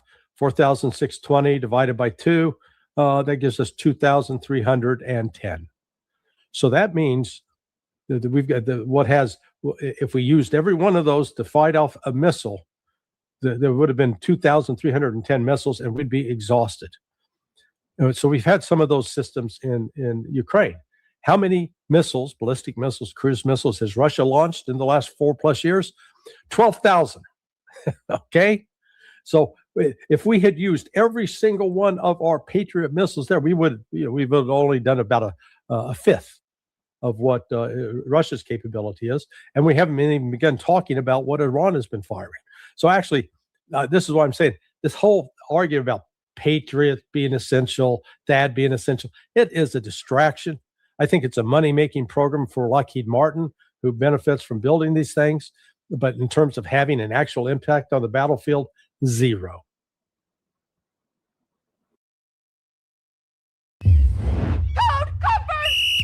What's the stitch? Cramped neck would ruin her vacay. And by the looks of it, she's waited all year for this. The Ballast Beach Pillow is compact, easy to inflate, and stays where you need it.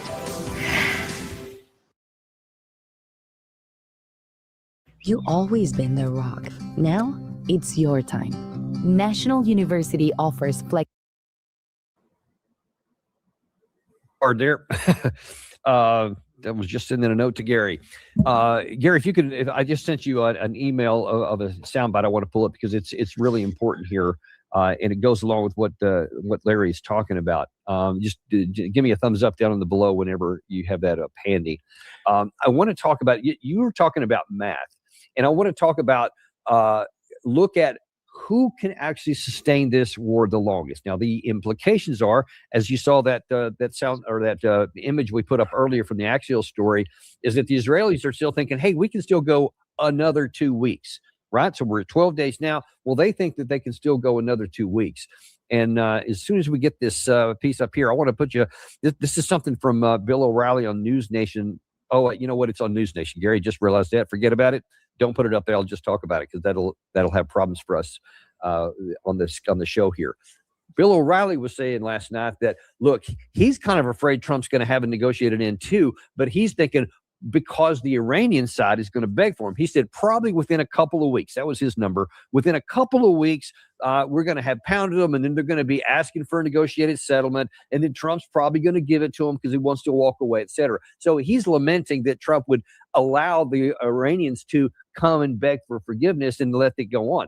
But there is this you talk about math. I saw this on X yesterday. It's talking about, and it's actually graphing out 3 scenarios depending on how many missiles and especially drones that the Iranian side's had, meaning how long can they go at this current rate here? And they had high, medium, and low, or high, medium, and low capabilities. On the screen here, it's probably too small for people to see, but the green line is for the low. The estimate that Iran started with only 20,000 drones of various kinds it can attack. The medium was around 60,000 or 50-something thousand, then around 100,000. He said, I don't think the 100,000 is really is the one, but let's just look and let's assume the lowest one was right. What this shows here, and you can kind of see it played out, is that they can sustain a rate of 3,000 drones fired against Israel and the regional allies per month for over 10 months. If it's the low case, of course, if it's the high, then you can get into a couple of years they can go on doing this. What is your understanding from any of your sources? But do you think that that assessment is right, that they can maintain a sustained rate almost like this for months? Yeah, absolutely. And the film, the B-roll that Gary showed earlier about the boats that are underground. We've seen drones underground. We've seen missiles underground.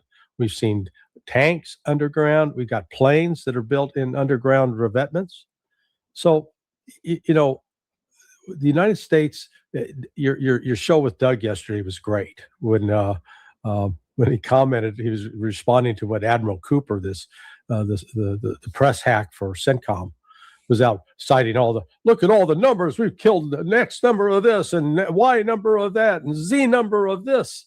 And, Doug and I are old enough. You are barely old enough to remember the Vietnam War and how all of the statistics would be poured out about our great victories and successes.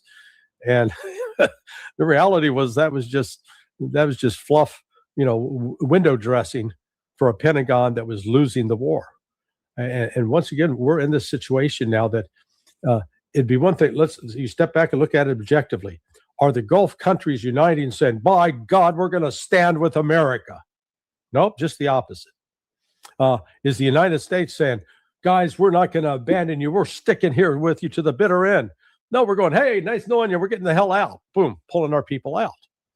So, those are the realities. And then we keep forgetting that Iranians are not animals. They are human beings. They have been attacked. They've had loved ones killed by a brutal Western government that they just flashed a headline. I got Fox News, I had to monitor the propaganda that Trump was saying the Iranians have been attacking us for 47 years. Talk about projection. Talk about ignorance. We've been the aggressor against Iran, not vice versa.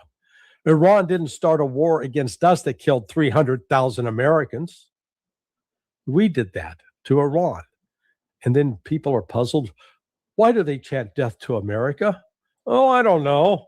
Maybe the fact that we helped kill 300,000 of their mothers, fathers, sons, and brothers, that might factor in there.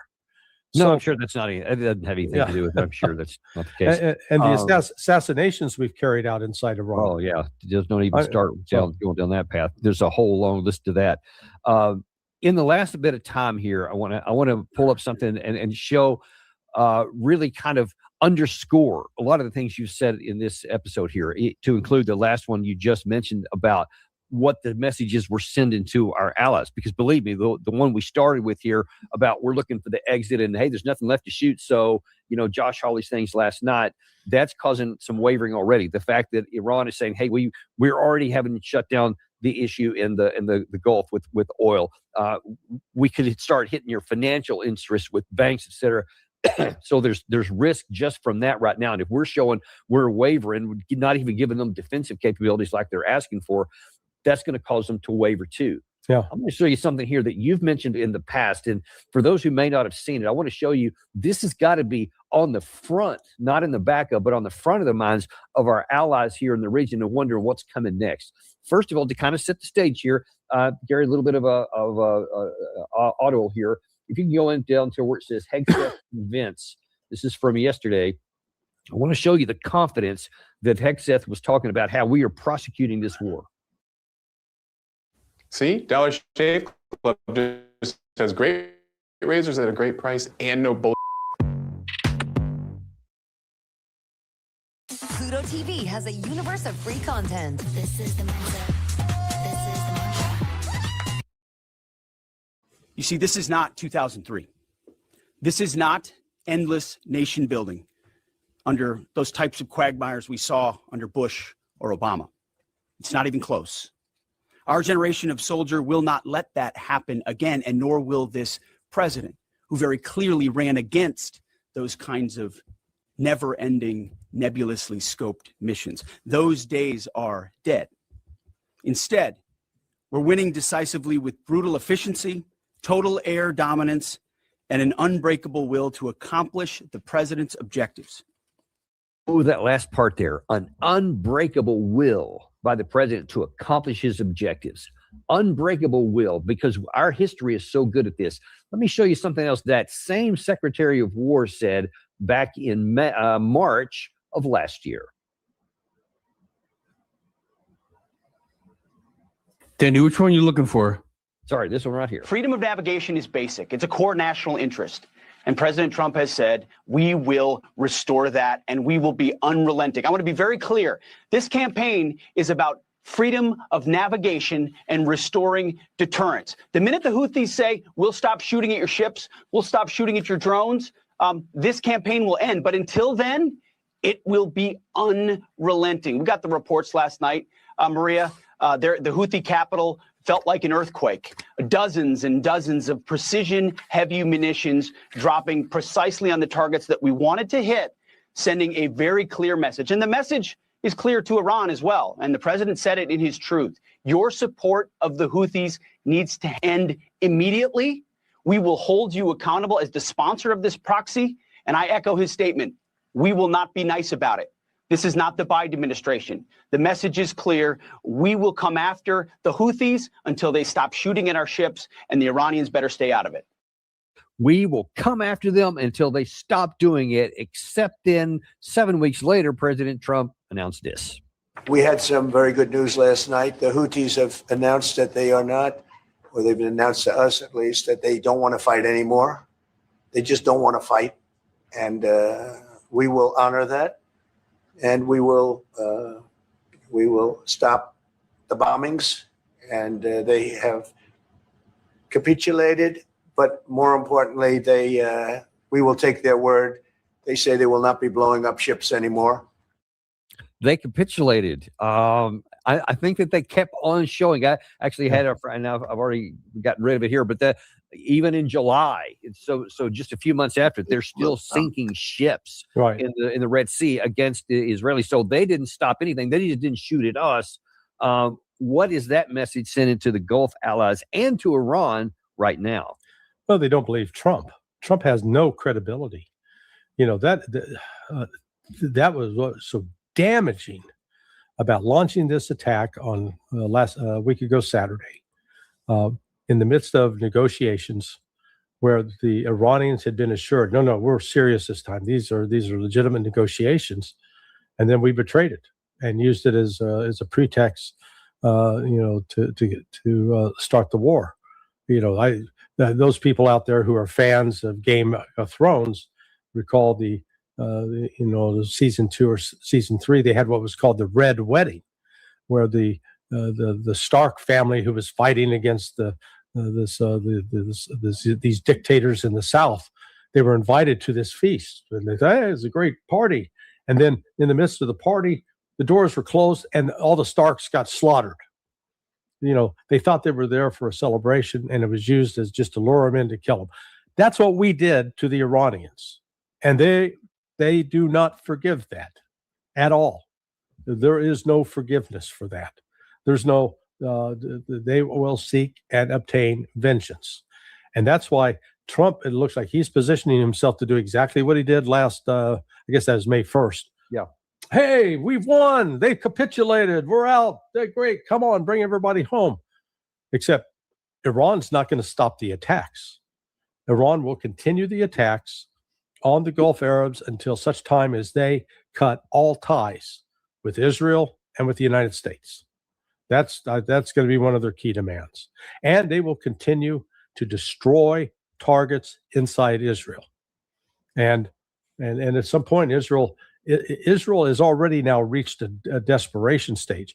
There are reports that one of the men I most like to dislike, Ben Gvir, was severely wounded, possibly killed in one of the missile strikes by Iran. That the chief of Mossad, head of Mossad, reportedly has been killed. So Israel has actually suffered some pretty high-profile casualties so far, and that's likely to continue. In fact, I know it will continue. Iran's not going to stop.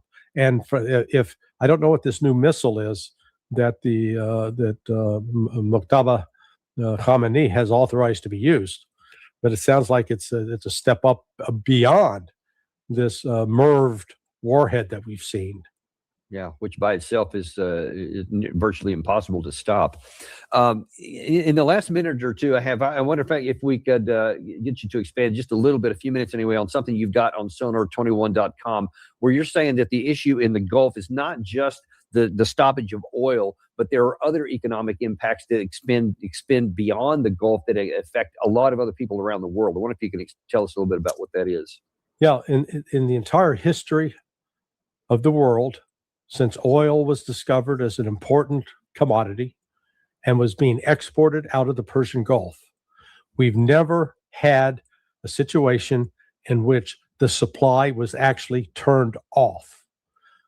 We did, the OPEC embargo back in '73 in the wake of the Yom Kippur War was designed to put pressure on the West, but they just simply stopped selling. But their production didn't stop. They were able to continue to fill up their storage tanks and put oil onto tankers to sell to different parts of the world. This is the first time that's been shut down. But I didn't realize, I knew oil was important, and then that the liquid natural gas coming out of Qatar, that was important. That's about 25% of the world's supply right there. So, you cut off 25% of that kind of energy source, that's significant. But then it discovered urea, that is, is the essence for fertilizer, that 35% of the world's fertilizer comes out of there. Well, if that fertilizer is not being delivered, that means it's not getting spread on soil, which means crops aren't going to grow. If crops don't grow, you don't have food, you don't have harvest. And if you don't have harvest, the food supply goes down. So what the world is looking at here, if Iran continues to keep the strait closed, and I believe it has the military capacity to do that, and that there is nothing the West can do to stop it. There's been some rumors that Pakistan might send its navy, its little navy, to try to escort ships. I think Iran would be more than willing to say, "Hey, Pakistan, ships for you, you can escort. That's no problem." They'll allow oil to flow to China. They'll allow oil to flow to Pakistan. India is a whole nother question. I mean, India and Iran are supposedly BRICS members and BRICS partners, but India has conducted itself in a very duplicitous manner. But when you get into this and you look at the countries that are most vulnerable, so this is the urea exposure, what Gary's showing. Look at Brazil, Australia, Ethiopia, Bangladesh, Vietnam. Those countries are going to be greatly affected. When you look at the oil chart, there's another chart like that with oil, and it deals oil and liquid natural gas. That is Japan. Japan's the biggest one with the threat, followed by South Korea, India, and Taiwan. Those are countries in terms of putting pressure on the West, on countries that support the United States. This oil embargo does exactly that. It's going to disrupt the commodity markets. So the longer this goes on, if this goes on for a month, I think we're looking at a catastrophic global recession. And let me show you something. I want to look specifically at the oil component of it. This is live that you're looking at right here. The current price is $86 a gallon. Now you can see this is where the gas was on the day before the price of barrel of oil. I'm sorry, prior to the day before, $67 a barrel, and you see right now it's almost $20, just about $20 above that. But you see, it did spike all the way up to. And this doesn't show it. Actually, you got to 116 before it finally settled in there. But since Trump has been signaling maybe the war is going to end very soon, just on his words, that has calmed the market. So they think, okay, maybe it's not a big deal because nothing has moved in the strait. So now that's down to around 86 as we go on here. But if Trump is not able to translate that, and I'm thinking literally within the next few days, if you can't translate it into an end, and Iran clearly indicates it doesn't allow that, and it does what you suggested they're going to do, then this number could go up quite a bit higher. Oh yeah, no. What is your concerns about that? Yeah, no, it's going to go higher. Trump is Trump in the financial markets. They're engaging in hope. Well, hope ain't a strategy, and it's just an emotion. And the reality on the ground is Iran recognizes basically it's got the West by the balls. It has never had this kind of leverage over the United States and Western Europe ever in its history. It's always been, when they did the JCPOA back in 2015, Iran's leverage there was very, very low because even Russia and China signed on to the proposed sanctions that the United States and Europe had offered. That was then, not now. It's completely opposite. And there's been no opportunity in the last 46 years where Iran could have taken control of the Persian Gulf without being seen as having been an aggressor. That's never been their thing. They've never been out launching these kinds of attacks. But now, in this case, they recognize they've got the West in a very difficult position. And by the way, what is your timeline here? I know we're at the end of our hour. Do you need to go? I got 9 more minutes. Okay, because I do want to hit that. What you just said there is profound.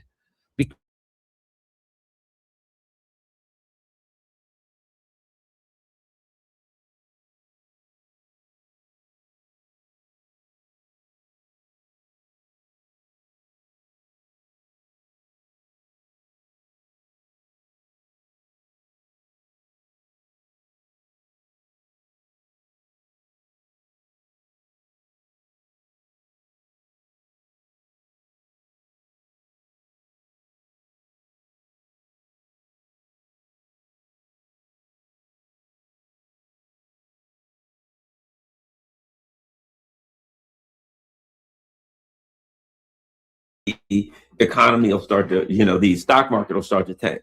And Trump comes out pretty much daily and says, we've done everything we need to do. The war is pretty much done. This thing's about ready to end anyway. And then the stock market will stabilize. Then it'll start to sink again. And Trump will say, we've hit all the targets we need to hit. We've done all the things we need to do. I think, thing's pretty much complete. It'll stabilize. So on a day-to-day basis, Trump's playing the rhetorical game. I'm the president of the United States, and all I have to do is come out and say everything's going to be okay, and things, at least I can stabilize things using rhetoric. Of course, needless to say, that's only going to last for so long, right? It's just a matter of time before that falls apart. But the other part of it is this. Iran has the same capability, and let me give you an example of one of the cards that they played that is a matter of rhetorical leverage that has economic ramifications. Okay. This is being widely reported, but not from this perspective. And as you know on this channel, what we, that's me and you, and by me and you, I mean me, what we do here is to try to look at things from an alternative perspective, not just what everybody's saying and not just the surface, but what's below it. What are the ramifications of a particular act or omission or commission, right? Here's the thing. So Iran played, what they're doing, let me say this, their strategy is absolutely impeccable. Let me give you a perfect example. So the Iranians came out, apparently the Israelis blew up an Iranian bank. Okay. So that was a kinetic move. We're going to blow up your bank, ha, ha, ha. And I noticed that what the Western mind tends to think mechanically.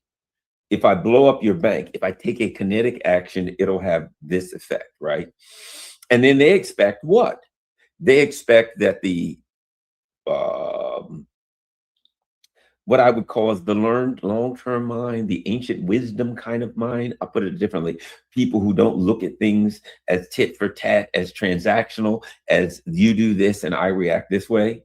So the non-reactionary mind. So the reactionary thinks I punch you, you punch me. I push you, you punch me. You push me, right? As the old saying goes in Zen, what happens when you throw a rock down a well and you don't hear a splash, right? So here's my point. And they expect, throw the rock, you hear the splash. Here's what's interesting. So immediately after the Israelis hit an Iranian bank, blew it up. So what does the way the Western mind works is not the way the long-term civilizational mind works. And most of the time, the Western culture doesn't allow you to see the alternative outcomes of this particular act. And I would imagine the Iranians did this deliberately. Think about this. Israelis blow up an Iranian bank. And everyone, the Western newspapers report it like this. Wow, it's open season on banks, right? They blew up a bank. We blew up a bank. They're going to blow up a bank. We blow up two banks. They blow up two banks. We blow up this kind of plant that makes rubber. They're going to blow up a rubber plant, right? That's the reaction, tit for tat, eye for eye. You do this, we do this. I don't know that the Iranians have blown up any banks at all, but how did the Iranians respond? Okay, your bank is blown up. The Iranian response was this. Everyone in the Gulf region, do not come within 1 kilometer of a bank because you're going to be in great danger, right? We will respond. Now, what does the Western mind think? They're going to blow up banks. Yep, they're going to blow up banks. Oh, they're going to blow up banks. Why? Because that's the reactionary. You blow up banks, and when they say nobody better come within a kilometer of a bank because we're going to hit them, the Western thought, because you know they're going to blow up banks, is they're going to blow up banks with missiles so big that everything within a kilometer will be in danger, right? That ain't what I think. The man who studies in. Here's what I think. What is the greatest battle? What's the greatest victory? To win a battle without fighting, right? Okay, let's think about, you live in the Gulf states, and Iran has said, I'm going to hit X, and they hit X. I'm going to blow up X, and they blow up X. The Americans bring in THAAD, Patriot, you name it. They bring in all these air defense systems, David's sling, David's jockstrap, I don't know, whatever the hell, all the rest of this stuff, none of it works. When the Iranians want to blow something up, they blow it the hell up, and there's nothing the West can do to stop them from blowing it up, right? Because Western air defenses are not working well. Let's be charitable here. not as effective as they could be or should be. At any rate, here's the big one. Ready? They don't have to blow up Gulf banks. They just shut them down. What has happened? They said nobody come within a kilometer of banks. Now, what do the banks then do? These banks in the region have now said, we're going to close. Please don't come to our bank because for the health and safety of our customers, we're not going to send our employees to the banks for the health and safety of our customers. Do the Iranians need to blow up a bank? No, they don't. They just shut them down. They shut the banks down with a statement, and they never have to shut them down. Think about this. If someone knows you have the capacity to do something, and that you have done that before and demonstrated the capacity to do it, and you threaten to do it, they know that you can, and they have to make the assumption that you can. And if they're gambling with their lives, but they can't take a chance. So now what do you say? I need to go to the bank. But the Iranians have said nobody never better to come near a bank. That sounds to me like banks are going to get blown up. They blew every damn thing else up they wanted, and the Americans but the Israelis haven't been able to stop them. So now you live in a country in the Gulf state. You gonna go to a bank? You work at one of the banks. Are you going to work? I mean, I don't care how bad your bills are. In the words of Clint Eastwood and the outlaw Josie Wales, dying ain't no way to make a living, boy. That's the reality.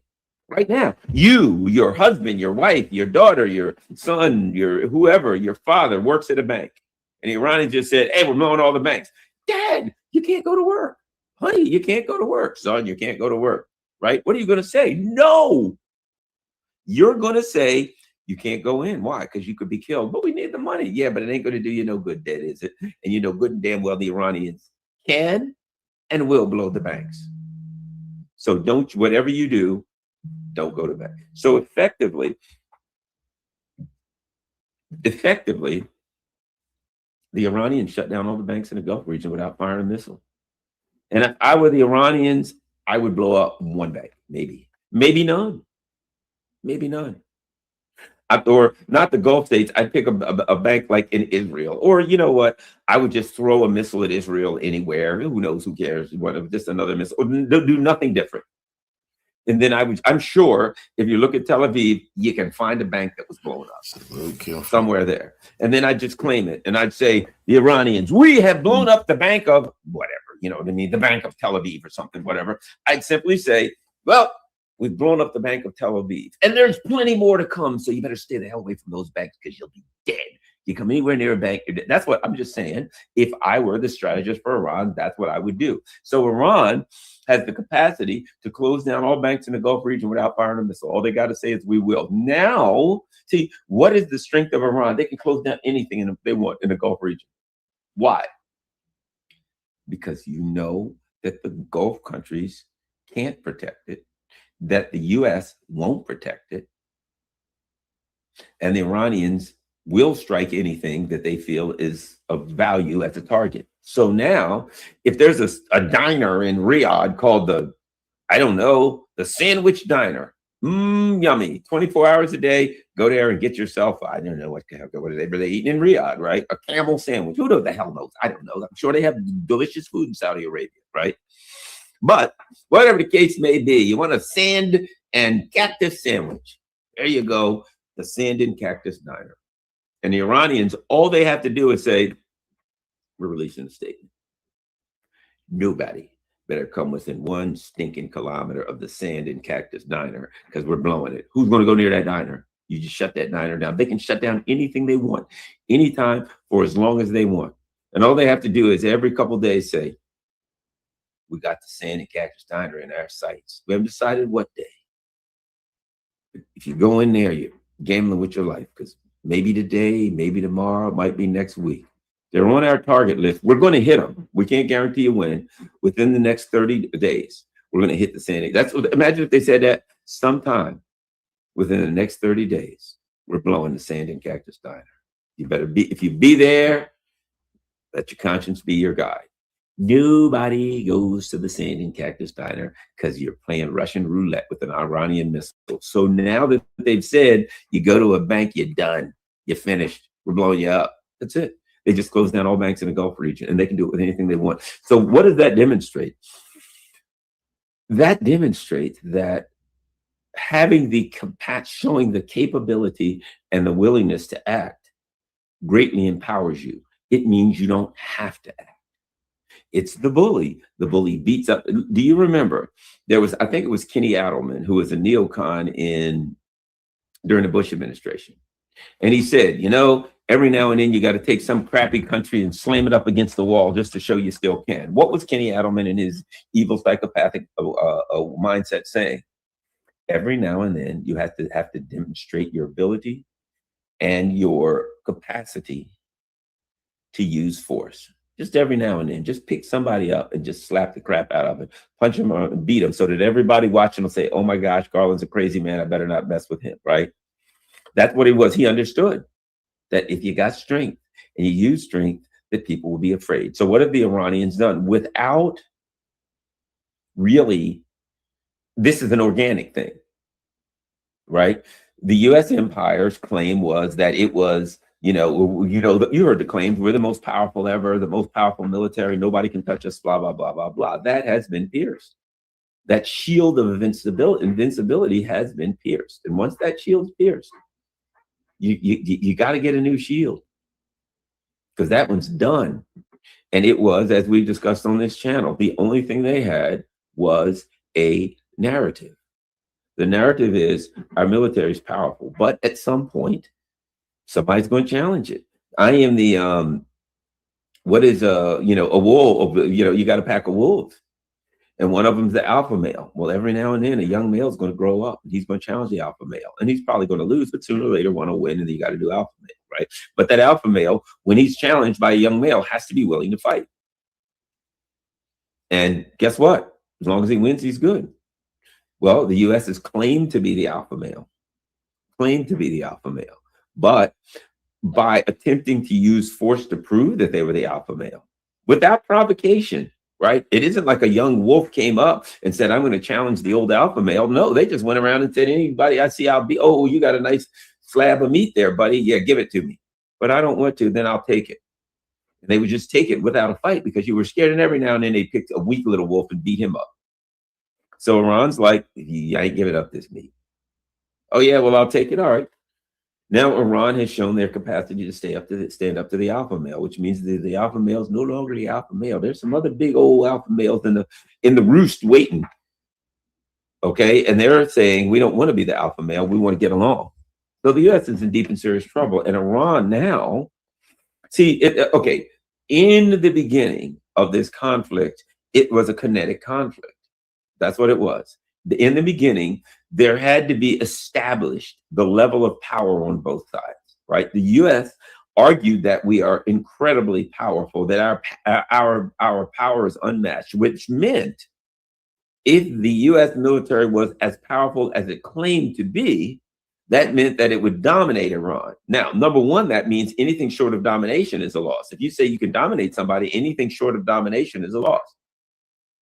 So the U.S. had lost quickly when they showed that they couldn't dominate, right? Number two, when people start to look at the conflict, evaluate the conflict, and there are those of us amongst the evaluators, shall we say, who start to say, based on my evaluation, I think Iran's winning and you're losing.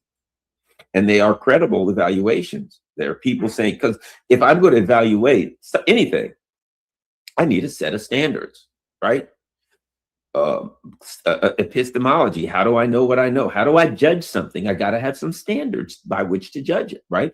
In law, if there's the Younger doctrine, there are standards set forth in that particular case that we use to judge the whatever it is, any of the important rulings, important legal rulings, right? You have to have standards by which you judge these things. And if I'm evaluating the conflict, I can say, I think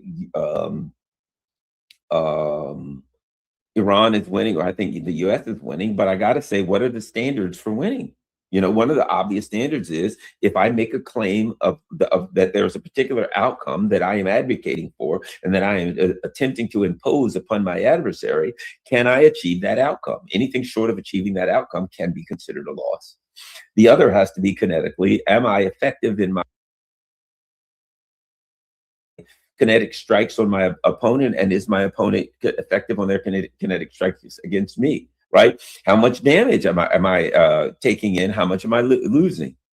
What's happening as far as my support for the war at home? So there are so many standards that you can use, lenses, I may say, through which you would use to evaluate who's winning and losing, that it becomes very subjective. So I'm just going to say, in my opinion, Iran's winning because their objective is only to continue to keep fighting and defend themselves and inflict punishment on their adversary. And right now, it's obvious that they are able to do that from a war perspective. The U.S.'s objective for regime change, well, there's good news and bad news. The good news is they got regime change. The bad news is it didn't do them any good, that they got the same thing they had before, the so-called regime change. So they wanted something. I want this to change. That's changed, but it hasn't helped you. So they're in deep trouble. So my evaluation from the first, 10, 11 days is, at this point, the United States has not established military dominance. That's a huge loss for them. They're taking great losses in men and war material. That's a huge loss for them. Iran is punching above its weight, shall we say. It's much smaller and it's poor, compared to the United States. They don't have a lot of money. Unless you add in the debt, then they're $38 trillion richer than we are. You know what I'm saying? You add in the debt, they're actually, since they don't have any debt, they're $38 trillion richer than we are, right? That's one way to look at it, right? But my point being, if I look at this thing and I start asking myself, what kind of weapons does Iran have? I have to start evaluating non-kinetic weapons, because all they have to do is hold serve kinetically, and they're doing better than holding serve, right? All they got to do is score what they're supposed to score, is punch back, is get in some good punches, and heaven knows they're doing that. But above that, they have shocked the West. I mean, when it comes out, and the U.S. and the Pentagon says, well, we didn't think they'd be able to do the things that they're doing. We didn't think they'd be able to punch as hard as they punched. We didn't think they'd be able to have the technological advances that they have. We didn't know they had all this. Well, you thought they had help from Russia and China. Well, how you couldn't figure that out? You are demonstrating your inability to evaluate the strength of your enemy. And let me tell you something, when it comes to conflict, that's a big one. If you can't figure out, you're going to fight this guy. I wonder if he has a gun or a knife. I don't know. You better know. Wonder if he has a baseball bat. Wonder if he has 5 friends behind me who are waiting to jump in the fight and all beat me to a pulp. I don't know what about that. You better know those answers before you go punch this guy. Who is he? Is he a 5th-degree black belt? Is he a murderer who just got out of prison for murdering 12 people and he's got a giant knife on him? And he'd be happy to make it 13, a baker's dozen. Is that it? You better know these questions before you go in. But the U.S. is making it clear. We didn't know. As soon as you say, I didn't know, you lost. As soon as you say, I didn't know, you are exposing your inability to evaluate, to effectively evaluate your opposition, your adversary in a conflict. You ain't going to win a whole lot of wars if you don't even know if you don't know much about the opposition. Because if you don't know much about the opposition, then you didn't have a good battle plan, did you? I mean, a good battle plan requires you to know and understand intricately your evaluation. If you're going to defend a case, you better have a pretty good understanding of the prosecution and vice versa. Otherwise, you're probably going to lose. You're probably going to lose. The defendant's probably going to get the chair. Okay, he's going to get the chair. He might as well plea out. He's getting the chair. So my point being this: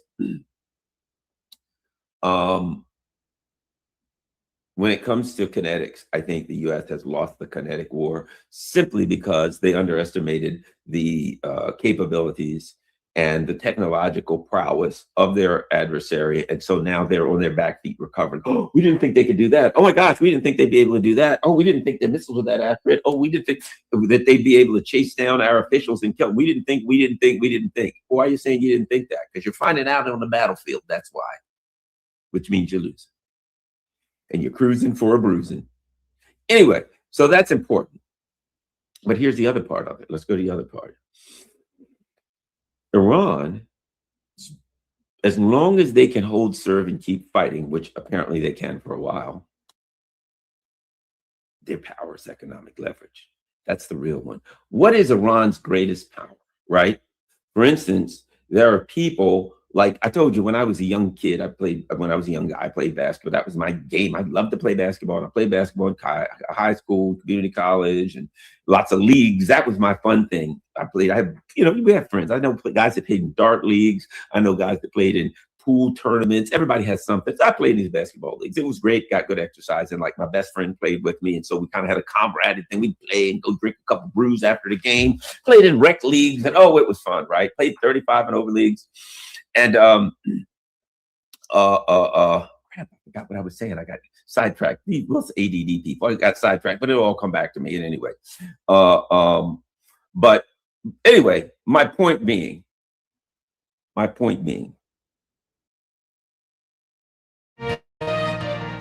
Frustrated with the way you currently file your taxes? What if you could track your tax expert's progress and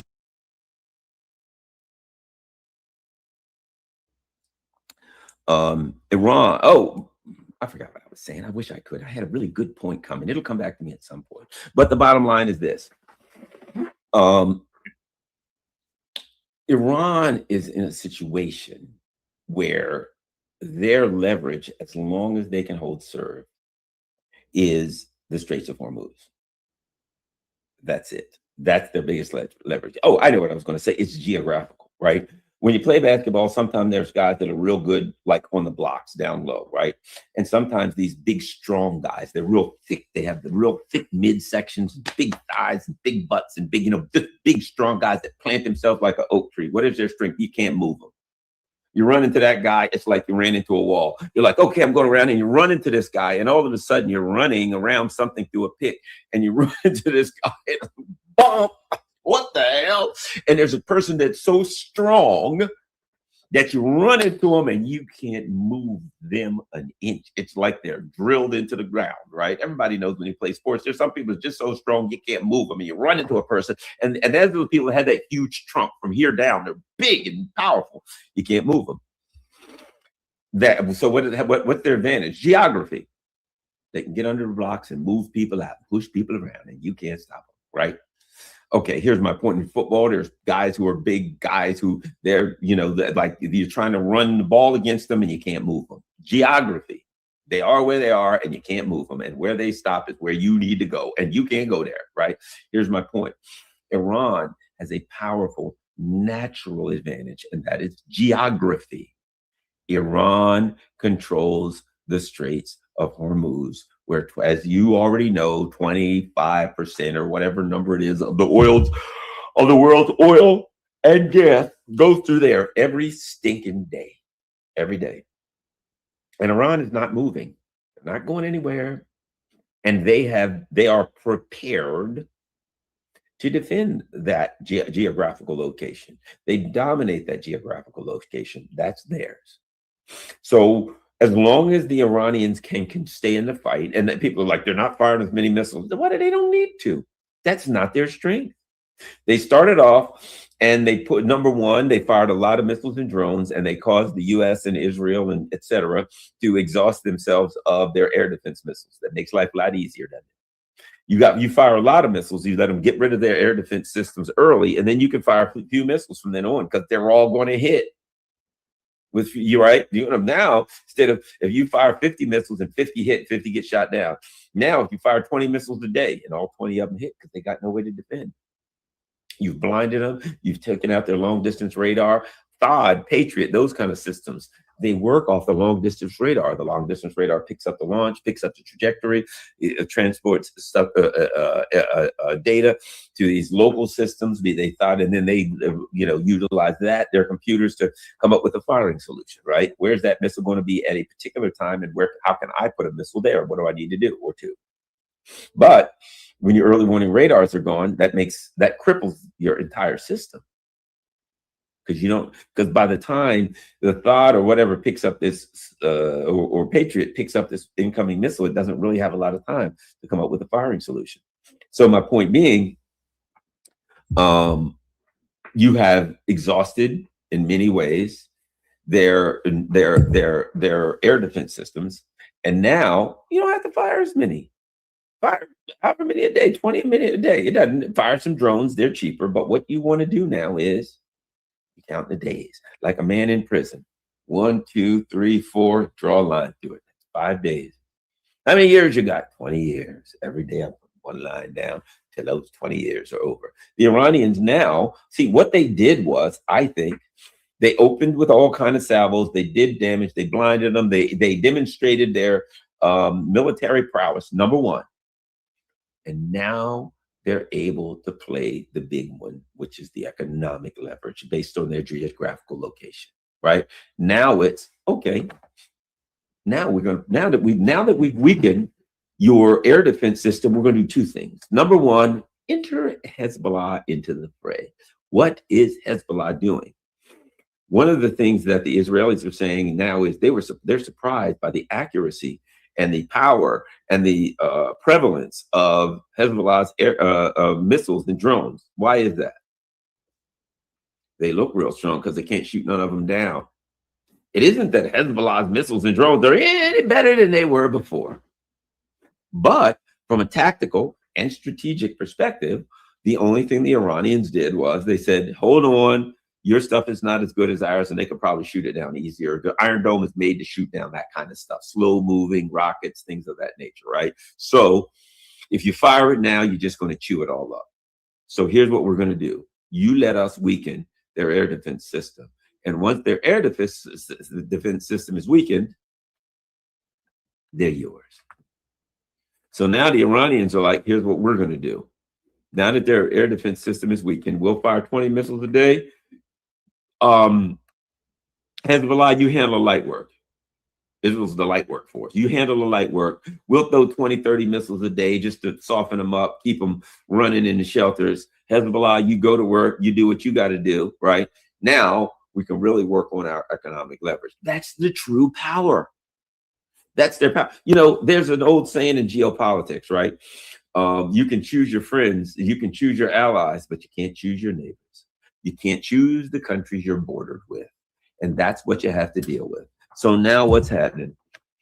Israel is engaged with Hezbollah. Meanwhile, from the back, Iranian smacks them with a couple of missiles, so many missiles a day. But they're like, yes, the Iranians are throwing less missiles because their launchers are destroyed. Well, I don't believe that, but it sounds good. If the U.S. wants to go with that, that's great. What do the Iranians care? Because the Iranians are playing other games now. So now the Iranians are like, here's what we got. Let's do this. Slack up on the missiles. Look, every now and then we'll hit them with a big barrage. We'll hit them with a medium barrage. We'll keep them jumping. Hezbollah, you keep doing your dirt. And here's where we're going to go now. We're going to tighten the screws on the economic leverage because that's the real big one. So what are they doing? They're hey, we'll shut down these banks. But the other thing, they're making threats. They're dealing with hidden ships and things. They're dealing with the Straits of Hormuz, right? We're firing ships at ships. We're doing stuff. They're focused on the Straits of Hormuz. Now, what do you want to do if you're Iran? On at least one or every other couple days, I want to shoot a ship in the Straits of Hormuz. Why? Because I want it in the news. I want it in the news. I want it in the news. What happened? The Iranians fired another missile. There's another ship on fire in the Straits of Hormuz. And the Iranians said, they're sitting back there. Hell, they'll probably take if they're like, hey, anybody want to go through the Straits of Hormuz? And all the ships will be like, oh, you got to be kidding me. I ain't going through the Straits of Hormuz. What do the Iranians do? We got any old freighters? Yeah, tank it up and paint it up, make it look good and send it through the Straits of Hormuz. Why? So we can shoot it and blow it up. But it's our tanker, sir. Of course, but they won't send any through. We need some tankers burning in the Straits of Hormuz. For God's sake, would you get going? I need a tanker in the Straits of Hormuz, and those people won't give me one, so we'll have to make our own. So I want you to paint a tanker up. I want you to put American and British flags on it, a little bit of oil in it so it'll burn nicely. Put it in autopilot, send it straight for the Straits of Hormuz. You guys get your rockets ready. We want to blow it up, and we want every day we got to have a ship on fire in the Straits of Hormuz. So get moving. We need a ship on fire in the Straits of Hormuz. And that's what I would do if I was in my false flag every day. If I had to false flag, if I had to do like AI and send in like AI pictures of a ship burning in the Straits of Hormuz every day, I'd do that because I want it in the news. I want the markets every day to go, oh my God, there's another ship burning. Sell, everybody sell. That's what I'm doing. I'm just sitting back when Trump calls, that phones are ringing. Look at that, the phone's ringing. Hey, who is it? Oh, it's Trump. Yeah, it is. It is. You gonna answer it? Not just yet. I'll answer it eventually, but not today. Trump's calling Putin. Hey, can you get me out of this mess? These messages are coming through everybody. I'm just saying, I'm not trying to make light of war because people are dying and it's a horrible thing. And as I said, I got family members in the middle, in the theater, shall we say, who are in the military. I'm not happy. I'm afraid. I'm worried every day. I mean, not close family members, but I'm saying secondary family, cousins and stuff like that. And, I want them to come back alive. But, my nature is to, as Alan Watts said, the question about life is it a tragedy or a comedy, ultimately? And I've decided that life is a comedy. And so we have to laugh. And the only other option is to me is to decide it's a tragedy and walk around upset all the time. And I refuse to do that. That's where we are. The Iranians right now are playing their biggest card. And of course, here's the other thing. And I've said this before. One of the things that the Iranians or the Russians and the Chinese will say, the Americans will do something. And the Iranians or whoever will say, we will respond at a time and place of our choosing. They always say that. Why is that? Because they understand that time can be a weapon and that time heals all things. And that, every dog has his day. And if you you got us today, you got one in on us. But the day is going to come when things look good for us. And when that happens, when everything's just perfect for us, and I'm going to wait because when that happens, I'm going to take advantage of it, right? And that's all the Iranians have done. They've waited. They waited out and bided out their time till things look good for them. And they're doing the same thing now. And I think what we're looking at is strategy, not tactics. The strategy is we open with a big volley. We make a lot of noise. I think they kind of shock and awed the U.S. and Israel. They shock and awed them. They said, all right, we're going to take some hits. We're going to throw some haymakers. We're going to throw some hammers at them early, a lot of them, and we'll leave them in shock. And then we'll get some spectacular video of missiles raining down on Tel Aviv and video of drones and stuff hitting hotels, smash it all over the place. And everybody go, oh my God, these people, they're unbelievable, right? They have unbelievable power. That's number one. And then I think the second part of it is, and then they say, okay, Hezbollah makes their move. We turn down, and now we're going to go to our other things, which will be diplomatic and which will, of course, be economic. And so now it's time. I love to use my stories, but when I was in ninth grade, one year I wrestled. And one of the things that I was taught, this particular move that I was taught, where when the other opponent gets on your back and he grabs you around your stomach, right? So I'm like this and his arm's on my stomach, right? What you do, that arm's down there, you clamp down on his arm like this. Now his arm's on your stomach. He's behind you. You clamp down on that arm, right? So now he's stuck his arm around there, but you got it clamped. And you put your shoulder into the mat. Why? Because now he's being pulled like that. And he has to pull back. He's pulling back with his strength. You just got your weight pulling him. And he's pulling, right? And they said, just hold that and eventually you'll get him. And lo and behold, I'm in a wrestling match one day. And this kid does that. He grabs me around like that. I remember, clamp down on the shoulder. And I put my shoulder down, and and nobody's moving, and he's pulling, and I'm just putting my shoulder down. And I could feel he's pulling for all his work. And he pulled so tired, he kind of went limp and fell on the mat. I covered him. I won. It was the ability. What was on my side? Time and gravity. Boom. I'm leaning. You're pulling. I'm going to win that. And all I got to do is wait. And sooner or later. And so what's happening now? Now the Iranians are saying we've gotten through this part where we throw stuff back and forth. Fair enough. We're going to slack up on that. We're going to keep the pressure on Israel. Okay? But here's the big but. But now we're going to wait you out. We've closed the Straits of Hormuz. What are you going to do now? Nothing. We got that arm clamped down. Let's see how long you can pull.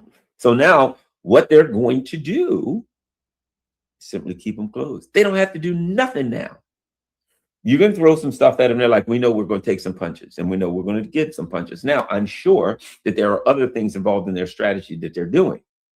But I'm going to tell you right now, all they got to do is keep the Straits of Hormuz closed. Now, it's all in the news. Trump, we'll take the Straits of Hormuz. Yeah, come on. Give it a shot, brother. Right here. We'll drop soldiers in, and then we'll take Karg Island. All right, Karg Island's there. Come on down. Take Karg Island. You think you can take it? We're waiting for you. Right? We'll run ship through the Straits of Hormuz. Oh, yeah, there it is. Ease on through the Straits of Hormuz. Don't worry, you can trust us. We won't fire any missiles at you. Let's see you do it. Now they know you can talk all the trash you want to. Let's see you give it a shot. They know you can't back it up. And here's what Iran knows right now.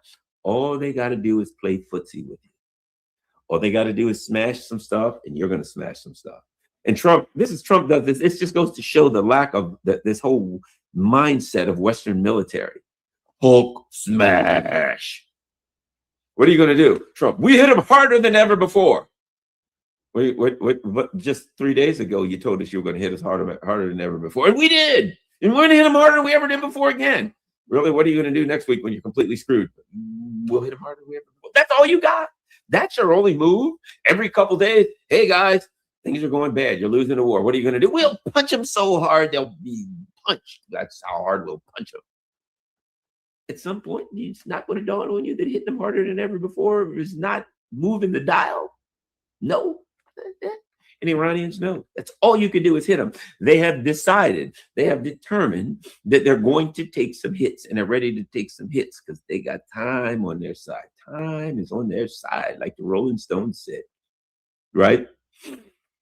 So now we have the Straits of Hormuz closed.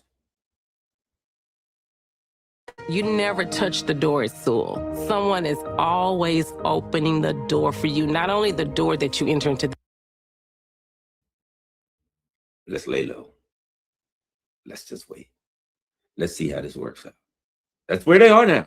The Straits of Hormuz is closed. That's really where we are. Where we are is this.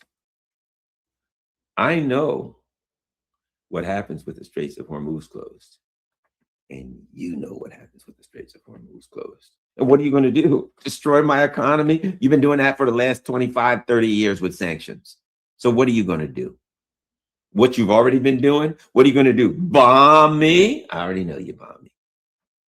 And there are all these people. They'll use nukes. Let's think about this for 1 second. For the sake of argument. The United States throws a nuke at Iran.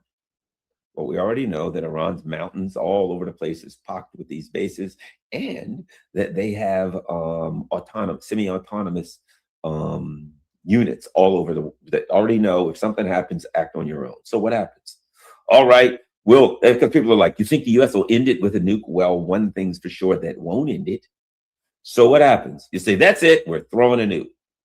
And it hits Tehran, or that hits one of the bases in the mountains, whatever. They throw a nuke, boom, and it hits Natanz nuclear center, whatever. They throw a nuke. What do you think Iran's going to do then? Oh, that's what we're doing now, huh?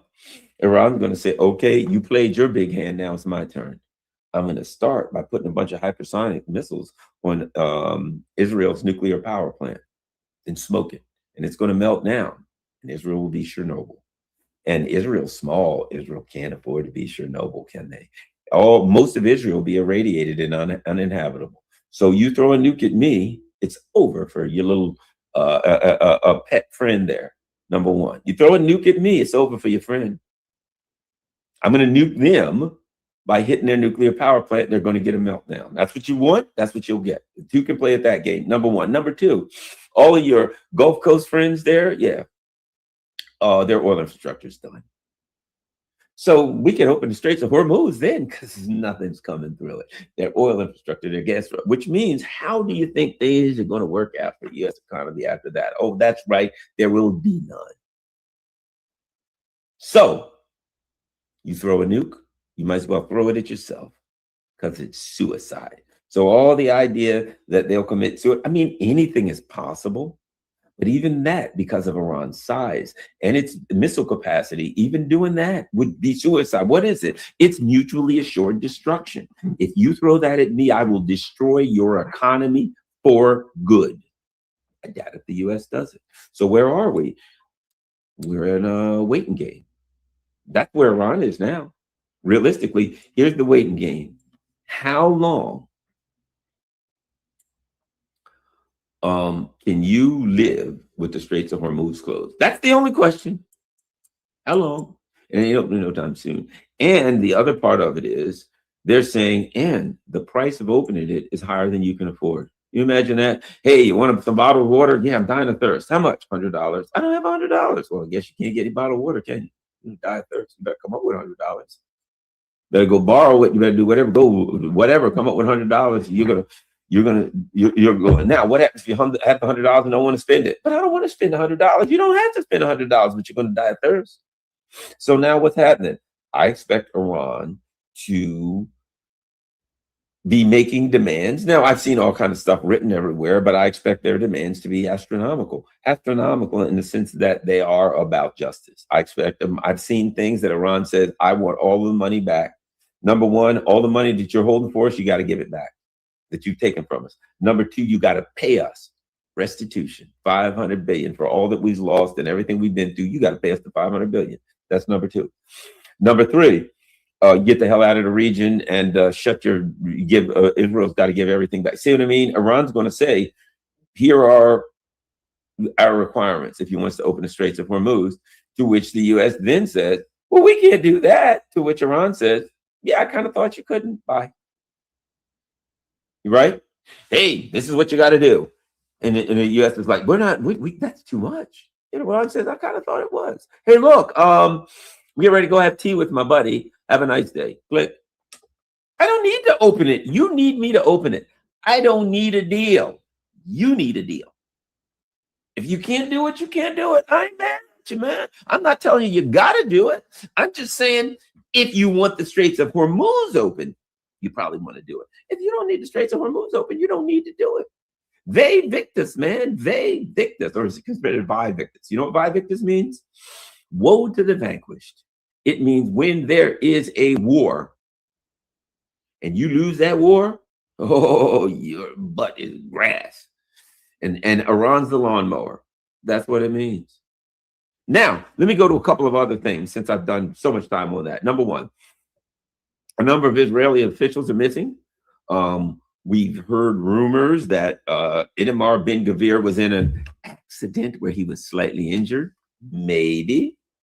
We've also heard rumors that possibly that accident involved an Iranian missile. You know, he was just driving down the road and ran into an Iranian missile. It just happened to be blowing up at the time, right? We've heard that. We've heard that maybe his house was hit with a missile. It might be on fire, but he had an accident. Perhaps when he heard that, he was so upset on the phone, oh no, my house, and he ran into a fire hydrant. So whatever the case may be, I don't know where he is, and he ain't been on TV. Now, there's Benjamin Netanyahu. There are rumors that Benjamin Netanyahu has met an untimely demise. Not that there would be a demise that would be untimely for Benjamin Netanyahu. I would argue it was timely demise. But whatever the case may be, there have been a couple days ago, who were the two guys? Witkoff and Kushner, are two geniuses. We're heading to Israel to meet with Netanyahu. And then we heard, man, they're not coming. Here's what I thought. Probably a good idea, Witkoff and Kushner. Probably a good idea. Because what are you going to do? Stay at a hotel? You think the Iranians might figure out which hotel it is and send a welcoming committee in the form of a flock of what are they? Shahed drones.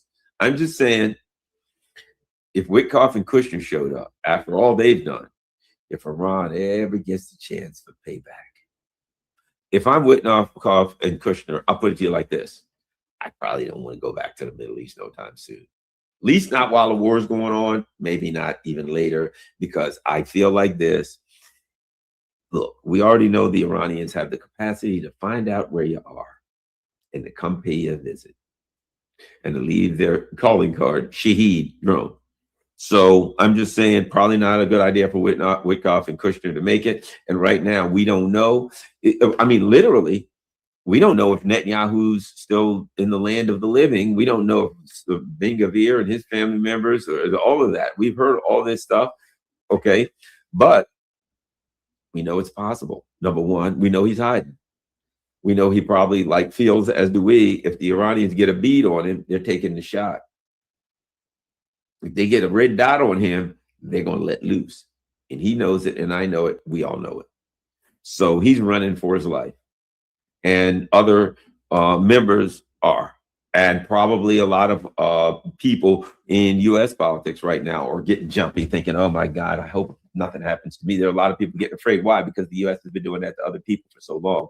And now their drone policies of having a Tuesday morning drone kill meeting with Obama to decide who they were going to kill. Chickens are coming home to roost. And now the Iranians are having a Tuesday morning meeting to decide which American Department of Defense officials or high-ranking members of the U.S. military they're going to go after today, because they're doing it. They're going after them, and they're having some success. So that's, look, I don't want anybody to die. This is war. And when you start a war, that's what you start. Let me continue. Here's one I got to discuss. You know, there's a lot of discussions here, and understand that there's speculation. There are those who argue the United States is controlled by Israel, and that's all this is about, is the Israel telling the U.S. what to do. Then there's like a Dr. Jeffrey Sachs, who I tend to fall right around where he is, and here's what he says. The U.S., this is my interpretation of what he says, and it aligns with what I think. The U.S. political class is highly compromised because of AIPAC and other very, very wealthy people who have dug their claws and tentacles into the American power structure. So an argument that the U.S. is controlled by Israel can be made, and it is a valid argument. Okay. However, here's the other side of it, and I give you this story that I give everybody. During the beginning of the Gaza genocide, the Israelis hit a hospital, and everybody started attacking them. And some people in the U.S. in a Bush and a Biden administration said, "Oh, that's terrible. They shouldn't have done it." And the Israelis came out and they said, "Wait a minute. Tony Blinken sat in on the meat target acquisition meeting and approved all of the targets." And I'm thinking, approved? That means that the Biden administration is pretending like they're shocked, but they literally approved the targets. And so now we know that the Biden administration has to approve Israeli targets. Okay, so what does that mean? That means that, yes, Israel has power. That those who argue that Israel controls the U.S. and that the Israel is doing this for China, look, things can be, everything is not cut and dried. It's being that simple. So what if we go here? Clearly, Israel is the Zionist clutches are all over the U.S. power structure. Clearly, you would be a fool not to notice that and recognize that. However, the United States wants to take out China. The United States knows it can't go toe-to-toe with China right now. They've said that. So the United States knows, if we want to take out Russia and China, we got to control the choke points. We got to control the high seas. We got to control international trade. Our strongest point is our Navy. So we'll use our Navy to control international trade. Now, what is the most powerful choke point we could have right now? Oh my gosh, that's right, the Straits of Hormuz. So here's what we have. We have an Israel that says, look, Iran is the most powerful and vocal pro-Zionist voice in the region, and we need to control the whole region, so we need Iran out of the way.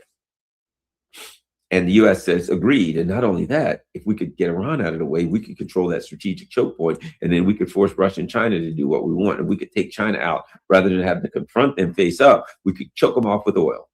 Oh, that's great. Okay. So the point being is, while in fact the Israelis, the Zionists, have an inordinate amount of political and economic power in the U.S., the neocons in the U.S. also want to take out China. So what I'm saying is there's a confluence of interest. The Israelis want to take out Iran for the Greater Israel Project. B, the United States wants to take out Iran so they can control the Straits of Hormuz and the Bab and al-Mandab Strait, and they can go after China. It works. Everybody's happy, except the Iranians get a vote. That's the problem. They forgot that there's one other player at the table, and that's the Iranians, which means this: they ain't getting the Straits of Hormuz. Number one, ain't getting the Straits of Hormuz. That doesn't look like that's happening. Number two, they find themselves in a bind, a terrible bind, where they've lost the war within a week or two. They lost a war to Iran. Israel's still getting pummeled. The United States has an internal uprising that they've got to be concerned with. And within weeks, the price of gas and other things, the inflation in the United States and the market reverberations will be intolerable. That's what we're getting. That's what Iran's waiting for. Here's what they're saying. And this is what I'll put it like this. This is what I'd be waiting for if I was Iran. And that is, okay, the U.S. is feeling some pain and the U.S. wants a deal. And this is what I'd be thinking. You ain't feeling enough pain. See, if you're calling me, you ain't feeling enough pain. You got to be crawling to me. I don't want you calling, I want you crawling. You got to crawl to me and say, God, please, in heaven, somebody save me. If I'm Iran, I'll say, call me back in another week. You ain't quite there yet. You're softened up. You're getting soft. I just stuck a fork in your breast, and a little bit of pink juice is still coming out. You ain't quite run. You're almost right, but not quite. Another week. Please, please, I beg of you. Another week. Now when you come crawling, laying on your belly, oh God, you gotta let us get, oh please. All right, now I'm ready to talk. That's where I'd be. I'd wait till you're face down, pooped on yourselves, which, let's face it, from what I've seen of Trump, that might already be happening. I mean, let's face it, I don't know if you've been in a rose garden, but between him and Biden fertilizing the rose garden, they got some of the reddest roses on earth. They got red roses in the rose garden. I guess when you got a couple guys who have issues with incontinence, you know, the rose garden gets fertilized really, really well, and you get beautiful red roses. They may smell a little like beans, but I'm sure, you know, all right, I'm getting a little sidetracked with some unsavory things, but you get my point. You get the point. So that's where we are now. Now, the Iranians have put the U.S. in a headlock, and it goes squeeze till we stop breathing, till we start tapping. They want us to tap out. They got that wrist lock on us. And what we're doing is, if you've ever done that with somebody doing you from the left, you can squeeze them. It's just further and further. They're squeezing it further and further and further. Please. Oh, no. You don't appreciate the gravity of the situation, do you? That's where we are. Now, all the Iran. So that's where we are. Iran is waiting right now. And they'll be playing their economic leverage. They'll be doing things like Gulf banks. And they're fine. If the media says things like this, well, you know, they're only firing 20 missiles a day. Ha, ha, ha, ha. They're weaker. And around, so that's fine. Go ahead, play your media game. We're all right. Straits of Hormuz so close. The Iranians, we've blown up all of their launchers. Ha, ha, ha. Okay, yeah, that's great. Whatever you people believe that's good. Straits of Hormuz, it's not opening. So we can have articles of how they're losing. They're fighting. What next? The Russian thing. They're fighting with shovels. They're out of missiles. They're on the drones. What next? The new Ayatollah. They're going to say like Putin. He's got Parkinson's and 5 different kinds of cancer. He's going to die any moment. And the Iranians are going to be just like, yep. Sorry, pal. Straits of Hormuz ain't open yet. Sooner or later, you're going to have to come visit me. We're going to talk about the Straits of Hormuz. And at that point, you're going to have to give up the ghost, brother. You're going to have to give it all up. So now, and I think the Iranians are waiting for some kind of a market crash. I think what the Iranians are waiting for is some kind of intense economic action, right? Number one, we want the market to start to crash. Number two, we want gas to go through the roof. We need some kind of thing to happen like in Europe, something that's so economically painful that the pressure comes from within, right? We want $10 a gas, $7, $8, $9, $10 a gas in a gallon in the U.S. So the people in the U.S. go, what the hell is this, right? We want the Europeans to be completely out. Hey, I just turned on the heat. It won't come on where there's no gas. Oh, okay. Call the gas company. No, they're the one who called us and said there's no gas. And when we say no gas, we mean in the entire economic block of Europe. Of course, we could get Russian gas, but we told them we didn't want that anymore. So what happens? So if I'm Iran, that's what I'm doing right now. I'm just waiting. That's where I am. I'm going to wait, and I'm going to see how long it takes you to figure out that you're screwed, blued, and tattooed. And I got time. Let's see how long it takes you. Maybe a little bit of time, maybe a long time, but at some point you'll figure it out, and we shall see. And that's what I think. That's where I think we are. I think that if Netanyahu is either has left this mortal plane, or he's in danger of leaving this mortal plane, and Netanyahu or Ben Gvir or some of the other people are in bad shape, or they're injured or whatever, I think it has to be hidden. How long can they hide it? Just like how long can they hide the number of troops that are dead, which are probably like, it ain't 6. Now they're saying 140 wounded. Okay, sure. Yeah, right. I don't believe that. Add another 0. But how long can they keep hiding the true numbers of people that are hurt? How long can they keep hiding the true numbers of the true cost in war material, of how many planes shot down, how many troops captured, how many, all these other things? How long can they keep hiding it? How long can they hide who and whom is severely injured or deceased in the Israeli government, in the Israeli leadership, maybe even the U.S. leadership of the Department of Defense or in the military? How long can they keep hiding that? How long means that time is a weapon, and Iran will act next at a time of their choosing, and that at some point, Victus will find its way into the equation. Woe to the vanquished. The United States will be vanquished. And by the way, the last thing I'll say on the way out the door is this. We had some kind of a plan in the South China Sea. There was the first island chain, the second island chain, the third island chain. We were going to dominate this island chain and that island chain. We were going to put, have you saw this? The United States has put, in Taiwan had put people on bases only just a few miles from China and this and that. Well, let me say this. If, in fact, we, let me just see what's going on. If, in fact, we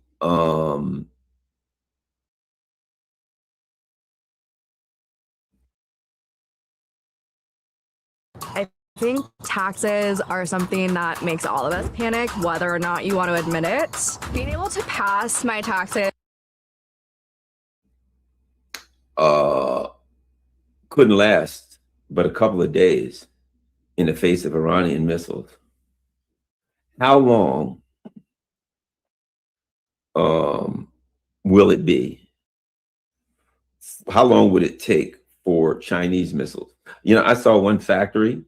I think they said the U.S. had like 12,000 missiles or something, and which was maybe half in reality what we had, maybe double what we had. But I saw a Chinese factory.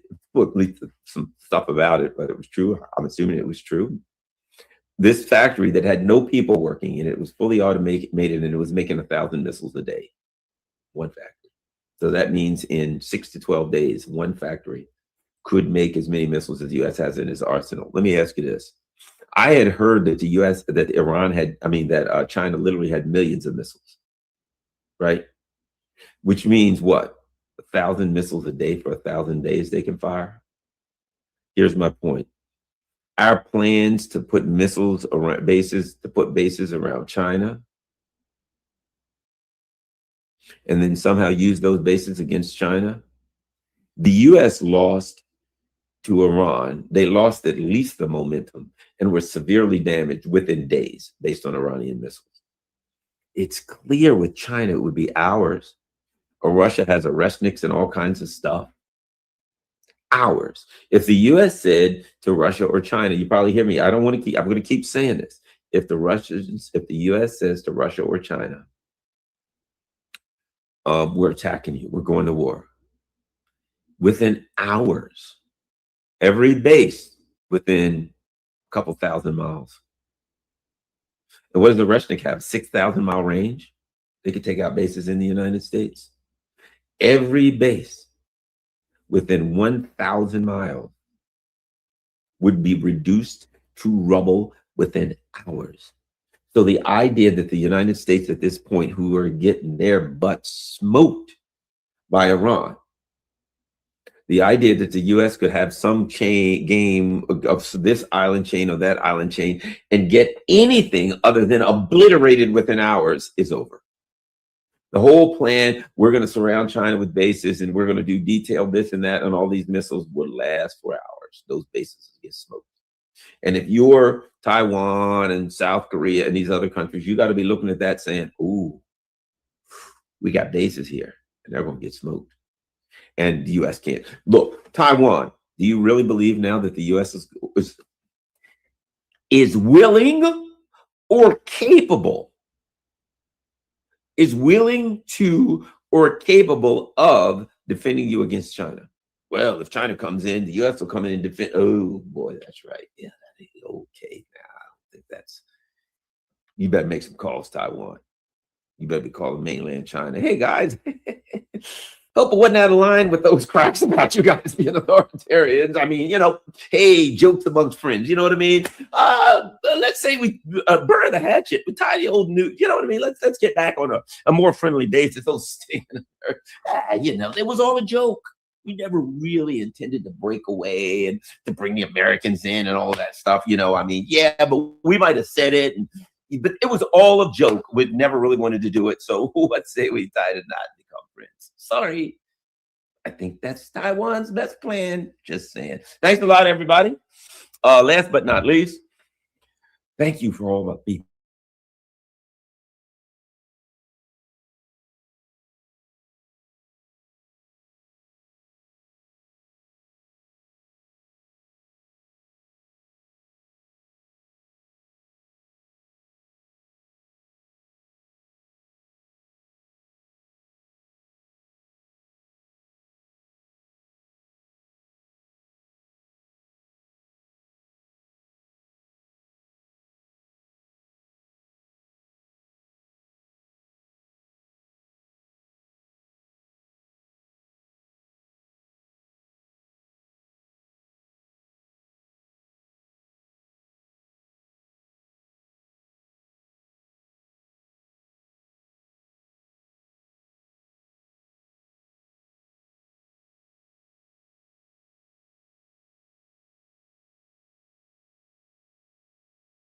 Happening in the Strait of Hormuz right now, because the mainstream media is spinning this like a top.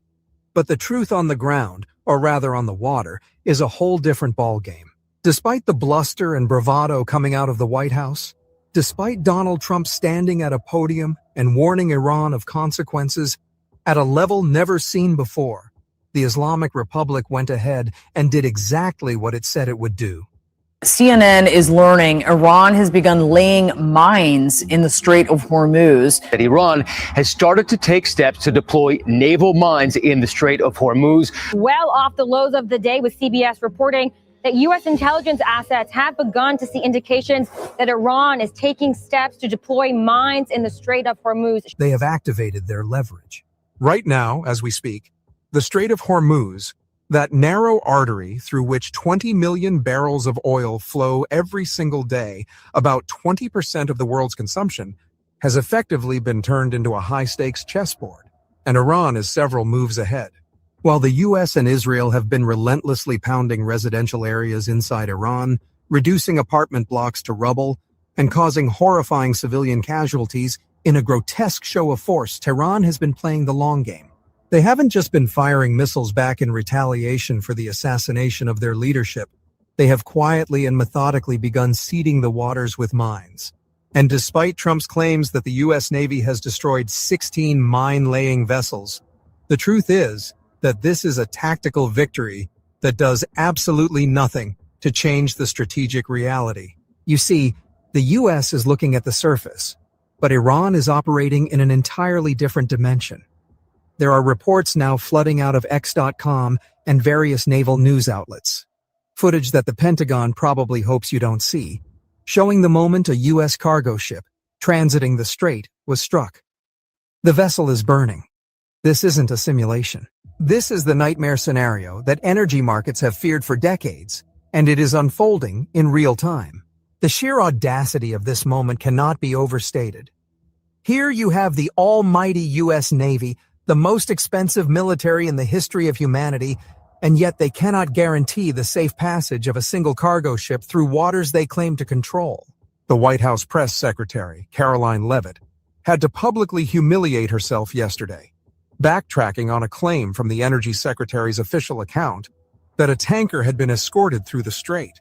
They had to delete the tweet, admit it was a lie, and concede that, no, the US Navy is actually not escorting anyone right now. Can you explain why the Energy Secretary posted and then appeared to have deleted a post on X saying that the U.S. Navy escorted an oil tanker through the Strait of Hormuz? Yes, I was made aware of this post. I haven't had a chance to talk to the Energy Secretary about it directly. However, I know the post was taken down pretty quickly, and I can confirm that the U.S. Navy has not escorted a tanker or a vessel at this time, though, of course, that's an option the president has said he will absolutely utilize if and when necessary at the appropriate time. Something that was posted erroneously, could it be because of a staffer? What, I guess, will there be any consequences for this? I know you still have to consult, but just generally speaking. Again, I would defer you to the Department of Energy to answer that question. And why aren't they? Because they can't. Because to attempt to run a convoy through the strait right now is to invite catastrophe.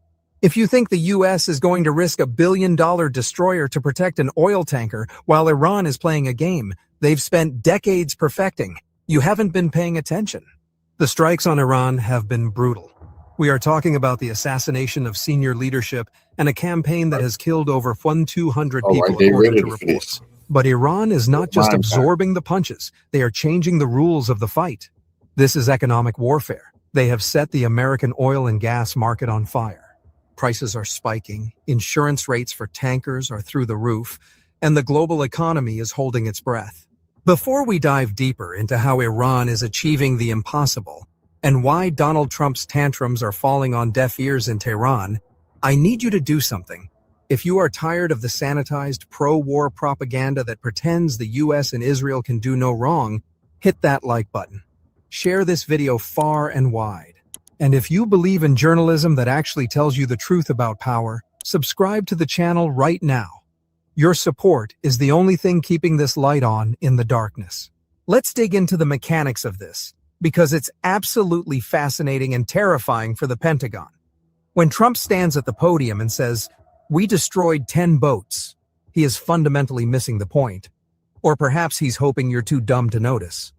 That allows them to lay mines without a navy at all. We are hearing whispers of unmanned underwater vehicles, autonomous drones that can sit on the seabed and activate on command, and new types of smart mines that can distinguish between a US warship and an oil tanker. The US is trying to fight yesterday's war, looking for sailors on decks, while Iran is fighting tomorrow's war with algorithms and stealth. And then there is the question of the Iranian Navy itself. Trump has been boasting that the Iranian Navy is lying at the bottom of the ocean. But this is either a lie or a catastrophic intelligence failure. Just days before this current escalation, the Islamic Revolutionary Guard Corps, IRGC, unveiled a massive underground naval base. State television aired footage of what lies beneath the surface.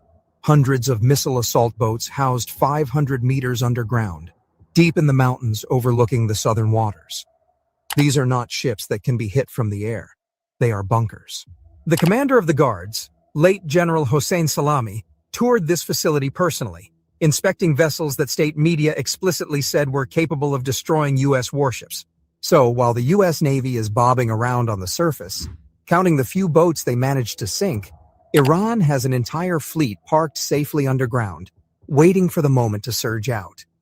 This is the asymmetry that the U.S. can never solve. You can't bomb what you can't see.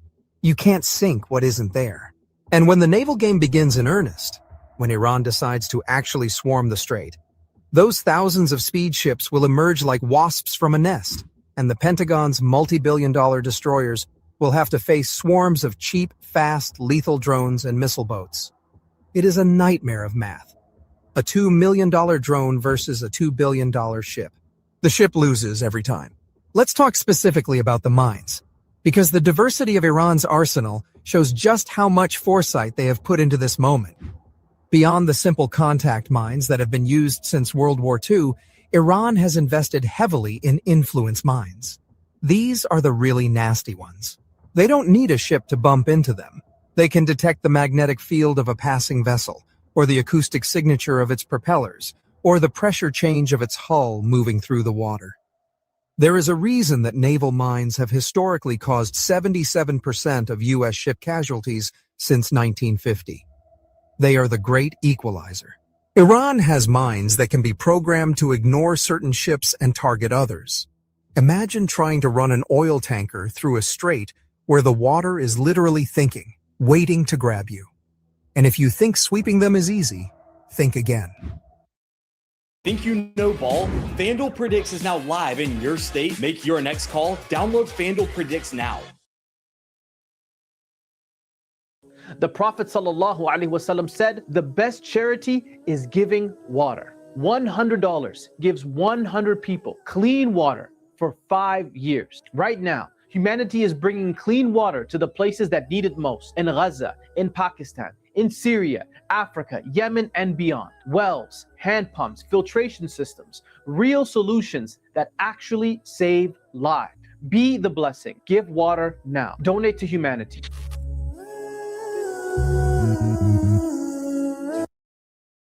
Mine countermeasures are the slowest, most tedious naval operation on Earth.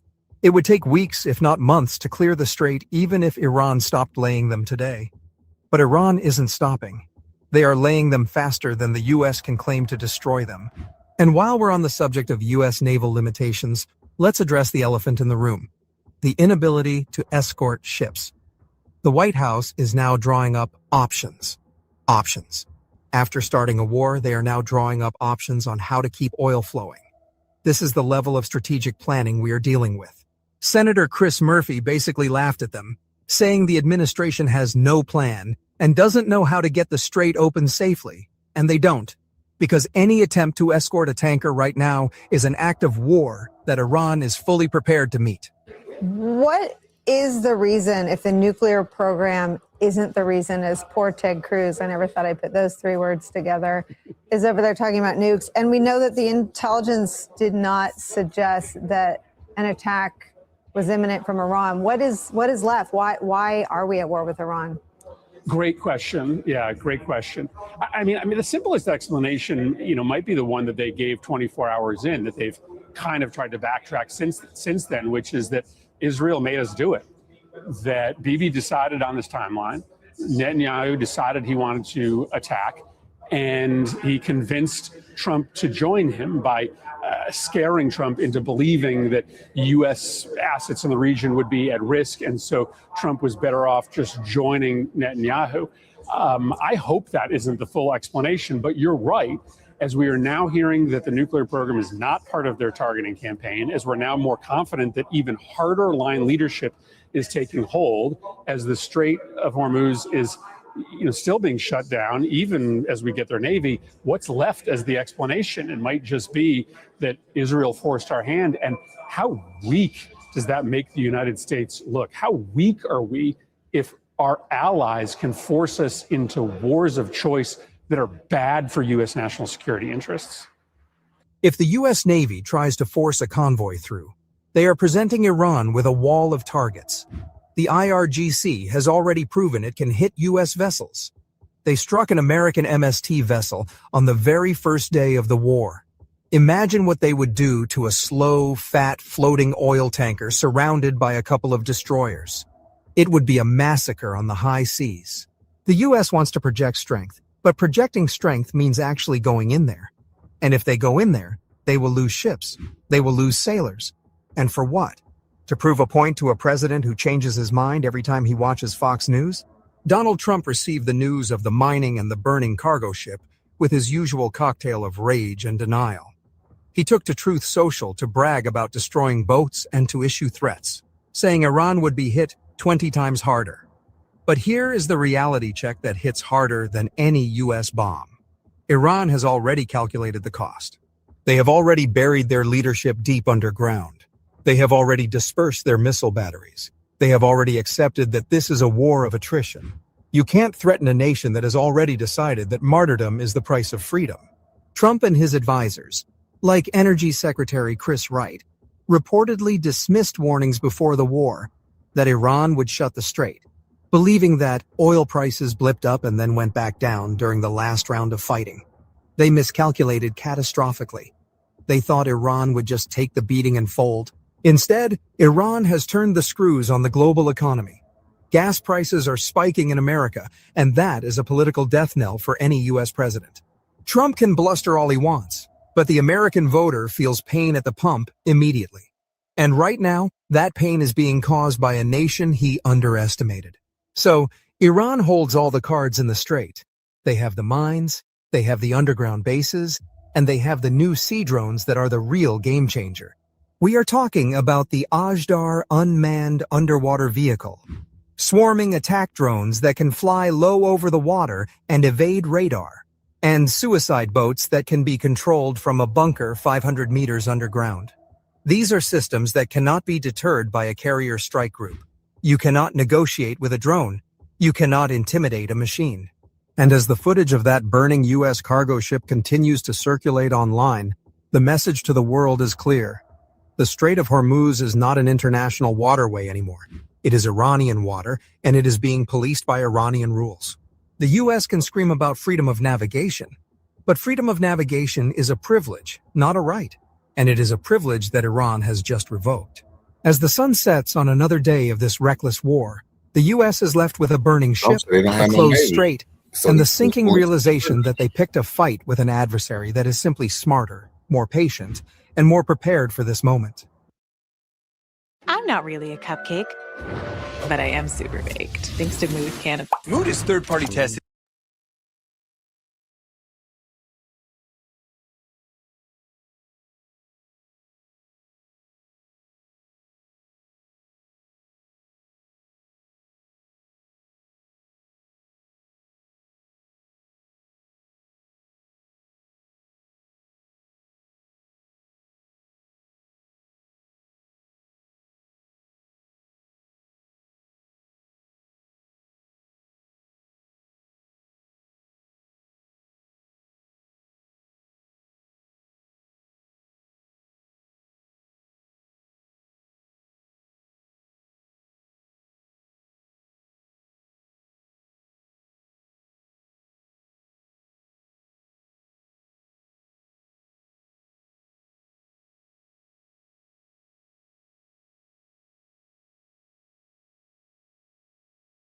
Then to get a cut. It doesn't make sense, right? And that's these weapon systems are designed to scare the crap out of you. They are designed to impress you, and as a result, they cost a lot of money. They really don't do anything. All right, so that's the entire American military. It costs a lot, and it doesn't really do anything. And it's not resilient. It's not innovative. It's not open. All right. Also, the other thing I have to say this, okay, is if you look at the American military, it's corrupt. So this is really about corruption. So the Americans don't really care about winning a war. What they care about is spending as much money as possible because then they get a cut. It doesn't make sense, right? And that's why the Americans are in the situation as they are. All right, let's continue. All right, so something that people don't really talk about, but you need to understand, it's the water issue in the GCC, in the Middle East, in Iran, all right? So this is a map of the world. And if you are light blue, Brazil, Canada, you have nothing to worry about because you have a lot of water, a lot of fresh water, very little population, all right? So 100% just means, 100% water stress just means that you drink as much water as the environment produces, okay? So you want to be below 100% to be sustainable. Ideally, you want to be at 10%, okay? If it goes above 100%, it means that you are drinking more water, using more water than the environment actually produces. Okay, so you're putting stress on the environment. So 20% is really bad, right? Because you're using twice as much water as the environment produces. Guess what, guys? Look at the Middle East, okay? Egypt, 6,420%. Saudi Arabia, 883%, all right? Bahrain, almost 4,000%. Dubai, 17,000%. So water is a huge issue. Again, it doesn't matter if Iran kills American soldiers, destroys American military. It doesn't have to do that. All it has to do is destroy the desalination plants. And then the GCC is destroyed, okay? But it's also true that Iran has water issues. 72% is pretty bad. Even though the Iranians could destroy the GCC much faster than the Americans could destroy Iran, Iran is still in trouble, okay? So let me give you an example of this. This is like, so this is another map that shows you the issue of water scarcity, okay? And it's just basically the Middle East, okay? Their biggest issue in the future is water, okay? And that's where the geopolitical tensions will arise in the future over water. India is also affected as well, okay? Let's look at the map, guys.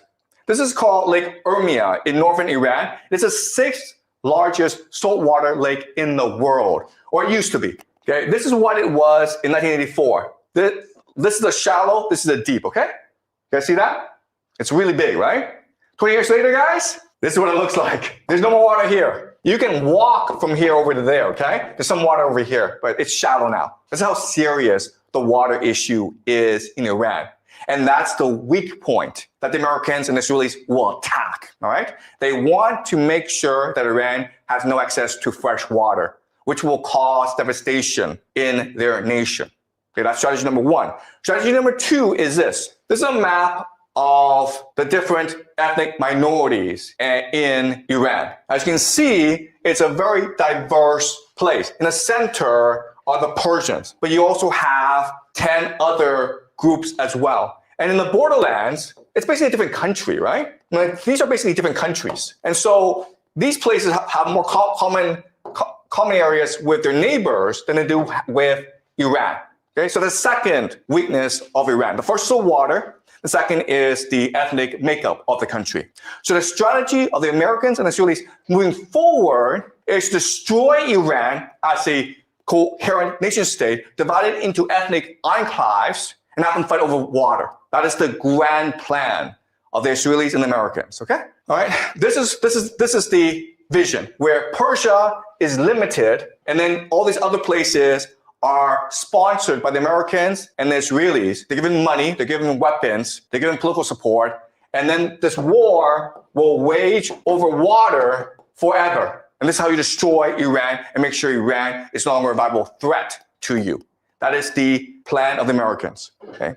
As you can see, it's a pretty evil plan. And that's why they have not announced it, right? Because if you announce it, you're like, why are you doing this? What did the Persians, what did the Iranians ever do to you to warrant you coming and destroying their civilization? And the answer is nothing, right? So the Americans and Israelis will never admit they're doing this. But if you look at the map of water supply, of ethnic tensions, this is the optimal game theory strategy for them to use against Iran. It doesn't make sense. This is a long-term plan that they have in place. And it's all moving towards this plan. But now the question then is, how can the Iranians respond to this? And the answer is this. This is a map of the Muslim world. So the light green are the Sunni people, okay? That's 90% of the entire Muslim population, about 2 billion people, okay? Then you have in dark green, the Shia. So as you can see, the main place of the Shia is Iran, okay? Iran is one of the few Shia nations in the world. But you can also see from this map that Shia are spread throughout the world, okay? And so the first thing that the Iranians want to do is create a jihad to unite all the Shia against the American empire. All right, so what they want to do is create an uprising. And it's already happening, guys. The Shia in Pakistan stormed the American embassy in Pakistan, and the Americans killed a lot of people, okay? The Shia have attacked the American embassy in Iraq, the American embassy are being attacked in a lot of places, right? So the first strategy is to create a international global jihad of the Shia against the American empire. And it's already happening. It will continue for a long time because the Americans have killed the Ayatollah Khamenei, okay? And that requires vengeance. The other thing, though, is that it can unify the Muslim world, okay? If you look at this map, most of the Muslim world is actually run by dictatorships that are not popular at all, okay? And they're allowed to exist because of the American empire, right? You go to Saudi Arabia, Egypt, Algeria, these places, they're all run by clients of the American empire, right? So if you rally the people who hate their governments and you overthrow them, then that makes Iran the leader of the Islamic world. Not just the Shia world, but the Islamic world. And this creates something called Pax Islamica. That is the end goal, guys. If you do that, then you don't have to worry about the Americans and the Israelis anymore, right? So the Israeli game plan, the American game plan is to fracture Iran into ethnic enclaves, and they'll fight over water for the rest of their lives, and they'll all die. The Iranian game plan is to create a religious war, a crusade that unifies the Shia people, that overthrows the American empire and establishes something called the Pax Islamica. The key is the GCC. So the game plan is this. You have to destroy the GCC. Why? Because the GCC is the linchpin of the American empire. So what the GCC does is this. It sells oil, and then for US dollars. Where does it put US dollars? It puts US dollars into the American stock market. All right? So this is investments of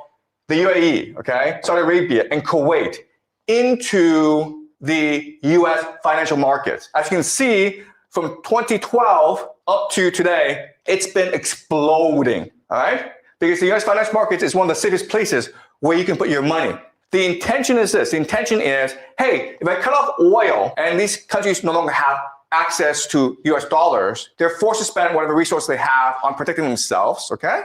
And then guess what happens? The stock market collapses. The stock market collapses. The stock market is the real growth engine of the US economy.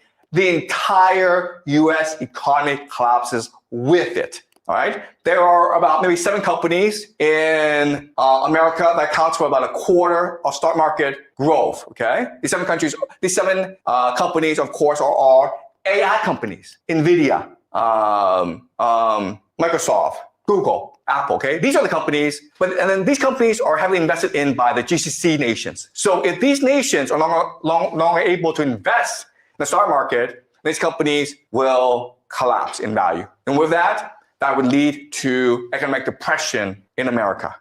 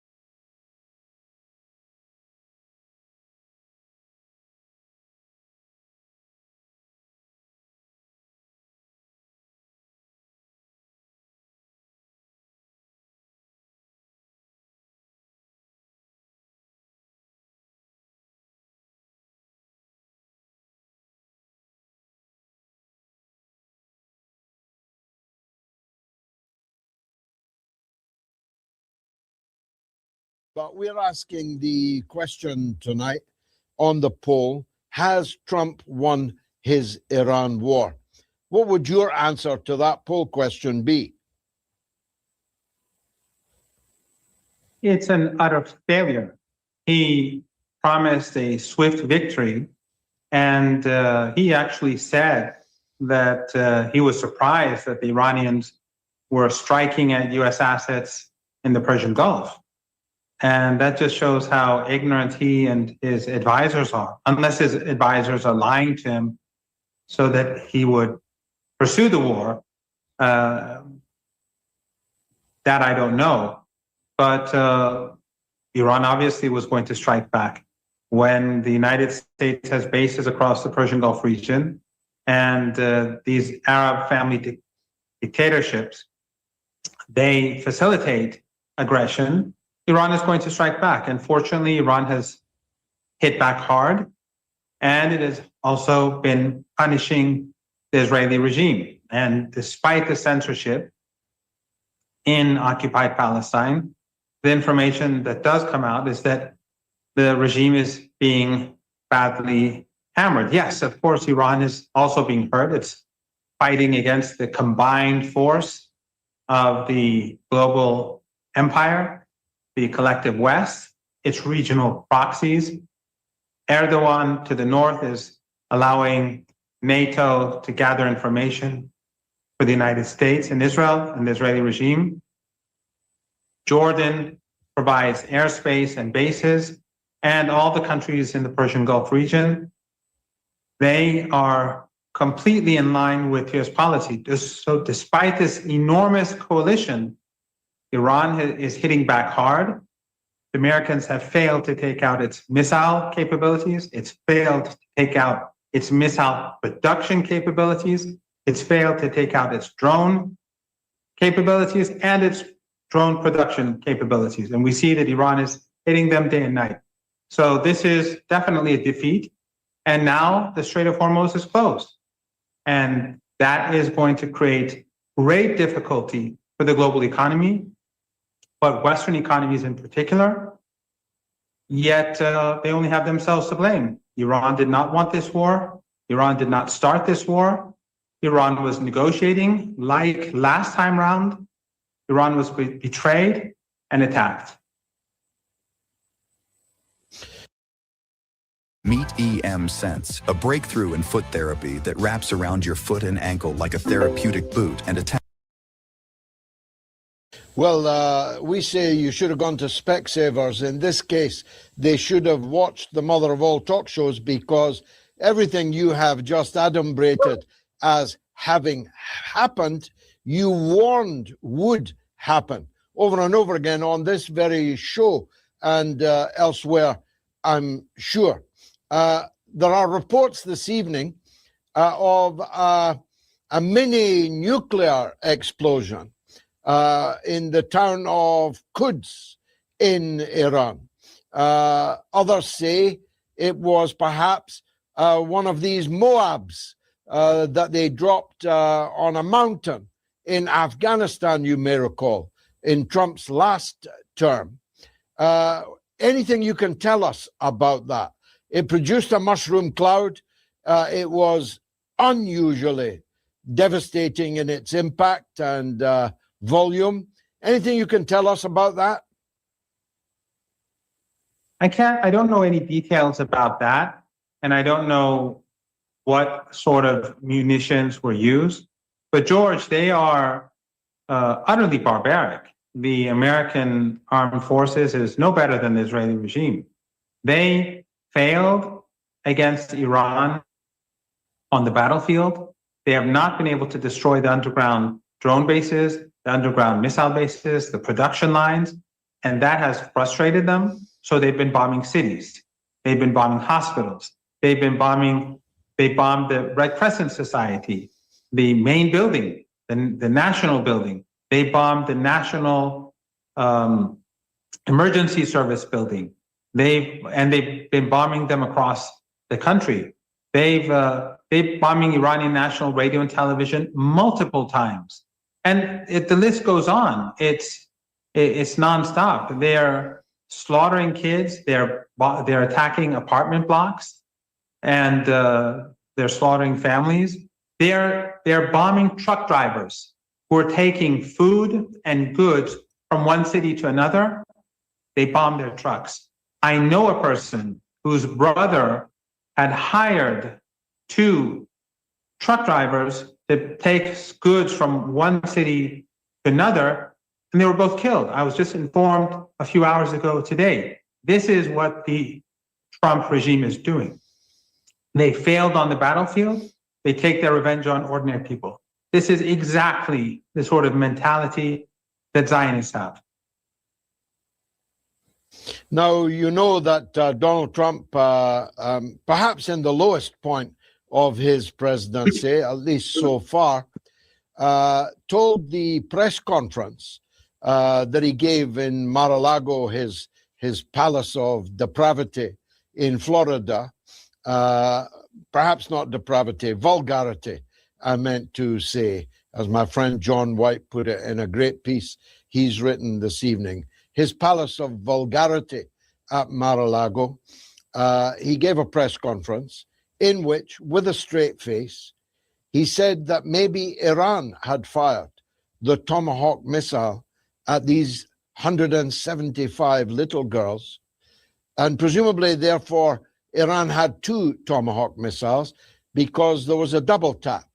40 minutes later, the parents and the teachers and the emergency workers desperately trying to rescue these little girls were hit identically in the same spot. This was too much even for the Washington prostitutes to bear, and so they pressed him, and he said he'd wait till the report was in. Well, the report is now in, and the United States is guilty of one of the greatest war crimes in history, taking account of the actual target, little girls. What's your response to that?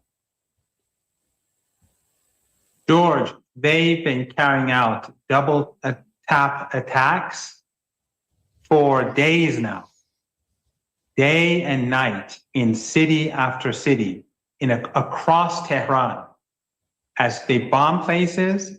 And then when people go to rescue, to seek for survivors, when first responders arrive and are busy, they strike again. They've been doing this for the entire 12 days. But in Tehran, it's been happening across the city. And there have been lots of massacres. There have been families that have been wiped out in Tehran, multiple families, and apartment blocks that have been totally destroyed. They've bombed vehicles, not just the trucks, but they've bombed ambulances. They strike. Their focus is on civilian infrastructure. As I said, they failed to stop the missiles. They failed to stop the drones. So they're trying to terrorize the Iranian people.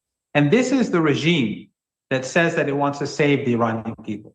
And this is the Western media that's been quiet, that's been lying about tens of thousands of peaceful protesters being gunned down on the streets. That was a lie so that they could do this. Western media is a part of this war. They are foot soldiers in this war against the Iranian people. And the images are coming out day and night, but you don't see them in the Western media. Just like you don't see the images from the funeral today, where huge numbers of people went to the streets of Tehran under missile fire and carried out the funeral. At night, as right now tonight, across Tehran and in other cities, people are on the streets in different neighborhoods, huge crowds in support of the armed forces. You don't see this in the Western media. The Western media will simply repeat their lies that the Iranian people are desperate, the Iranian people want a regime change in order to justify death and destruction. Even those who pretend to be against the war, they promote this narrative to legitimize death and destruction and war. But the facts on the ground are clear. People support the Islamic Republic of Iran, even those who in the past, those young people who flirted with the rioters, who were on the streets when the terrorists were gunning down police officers and burning down clinics and mosques and schools and buses and fire trucks and ambulances. They were on the street. Those people, those young people have woken up to reality. They've now recognized what the United States really is, what the Israeli regime really is. I have 3 such examples among my own students, or at least students in my faculty, not necessarily my students, but who contacted me and said, how can we help? They wanted to make up for this, for what they felt that was the mistake that they made in the past. The country is united, but the West does not want people to know that. It has always been united, as we saw on the anniversary of the revolution, as we saw on January the 12th, after the riots, when people came to the streets to condemn the riots. But today it's even more united than that. But you won't have this acknowledged in the West. I was on the streets in a gathering a couple of days ago, a huge gathering, and they bombed Tehran, and hundreds of thousands of people were on the streets. Even though many people have left the city, the crowd was huge. No one budged, George.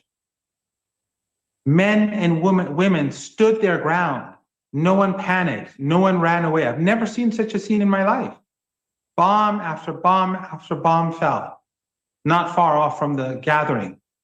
Is this news in the West that the Americans and the Israelis are bombing nearby a major demonstration?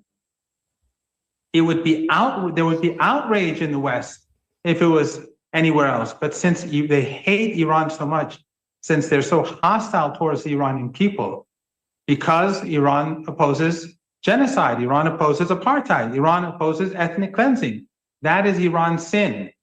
Iran's sin is that it supports the people of Gaza. It supports the people of Cuba that are being strangled as we speak. It supports the people of Venezuela. It supports the oppressed. It wants to be independent. That's what the revolution was about. And that is its sin. That is why it can be bombed. And the people who are steadfast on the streets supporting the armed forces and the state and the leader, they're erased from Western media. They are not acknowledged because that destroys the narrative. And the narrative is to bomb the city, to bomb the country, to destroy the infrastructure, to help the Israeli regime achieve its ultimate goal, which is the goal of the United States, as the US ambassador to the Israeli regime pointed out, that it's fine for the Israeli regime to take the entire region. But yet, while Iran is struggling to beat back the empire, we see that Erdogan and Mohammed bin Zayed and Sisi and Abdullah II, and all of them are on the other side. Now, there are objective measurements that we can take on who's winning the war. One is there is no American warship within 700 kilometers of Iran. The Straits of Hormuz, which Trump boasted he was going to open, he said American warships, which are nowhere near, would escort tankers, and this drove the price of oil down, reversed the fall in the share price, and of course that turned out to be another brazen lie. So these are objective measurements. Equally, it's objective to say that the Iranian ballistic and today hypersonic missiles are still battering the apartheid state night after night. In fact, day after day and night after night. If Iran was a beaten country, if Iran had effectively been nullified, neither of these objective facts I've just cited would be true, would they? Absolutely. And they keep saying that Iran is running out of missiles, that it is running out of launchers, that every day we're seeing that the Iranians are striking the Israeli regime, they're striking US assets in the Persian Gulf. Some in the West complain, and they've taken it to the Security Council, that why is Iran striking these regimes in the Persian Gulf? These regimes host US bases. These regimes are complicit in conspiring against the Iranian people. These regimes have blood on their hands. They can't have their cake and eat it too. They can't conspire against the Iranian people and let the Americans bomb Iran and use their territory to launch missiles or use their airspace to fly over to attack Iran, to use bases in these countries, the radar systems and other facilities against Iran, and then pretend that they're neutral. Iran is definitely going to strike back. It doesn't matter what happens in the UN Security Council or anywhere else. Iran is going to strike back when aggression is carried out. And Iran is not going to accept a ceasefire, George. Iran has to have I wanted to come on to that very point, Professor. It's just like the last time. It's the people who launched the war who now want to end it. Call it an off-ramp, call it a ceasefire, call it, well, we've got nothing left to bomb, we might as well go home, however they want to describe it. They are the ones asking for the ceasefire.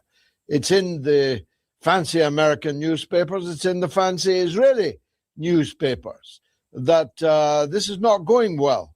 And maybe we should call a halt for a time.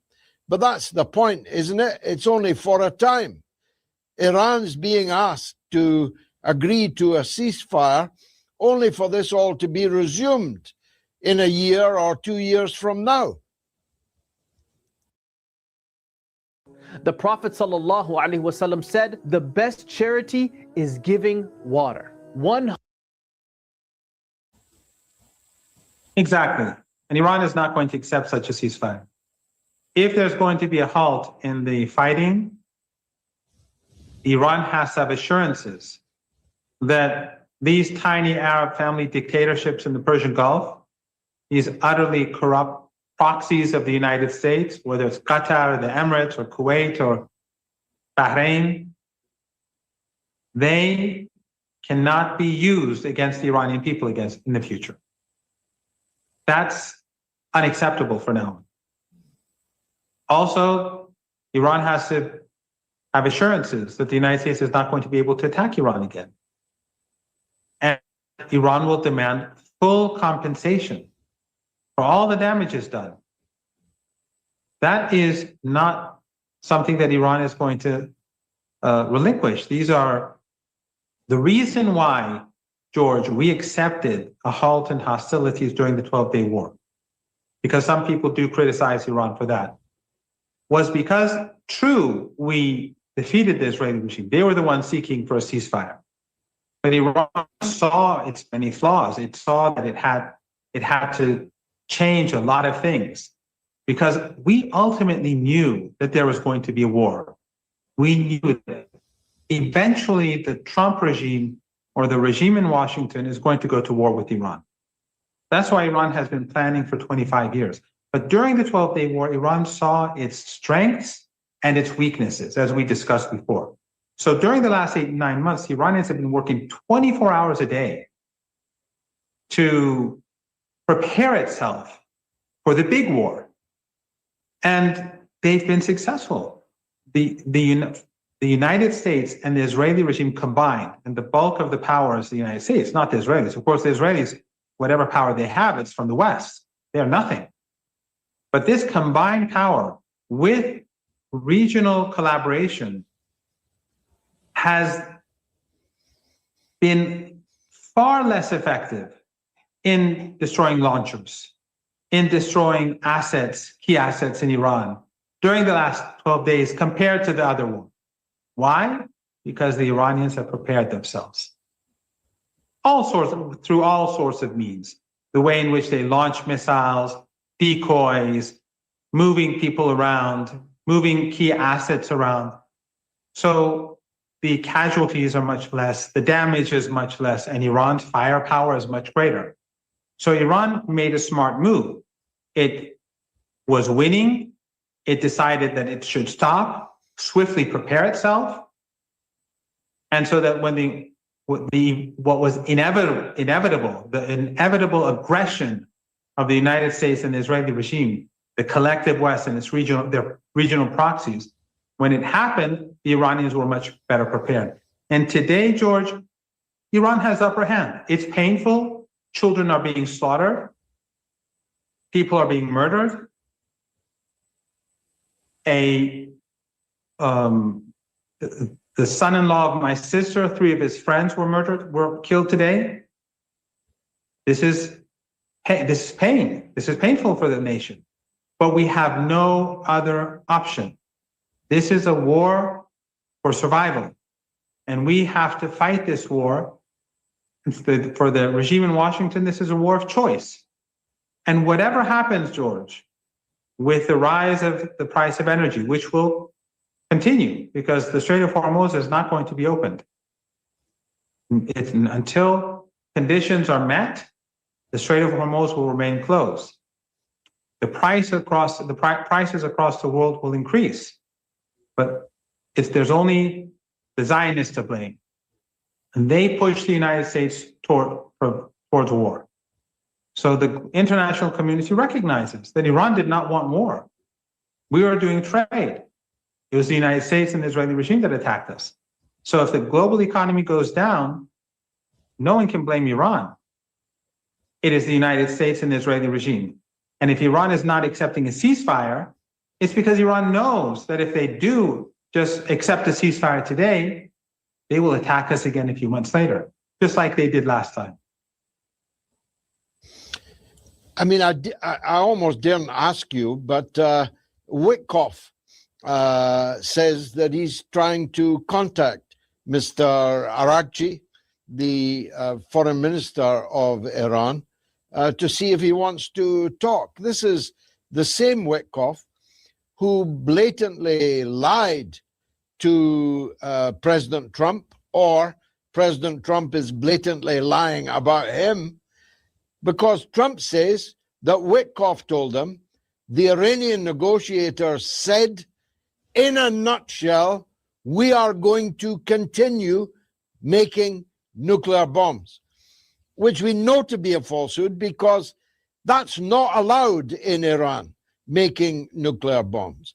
No Iranian has ever said that they are going to and are continuing to try and make nuclear bombs. So this is the Witkoff that now wants to talk to you. What's your message to him? George, Witkoff is a liar. And there are 2 reasons that I can give that prove he's lying. One is that, fortunately, there were no direct negotiations. So the Omani foreign minister was carrying back and forth the messages. What he said when he went to Washington during the negotiations and hours before the attack is completely different from what Witkoff is saying.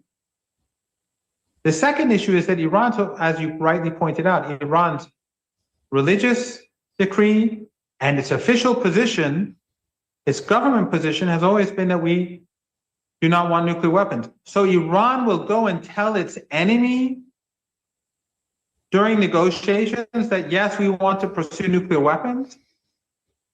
It would tell its enemy that, but not the international community. Doesn't make sense at all. It's a lie. And so it's only one of 2 things. Either Witkoff and Kushner lied to Trump because they're both Zionists, they're both ethno-supremacists. Either they lied to Trump to get him to launch the war, or Trump is lying. Both can be, or both. It's whatever it is, it's these 3 people: Witkoff, Kushner, Trump.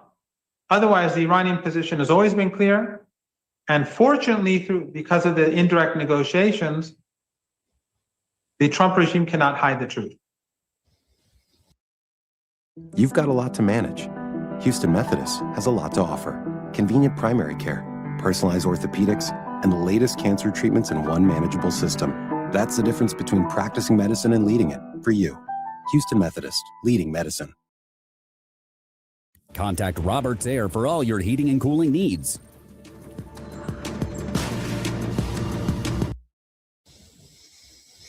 I think nobody believes them. Nobody believed Trump when he threw the Tomahawk story into the press conference the other night. I don't think anybody believes him when it comes to the negotiations. So they bombed you during the negotiations, and they bombed you the last time during the negotiations. So what circumstances might bring this to a halt? What about if somebody you trust, like President Putin, for example, were to seek to mediate a settlement of this matter? Would Iran be open to that? I don't think that's the issue, George. I think the problem is that anything that the United States says is meaningless. Anything that the Israeli regime says is meaningless. They have already negotiated with us twice and secretly conspired to bomb us. So if a third party enters the fray, like the Omanis or anyone else, what difference does it make? What can bring the war to an end is for real assurances. The facts on the ground have to change so that Iran sees that its security for the coming years and decades is assured. And Iran has to be compensated. Those countries that facilitated these attacks, those countries that carried out these attacks, someone has to pay. They're slaughtering families, entire families. They're slaughtering kids. They're maiming people. They're destroying the country's infrastructure. Someone has to pay. And Iran is not going to let them get away with this. And Iran has the military capability to put pressure on them to make them concede or give concessions to resolve the situation. So this is for the negotiation in the future for Iranian diplomats and security officials to deal with and figure out what the solution would be. But talking with Americans is useless. I don't think any government can talk with Americans and have any trust anymore, because they'll say one thing today and do something else tomorrow. And the media and the Western media, they're obedient. Even the media outlets that hate Trump, when it comes to Iran, they're in bed with the regime. It took 1 week for the New York Times to gradually come out and talk about these children who were slaughtered on day one. We all knew it. It was online. Everyone saw the footage. People were talking about it for an entire week. And then after a week, the New York Times comes out and says, maybe there's a problem. No one believes that they're serious journalists. No, I mean, I asked because President Putin spoke with your president just this day on the telephone, and I wondered what that conversation might be about. That was all.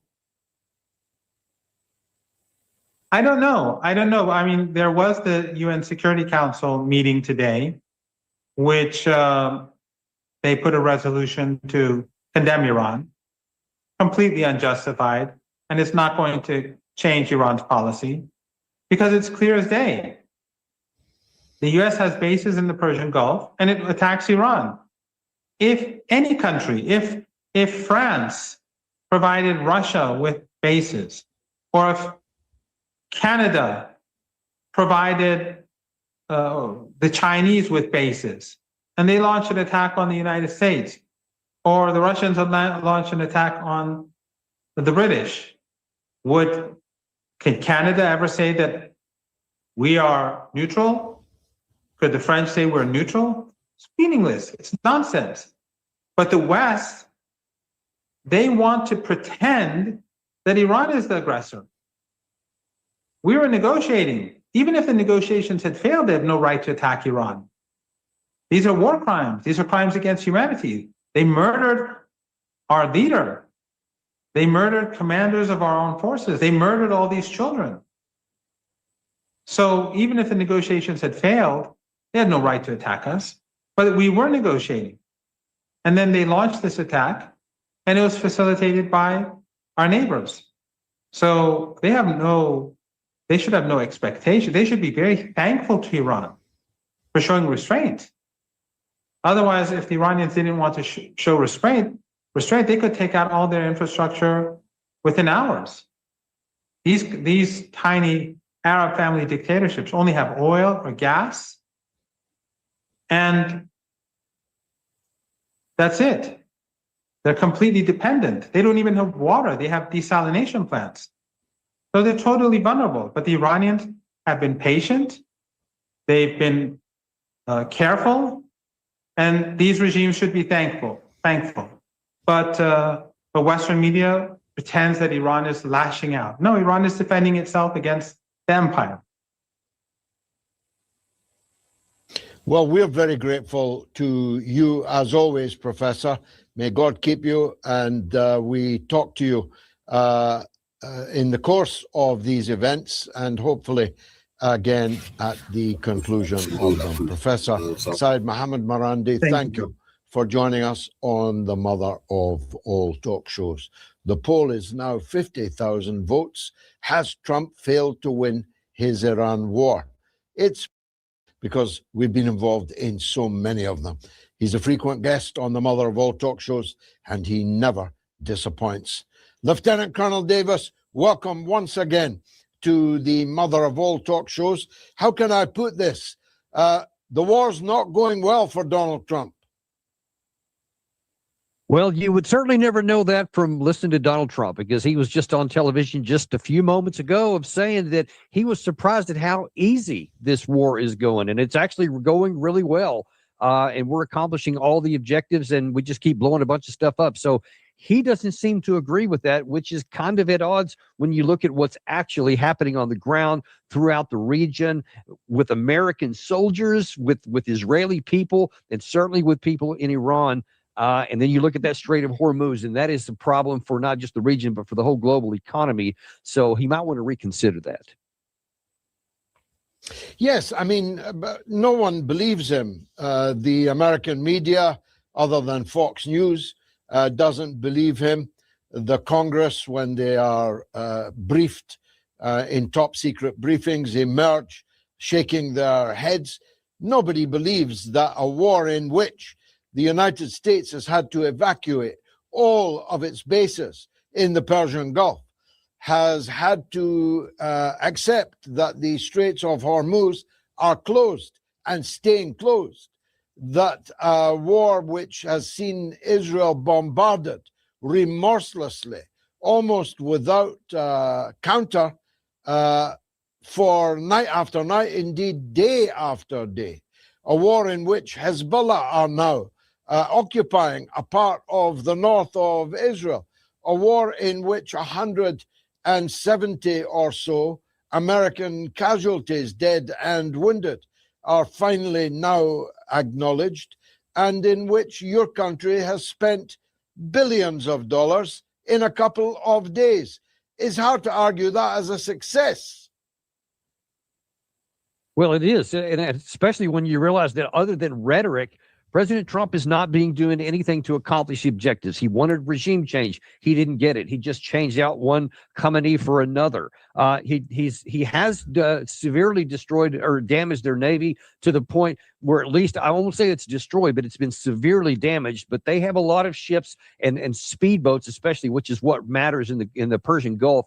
Many of those are still in protected locations in tunnels underground and are unavailable to use when they need them. So it's been damaged. It hasn't been destroyed, but you haven't achieved any of your aims, which is you don't have any of this 400 and something kilograms of reprocessed 60% uranium, which could be used to make bombs. We don't even know where that is right now, much less what they're doing with it. For all we know, they could be racing to a bomb, which is the one thing that would make logical sense. I hope they're not doing that, but there's no way to know whether they are. And it makes sense that they would, because that would be the one thing they could do that could preserve their national security. So none of the things that you said you went in there for have been accomplished, except there's a bunch of dead Americans. We don't know how much longer that's going to go on. There's dead Israelis. There's certainly lots of dead Iranians. There's dead kids in Iran. I mean, where does this end and where is it going? Because if you can't open the Straits of Hormuz, despite wagging your finger and threatening Iran, and they haven't done it, They're saying, bring it on, bring your ships in, let them, escort people through the Gulf, see what happens. Of course, we haven't done that because we know what would happen, but then that leaves you in the process that you're not able to accomplish anything you want. And without a ground force, there's no way you're going to. You just can't bomb somebody into the Stone Age. We don't have enough bombs to do that, nor do we have the morality. And guys, Blue Chew Gold is the only one that's combining sildenafil, tadalafil, and apomorphine. Sildenafil and tadalafil bring speed and power.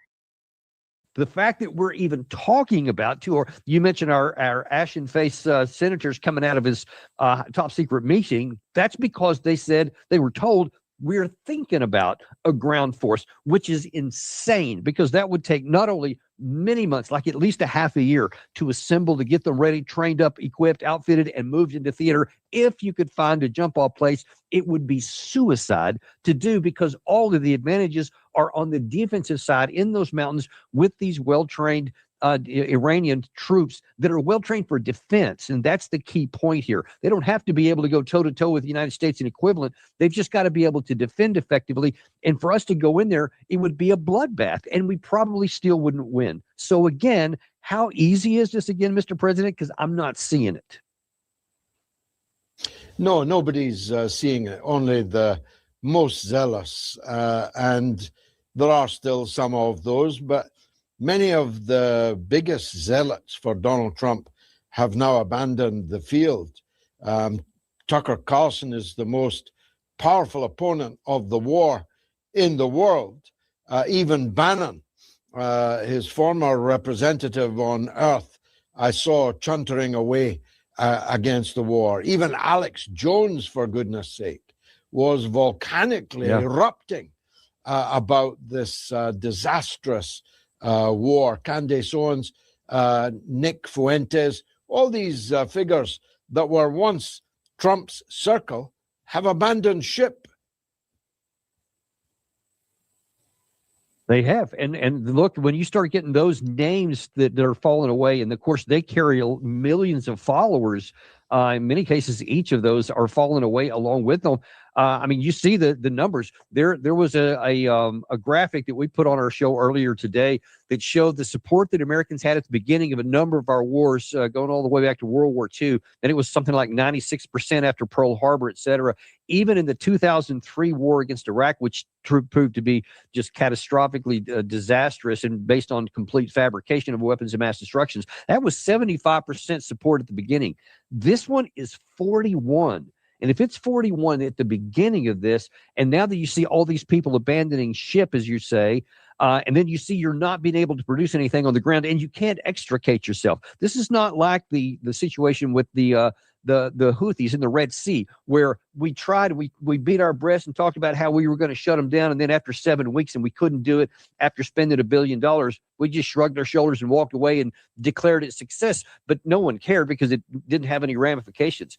You can't walk away from this one because they've got the chokehold on the Strait of Hormuz, which is causing problems for all of us, and everybody's still in range, and we're running out of interceptor missiles. He can't just walk away from this one because I'm not sure that Iran would allow us to walk away. Even if Trump said, we're going to have a ceasefire, I'll declare victory and we're going to stop shooting.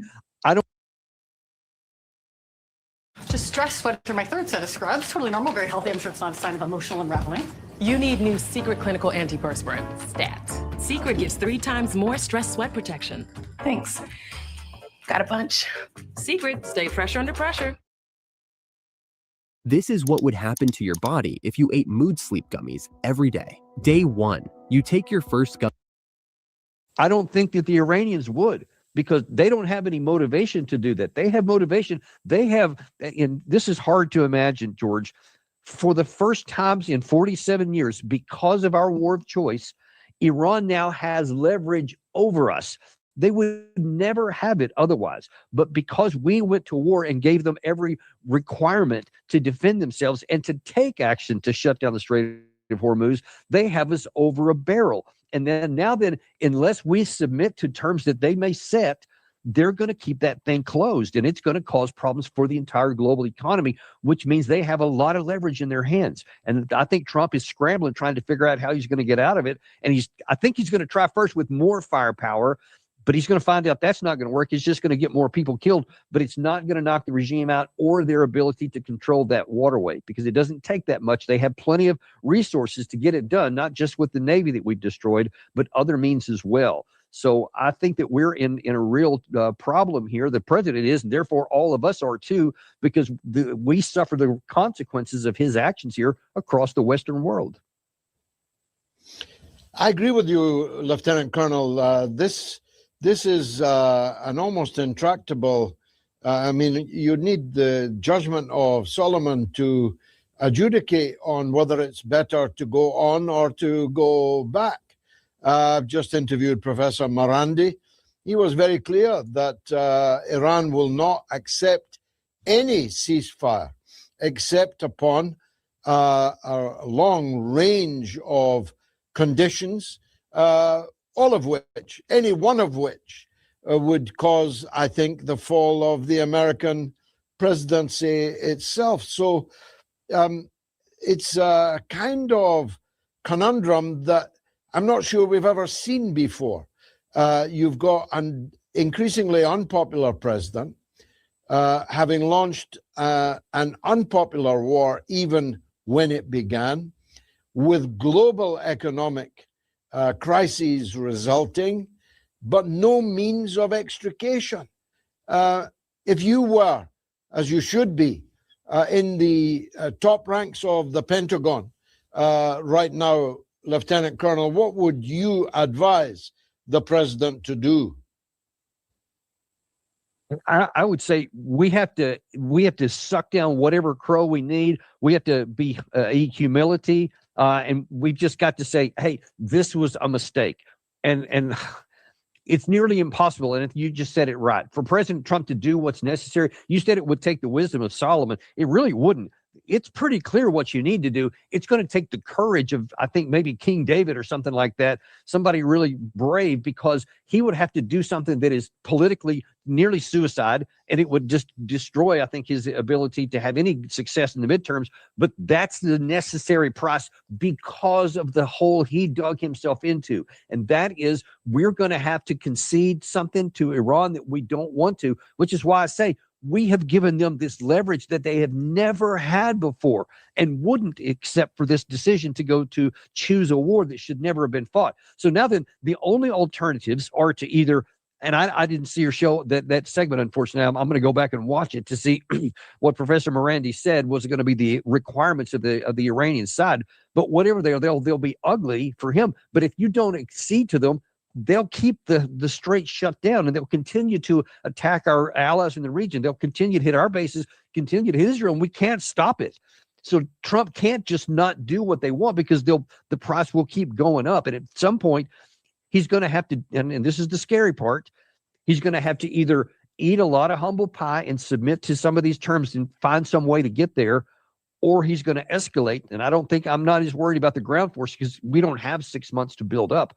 I fear he may, in desperation, try to use a nuclear weapon, or Israel may. I don't know. Now, for the first time, I'm worried about us using a nuclear weapon as opposed to Iran, which never had one. And of course, who knows if they're building one right now? I mean, for all we know behind the scenes, that they may be racing to a bomb right now. That would be logical. I hope they don't. But I'm more worried right now about nuclear war than I ever have been in my lifetime. Well, that's telling indeed from a man of your status and rank. What about the war in the White House, Lieutenant Colonel? I mean, J.D. Vance has gone absent without leave. We haven't seen hide nor hair of the Director of National Intelligence, Tulsi Gabbard.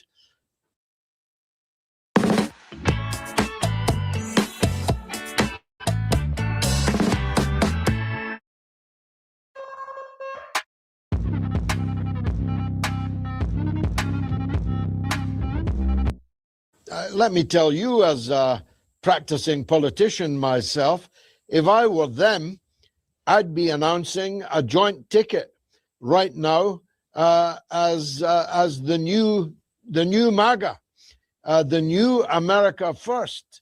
If they stay on board this ship and it shows all the signs of sinking, they're going to go down with it, aren't they?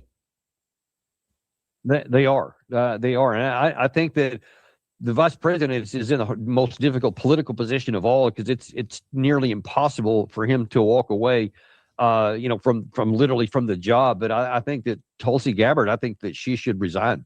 I think that she should say, this is everything I stood against in my entire career, all during her time in Congress, all during her time running for the White House in 2020. Ever since then, she's been talking about it. She wrote a book against it, against illegal wars, specifically about the wars against Iran, against Venezuela, etc. If she doesn't walk away, then no matter what she's saying behind the scenes, because I hear from insiders inside the White House and the Pentagon that she has been going to bat, that she has been saying, this is a bad idea, don't do it, but they didn't listen to her. Well, if that's true, then I think she has to walk away, because if she doesn't walk away, then it almost doesn't matter what was said privately. She's going to be painted with cooperating and enabling the government. So if she has any hopes at all of doing anything later on, she's going to have to walk away. Otherwise, yeah, she'll go down with the ship, and no one will ever believe she talked against it in the past. I mean, who is he listening to? According to him, he's listening to a Fox TV host, his son-in-law, and his New York real estate guy. Has America ever gone to bat with a weaker panel of diplomatists? Has American intelligence had to suffer? Yeah, I mean, American intelligence is humiliated. The president says, I did this because of what my son-in-law and my real estate man told me. Yeah, that was one of the. There's so many shocking things, but one of the most, because we had admitted here in the Western press, I think Washington Post and several others, that there was a National Intelligence Council, NIC, classified, top secret classified document before the war, which told the president, don't do this. All the things that have happened, they warned against. They said we were not likely to topple the regime. They would not fall just because you hit a bunch of people, that they would not give up, etc. It's not going to work. Don't do it. And instead of going with the advice of that NIC, and that's done under Tulsi Gabbard. So I believe the reports that she was warning against this, but then instead he listens to his real estate guy and his son-in-law, who know nothing about military affairs, and even less about the Middle East. And that shows the most profound lack of judgment that's even conceivable to me, which is why I'm worried about him not being able to make the hard decisions now that are necessary to prevent this war from spiraling out of even more control. Grip, stability, precision. That's the essence of driving. Lawfin. I put curing hepatitis C on my today list. Epclusa treats all types of chronic hepatitis C. So it's not a lot of optimism I have right now, I got to say. No, nor I. And he keeps repeating this dark phrase that if they do this, if they don't do this, we will destroy in an hour, so that they will never be able to build their country again. These are all code phrases for nuclear weapons, aren't they?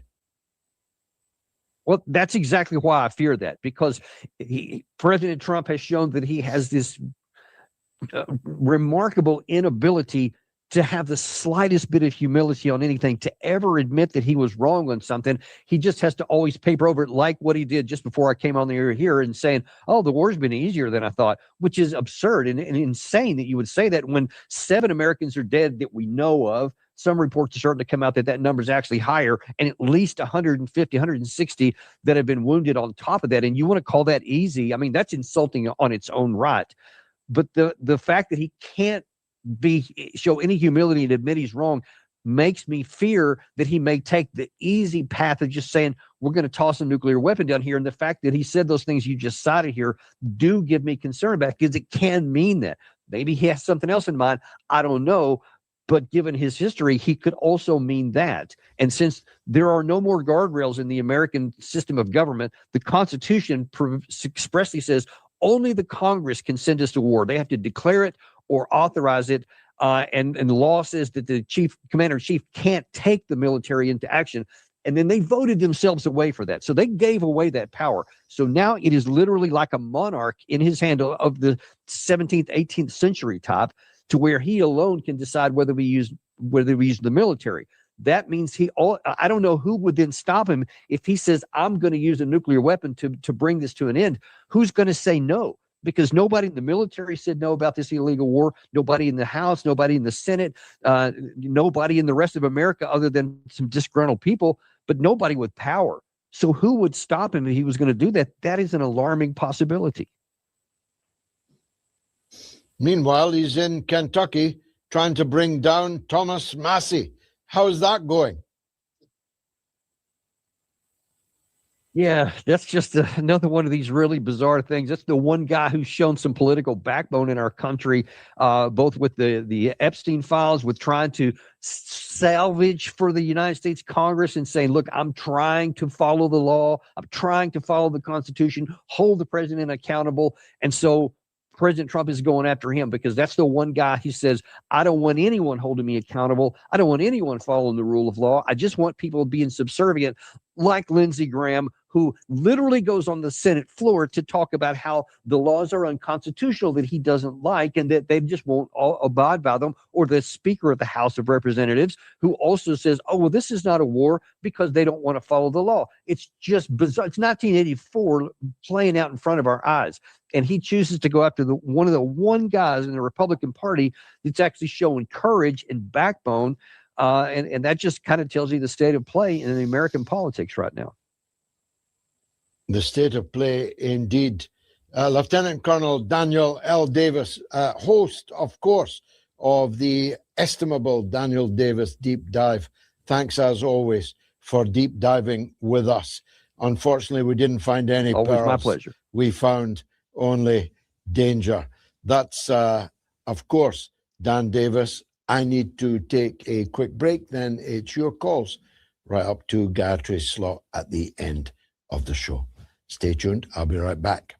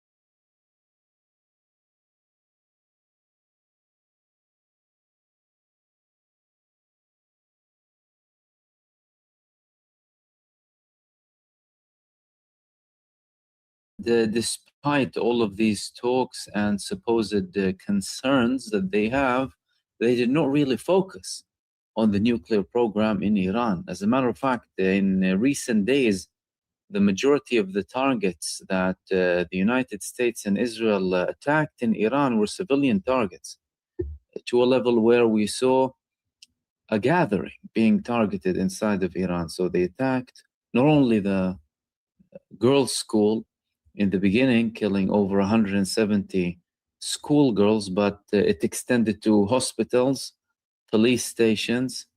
They targeted innocent civilians, buildings, even IVF centers and labs. They targeted similarly to what Israel has done in Gaza.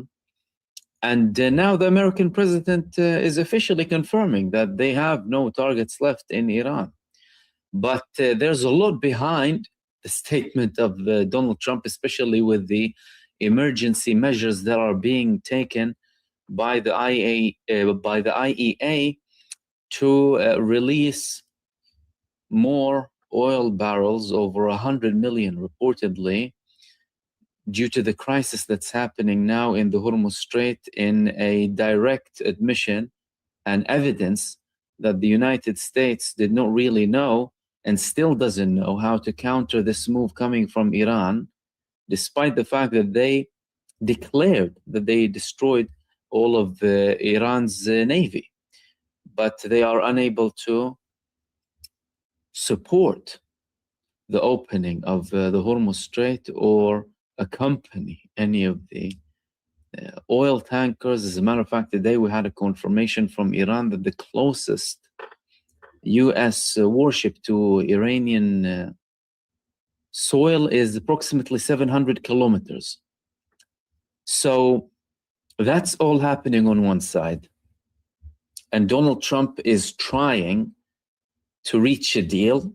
He is asking more and more people and leaders to speak with Iran directly or indirectly through mediation. The Israelis aren't being really hopeful now. More and more articles and reports in the Israeli media and the Israeli television about the fact that they're not sure that there's going to be a regime change. Netanyahu, in his pre-recorded speeches now, building hope on the Iranian people to revolt, although we're seeing the absolute contrary to that. We're seeing the opposite. Millions of people are in the streets. This strengthened the bond between the establishment and the people. It united them even further because Israel and the United States crossed all lines when it comes to Iran. And what we're seeing now is a response that has to happen and has to continue, so that there has to be deterrence. Now, some statements are coming also from the president of Iran in relation to any potential deal, any potential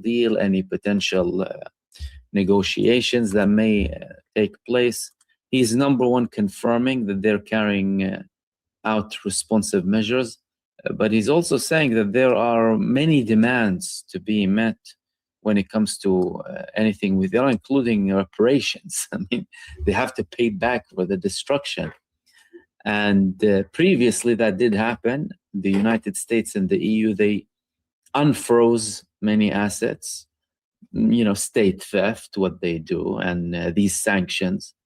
We spoke about the sanctions yesterday, the American sanctions, the illegal American sanctions against countries since the early 70s resulted to the death of over 30 million people, 30 million deaths due to these unjust sanctions.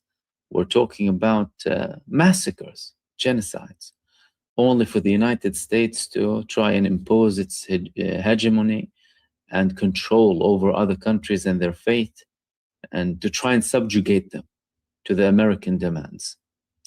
Now, despite the fact that some countries are trying to de-escalate, that some countries are trying to say that, listen, we need peace in the region, and what else do we need? I mean, internationally, apart from peace. Peace is what is required. However, many of them conveniently deny the fact that some of their actions have been making it easier for the United States, if not contributing directly in these war crimes taking place, not only in Iran, but in Gaza and Palestine and other parts too.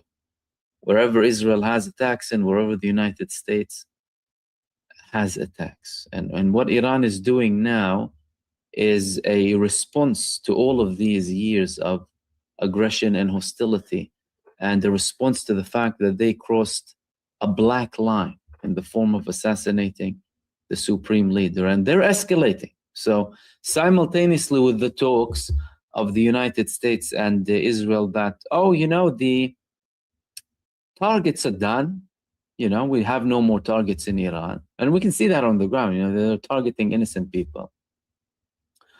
Iran is escalating. And we had a joint resistance axis attack today on Israel in two very interesting things. Firstly, the day attack that I spoke to you about in the previous video, when Iran carried out one of the largest salvos against Israel in the dawn, 3 hours it lasted. And Israel said this is the biggest attack yet since the beginning. You know, no more talk about Iran not having capabilities and what have you. Then in the evening, we had Hezbollah carrying out the biggest operation yet in this escalation, conveniently from Lebanon. And there are more moves coming from the Iraqi resistance. There are calculations taking place in Yemen too, because the Strait of Hormuz is closed now. Bab al-Mandeb is the next step. And of course, every move to do with participation, the level of participation, what's done, what's not done, is carefully calculated by each front and each country based on their needs, their study of the front, the suitability, and the impact that's going to take place.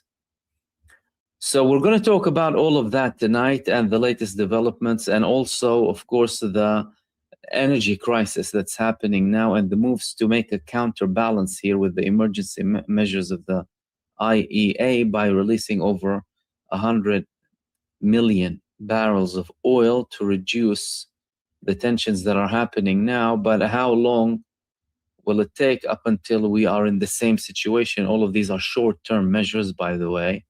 And today the spokesperson of the Khatam al-Anbiya HQ in Iran, in effect the spokesperson of the armed operations in Iran, mentioned that they need to wait. He reportedly mentioned they need to wait for the oil barrel to rise up to $200 barrel, doubling the price, although the United States is already facing severe problems and multiple countries are facing a lot of trouble now, taking severe measures to try and reduce consumption and take measures to avoid further catastrophes. Now let's begin with the attacks today or this evening. Hezbollah launched, it was raining missiles. They activated all of Israel's air defense systems.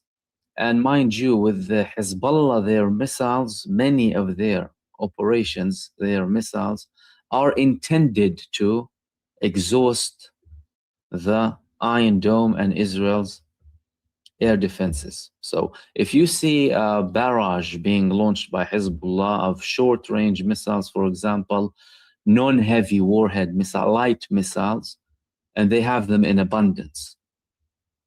Hezbollah have been hoarding these missiles since the 80s. That is primarily to exhaust the air defenses of Israel and break the equation. And we can see a level of interception coming from Israel with these missiles because the system was intended to intercept these types of missiles, the shorter, lighter missiles that come either from Lebanon or from Gaza, short-range stuff. That's why we see them completely inactive with the heavier missiles. And in many cases, they also fail, of course, with the smaller missiles from Hezbollah. But today they carried out a strike jointly with Iran that simultaneously carried out strikes against Israel and landed multiple heavy ballistic missiles. And they had other operations in the sea. There was a recent confirmation coming from Iran that they targeted the Fifth Fleet, not the HQ, the Fifth Fleet itself, when it was in the sea. So they did not elaborate where it was, how the targeting was, but there was that report coming up, which indicates that they are chasing them even as they are going further away from the region. And again, all of that completely debunks the statements that are coming from Donald Trump about Iran's capabilities. And of course, in Israel as well, they're saying that they completely misjudged Hezbollah. They did not really assess things correctly. And many people are quoting Netanyahu's statements from over a year ago that Hezbollah is broken. We took them back decades. They are no longer capable of conducting any attacks against Israel. This was one of the videos that was released of Hezbollah's attacks. يا ساتر يا ساتر.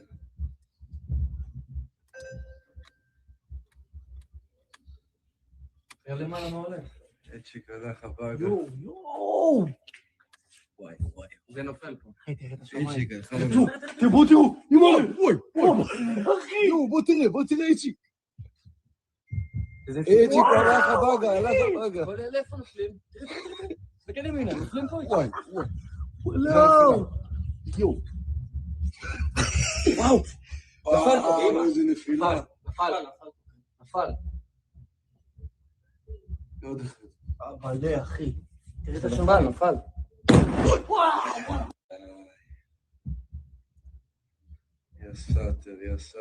So that was the attack that came from Hezbollah, and simultaneously with it, Iran was launching its heavy ballistic missiles against the genocide state.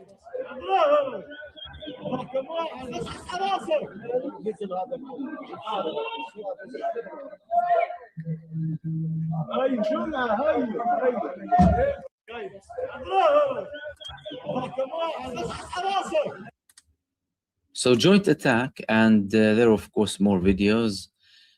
These were some of the images of reportedly the launches that came from the Lebanese resistance.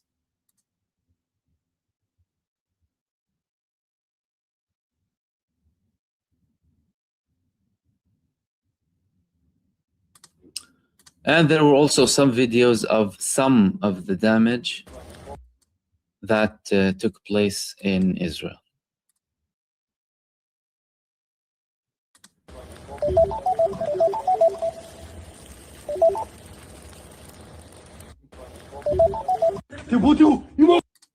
So of course that's despite the massive censorship that's taking place, of course, and the fact that people are warned not to release a lot of the images and the details of such attacks that are coming from Iran and from Hezbollah. And now what does that prove, by the way? Well, firstly, from Hezbollah's perspective, many people miscalculated their capacity. You know, in the past year, we've been speaking about Hezbollah's capability and the fact that all of the statements that came from Israel were for internal consumption. And the evidence for that was the fact that they launched their biggest ever attack on Israel on the final day before the ceasefire took effect, when they launched approximately, according to some reports, over 350, according to others, 500 missiles and projectiles against Israel. That was in the final day. So 100, from their perspective, is light. That's not even something very big. But from this escalation, it is the biggest number so far, and also an indication of their capacity to conveniently launch missiles from multiple parts of Lebanon without any problems whatsoever, without trouble, without Israeli interception. There were no reports even of Israel targeting the launchers in Lebanon, and Hezbollah also released a video today of one of their operations that took place 2 days ago when they targeted a base of Israel next to the Tel Aviv area, as we can see in this video over here.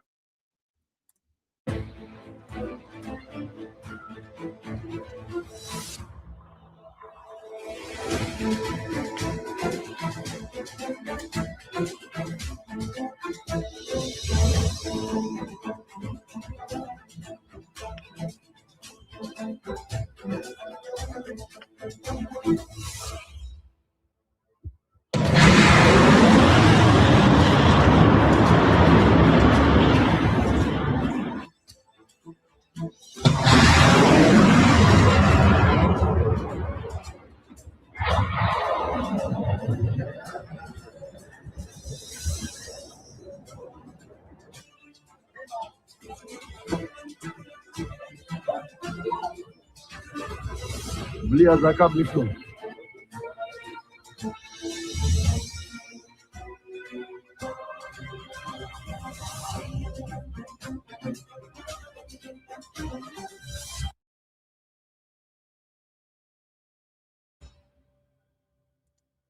So that was the attack from Hezbollah, and we can see the landing there in that base.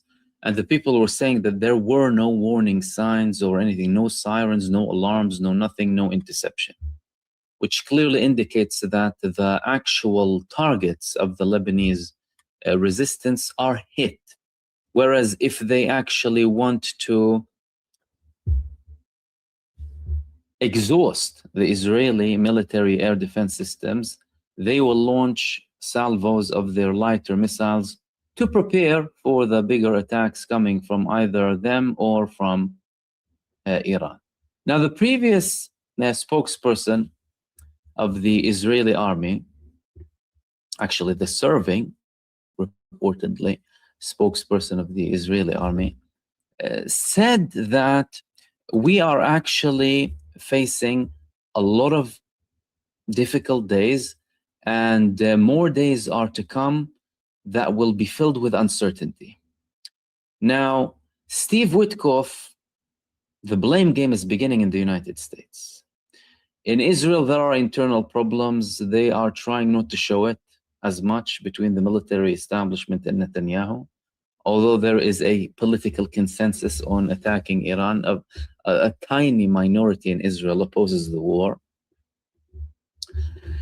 But Steve Witkoff was asked, when will this war end, Mr. Witkoff? And he outright said, I don't know.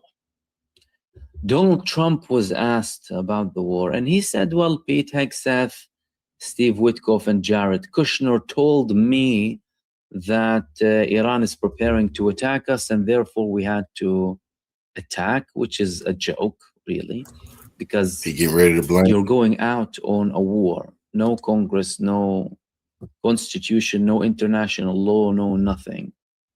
And despite all of that, they don't have an answer to the American people. They don't have an answer to their Arab allies, who also they haven't consulted. They didn't say anything to them. And they're not having an answer to their international allies, especially who are suffering heavily due to the closure of the Hormuz Strait. So in essence here, we're not having answers. We have more uncertainty coming from the American side.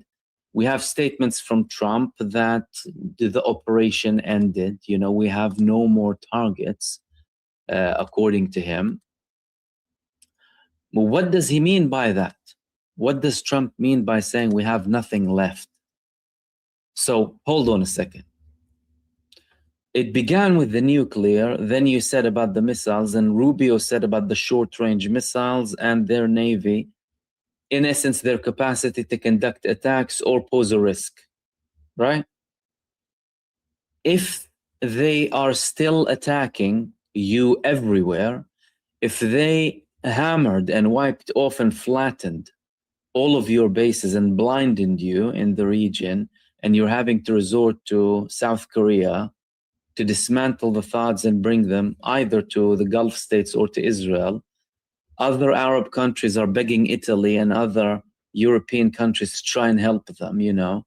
A couple of countries are trying to deploy a fighter jet or two, or, you know, Italy told them, sorry, we don't have any air defenses left. They went to Ukraine.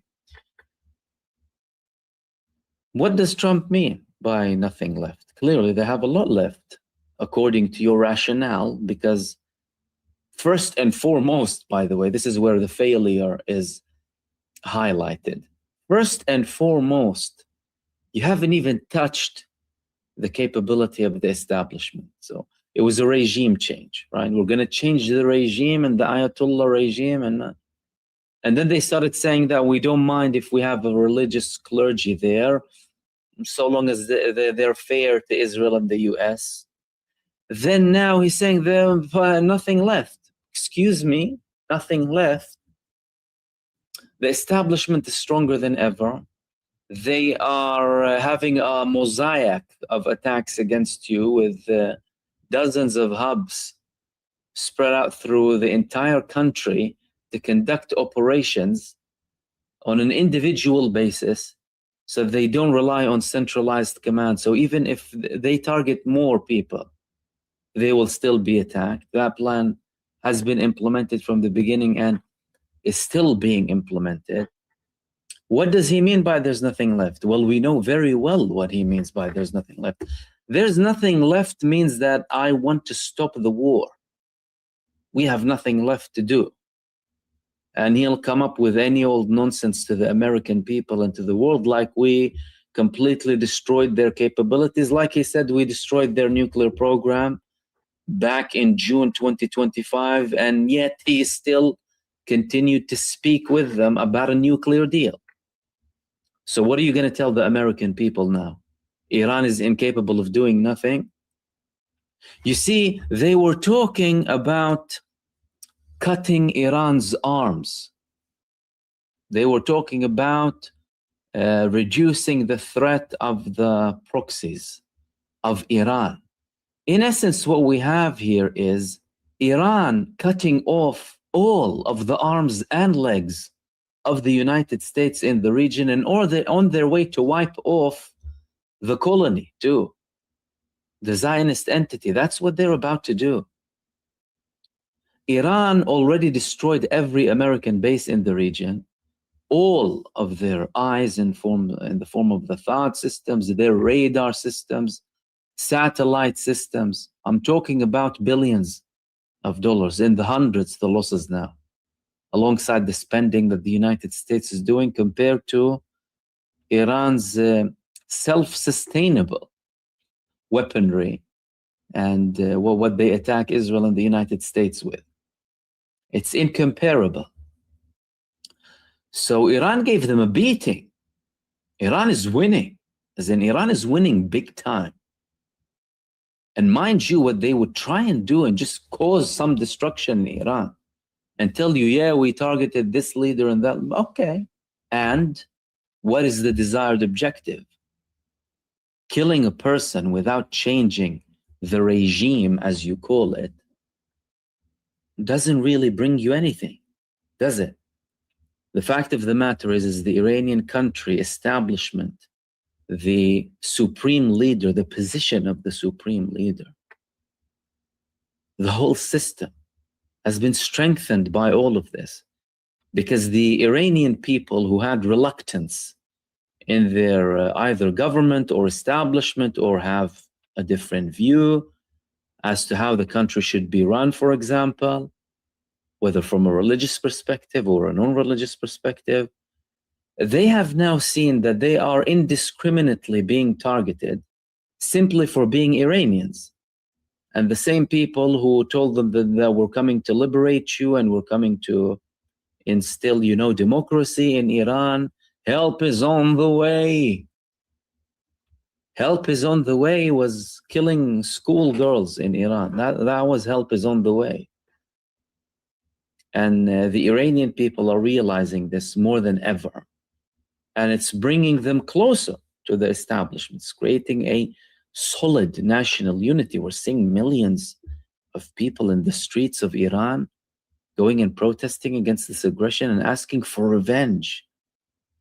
And guess what? They're being bombed when they protest, and they challenge the bombing too. And that on its own, by the way, is something very significant. Why? Because the morale of the people in each country, when they're fighting, when there's a war, is exceptionally important. Now compare the morale of the Iranian people to the morale of the Israelis.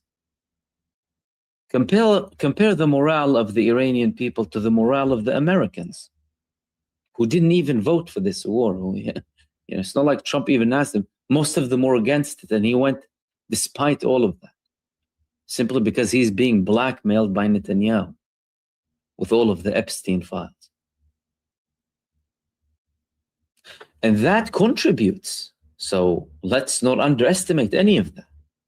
Of course, mainstream media, whether in the West or in the Arab world or whatever, will want to try and portray something else, perhaps, to cover up the fact that in the case of the United States and its allies, that they are the barbaric aggressors. And in the case of some of the Arab states, that they have been a reason, because they enabled this behavior coming from the American regime, and some of them entertained the idea of Israeli participation in their countries against Iran. All of it was targeting Iran. Yet the United States has the audacity to come and complain. Firstly, they have a planted apartheid entity in the heart of Palestine. Then they plant dozens of bases surrounding Iran. And then they'll tell you, why is Iran being so hostile towards us? Well, maybe because you've surrounded them with bases and you constantly threaten them. Maybe it's because you kill their leaders. Perhaps it's because you just happen to occupy and kill millions of people around them. Maybe that could be the reason. The truth of the matter is the United States, however, wants a way out, likewise with the Israeli side. There's heaps of arrogance, but Trump is, signaling with these statements and hints. We have no targets left. The other day he said the operation is almost done. Nothing is almost done. You have achieved zero, anything in Iran apart from strengthening it, by the way. So what they have achieved with this aggression against Iran is make it stronger, make it unbeatable, make it more popular. More people love Iran. More Americans support Iran than ever.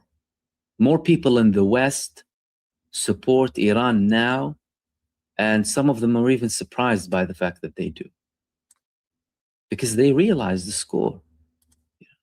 They realize that they were the aggressors, and it's basic logic to support Iran in what's happening now, because they are defending themselves.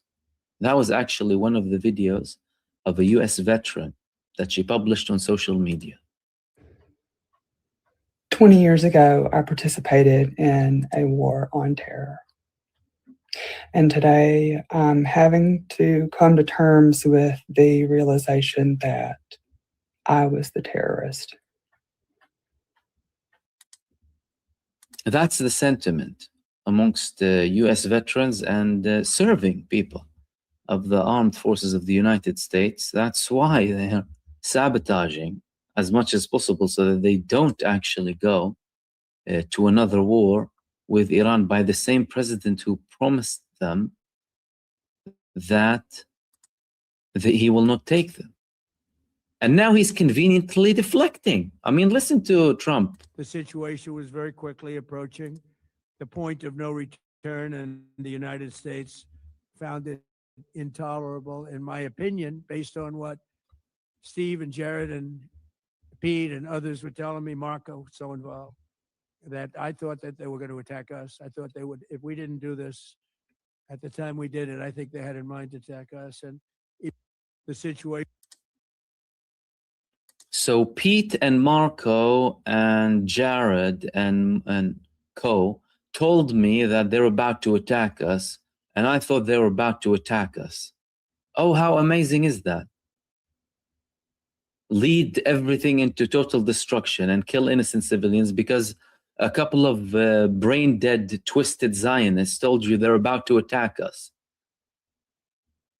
But ignore the reports that are coming from the whole security establishment, the CIA, intelligence, even generals in your army telling you that they're actually not posing a threat and they're not looking to have nuclear bombs, and they're deflecting. They plant an Iranian flag under a t-shirt of a guy amongst the dozens who constantly commit murders in the United States. America is like the Wild West, Every day you have mass killings, mass shootings in the streets, in schools, and what have you. And now the FBI is saying that Iran is planning an attack in California. Wow. Really? Iran is planning an attack in California. The only thing that Iran wants and the whole world wants is for you to remove your evil from their territories, and that's it. Live in your own land, enjoy yourself, do not interfere with what we do. That's what they're saying.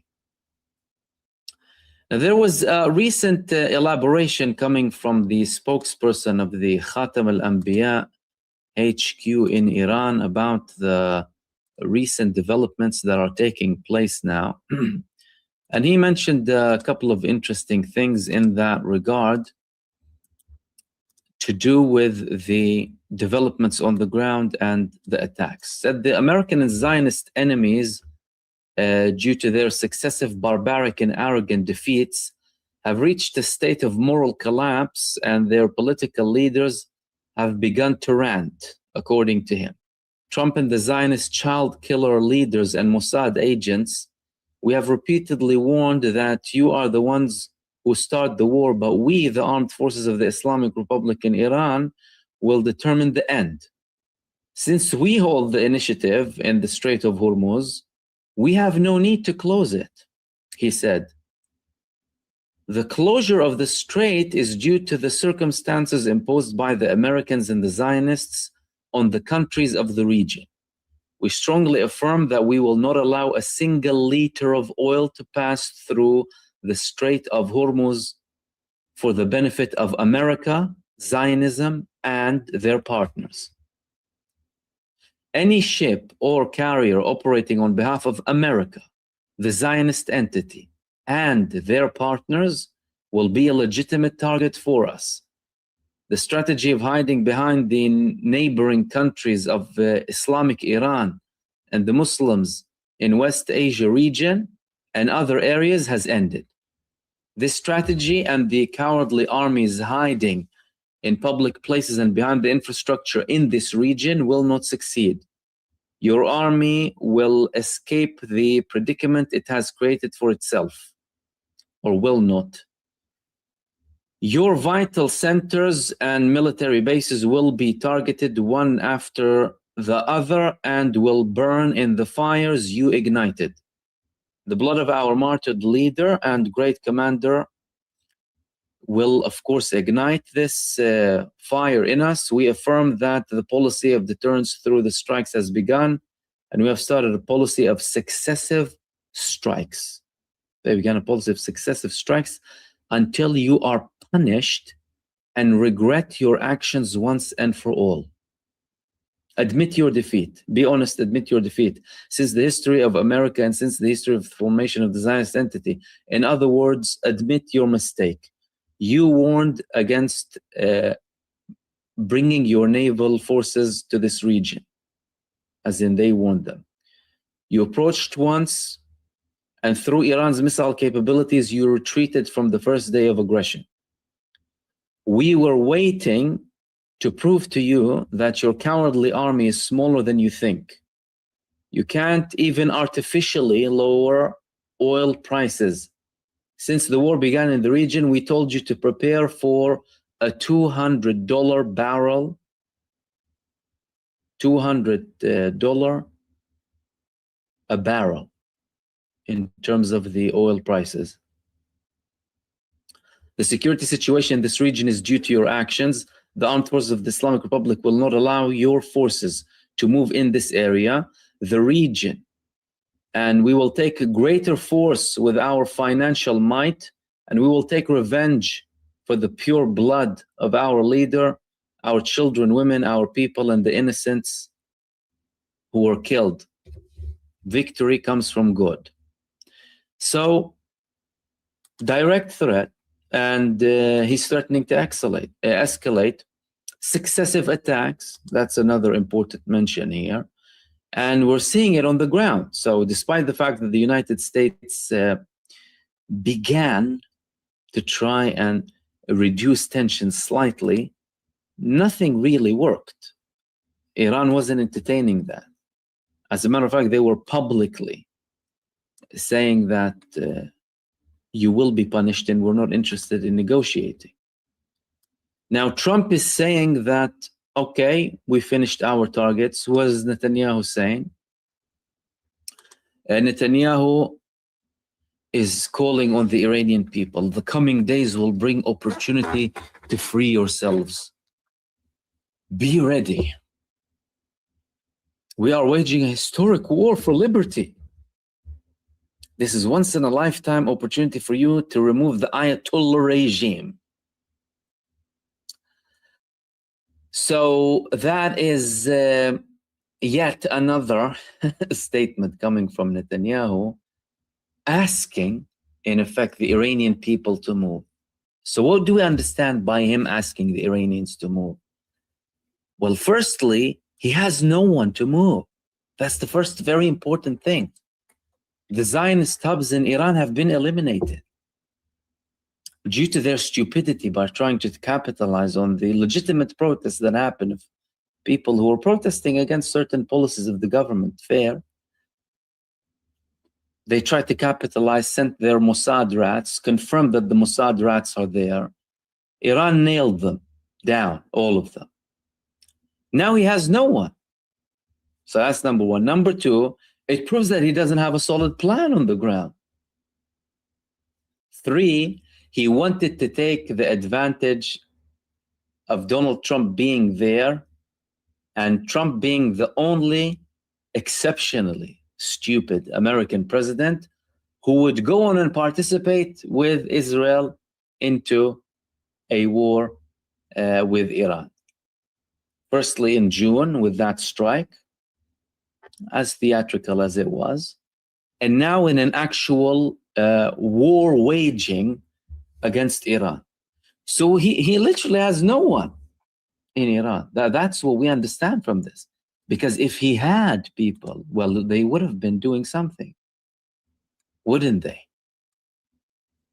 If Israel had still more hubs inside of Iran, they would have been operating, they would have been doing something, they would have done some sabotage, they would have done something to try and make things worse for the establishment. But the opposite happened.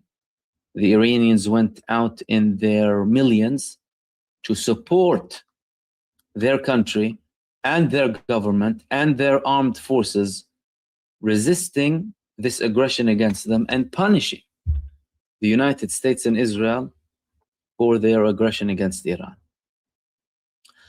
Now, the fact that Donald Trump failed miserably with the oil tankers, sometimes they test, sometimes oil tankers are moving closer to the Strait of Hormuz, then they go back. Some of them dare to try and pass. They probably, bribe them or something, tell them, listen, we'll pay you this much, but try and go and we'll protect you if something happens, whatever. Some people will take the risk and go because it's literally a suicide mission. Some of them have been sunk by Iran. And they're still getting hit. So not one ship passed the Hormuz Strait without the authorization of Iran. And they clearly stated anyone linked with America, the Zionists, and their partners, anyone who has dealings with them. That means Iran can let anyone pass so long as they're not on that side. As a matter of fact, they published, a statement saying that any country that expels the Israeli and US ambassadors from its territories will have freedom to move. Trump tried to rectify the huge problem because, well, the Americans are moving against him because it's hurting their pockets. And this is a man who was portraying himself to be the man of the people, America first, only America, no foreign wars. We're not spending trillions abroad, and. Yet he went against everything that he stated before. It started to have big problems inside of the United States of America.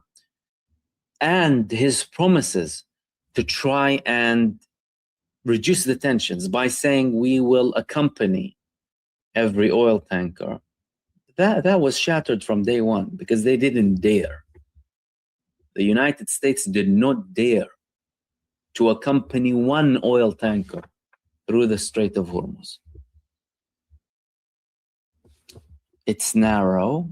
It's very easy for Iran to target it. And they can sink anything that passes there. That, again, is despite yet another lie that Donald Trump was saying, is that we destroyed all of their navy. Although, by the way, they don't really need a navy to do any of that because they can target them with drones or whatever. They have mines that are planted through missiles rather than navy. So now the IEA took a step. a drastic, dramatic measure to try and settle this crisis down. And the economic situation, by the way, is going to get much worse than what it is now should this continue. And the impact is being felt already. In some places, in some parts of the world, austerity measures are taken. In some parts, people are queuing up. Some parts are completely missing oil and fuel. Other parts, the prices have gone up tremendously. Now, in an attempt to lower the tensions and a short-term move, the IEA and G7, they're moving to release record reserves. Oil is trading flat in expectation that the International Energy Agency could trigger the largest ever release of oil reserves. So we're still talking about a statement, but statements in these moments of crisis, they're very important because one word from the American president plays up on the stock market. So they said they could trigger, still, hasn't been implemented yet, the largest ever release of oil reserves in history, and as in it never happened before, exceeding the 182 million barrels in 2022 after Russia's invasion of Ukraine. So we're potentially talking about over 200 million. The G7 will also meet on Wednesday to discuss using the reserves. That's after prices went up by 25 to 50%, and they were expected to rise sharper. Donald Trump made a hiccup with the mines, then it rose back up again, and then he tried to downplay it by saying, oh, no, actually, we targeted the mines. The best places aren't on maps. They're beyond the last campground, past where most people turn around. In Kenya. How much could that help? That could be a short-term relief. Short-term relief to keep the prices steady. It will do, however, nothing to the long-term issue that the United States will continue to have, and the whole world. Iran closing the Strait of Hormuz, unless it's for countries who are not aligned with the United States and Israel. How long can that take? Well, it can take from weeks to months. Any situation like this could only be short-lived, because one of the most important things that we need to remember here is the fact that the biggest oil exporting companies have halted, to an extent, the barrel producing work that they're having in their own countries.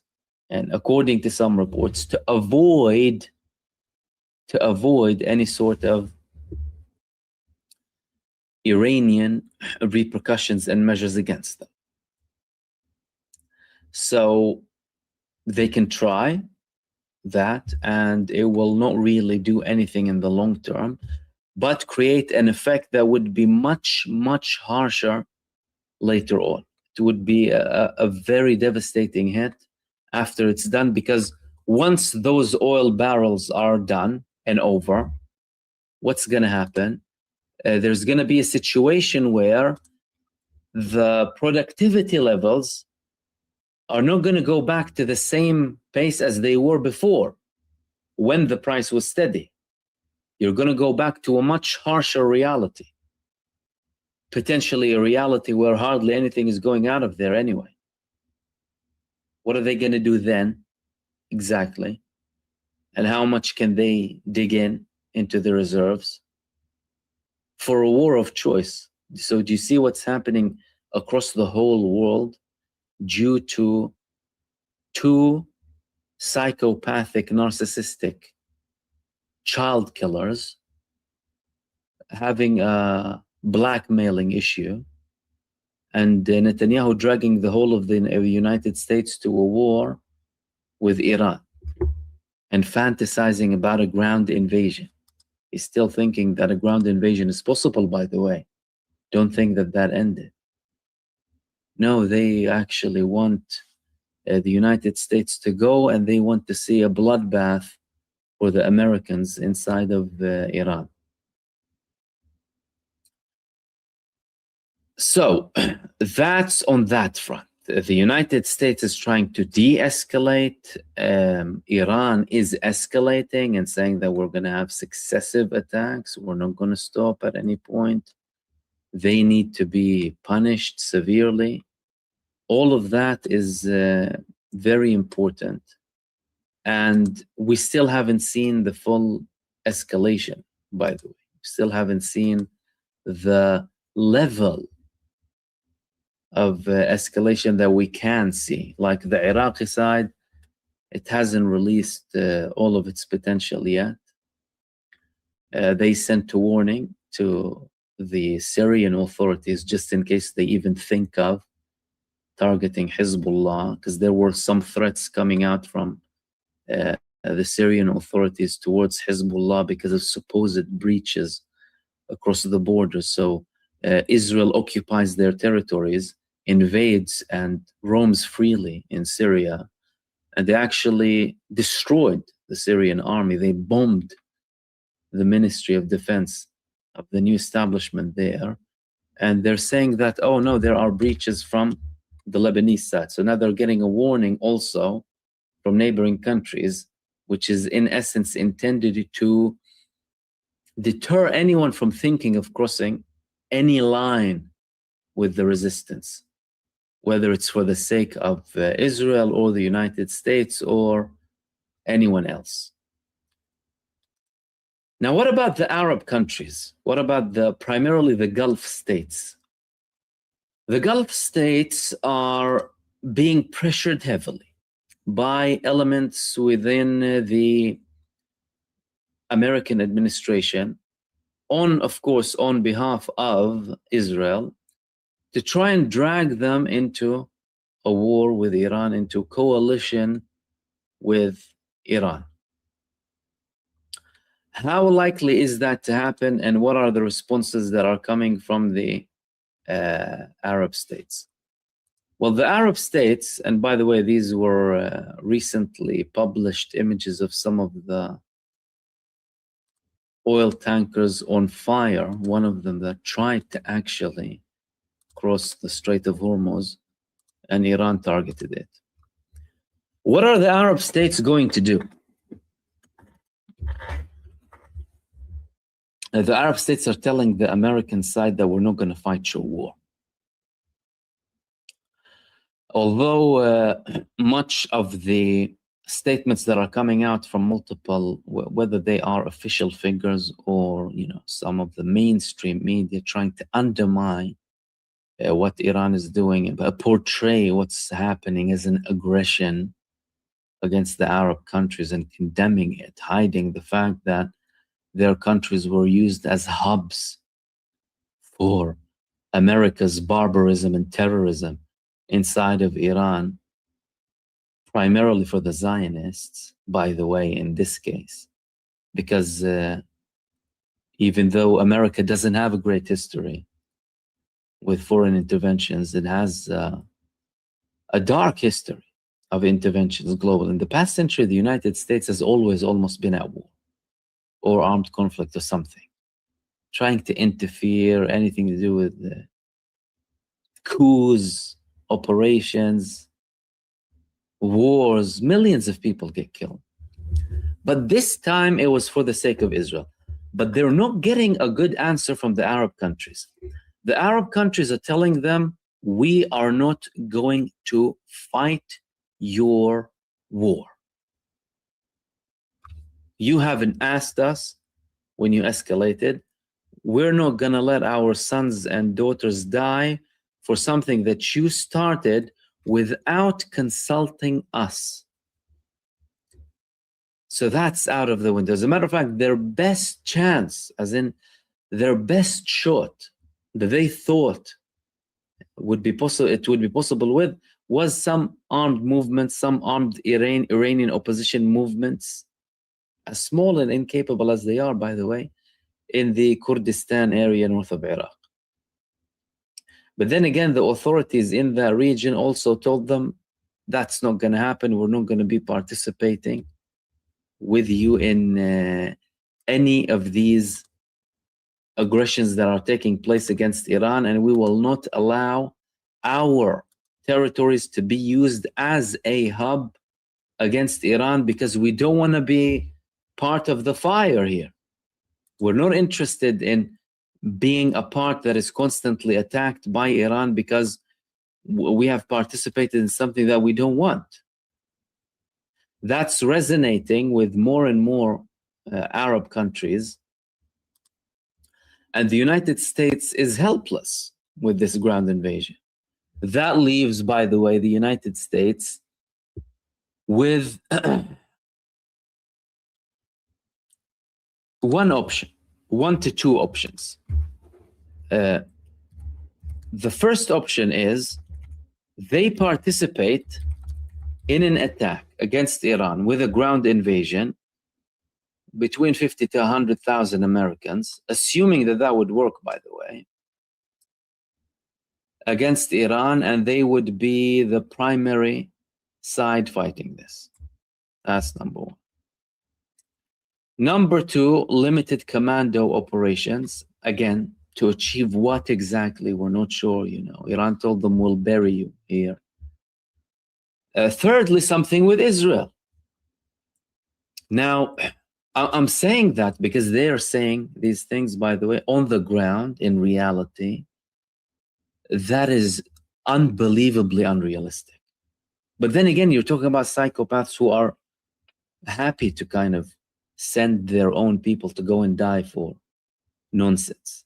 They use their own people as cannon fodder, so they don't mind. Do you think Trump cares that Americans were killed? Hundreds, by the way. Hundreds of Americans were killed and wounded. At least 600 to 700, according to Iranian reports. Some say about 1,000. Because in some of the Iranian attacks, by the way, they target gatherings of hundreds of American Navy personnel, like the attack that took place in Dubai. Today, they still target every location that these people try and hide in, a hotel, anywhere they try and go to, because they fled their bases, of course. Now, imagine them going to a ground invasion inside of Iran. What is that going to do exactly? Now, Iran, they just declared that the recent attacks that took place were actually the 40th wave. 40th wave of True Promise 4, using Qadr, Imad, Fattah, and Khaybar Shikan missiles towards Israeli and American targets. Lasted for, according to one report, because these so far are not the official reports coming from Iran about this particular wave.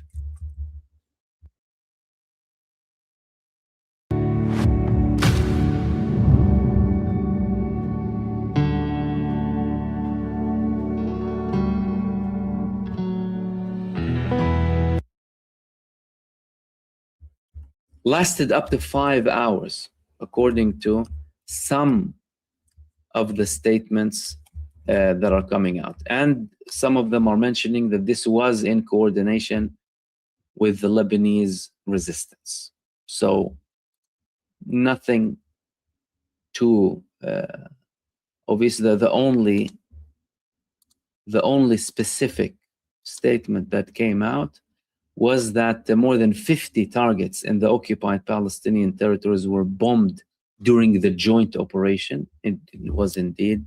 They're confirming that it was, although we already established that fact.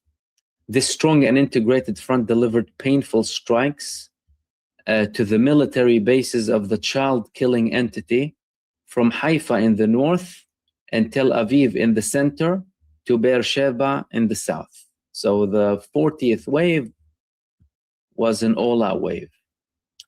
The two American Al-Azraq and Al-Kharj bases in the region were also subjected to bombardment by Iranian Revolutionary Guard missiles during the extensive attack in the 40th wave, they said. The enemy's media confirmed a noticeable escalation in missile launches from Iran toward Israel over the past 24 hours, with Zionist losses mounting. The continuation of the deadly strikes and the relentless blare of air raid sirens, along with the occupiers being trapped in shelters for long periods, is the most prominent achievement for Trump and Netanyahu in this war. Now, that is one subject, by the way, that's very interesting. In Israel, they're having battles in the bunkers, by the way, the shelters. People are fighting over who goes in, who doesn't go in. Cases of diarrhea are being reported. Some people get injured rushing into places, and they try and rescue them and take them out. There were also more videos of the oil tankers as well, just being released.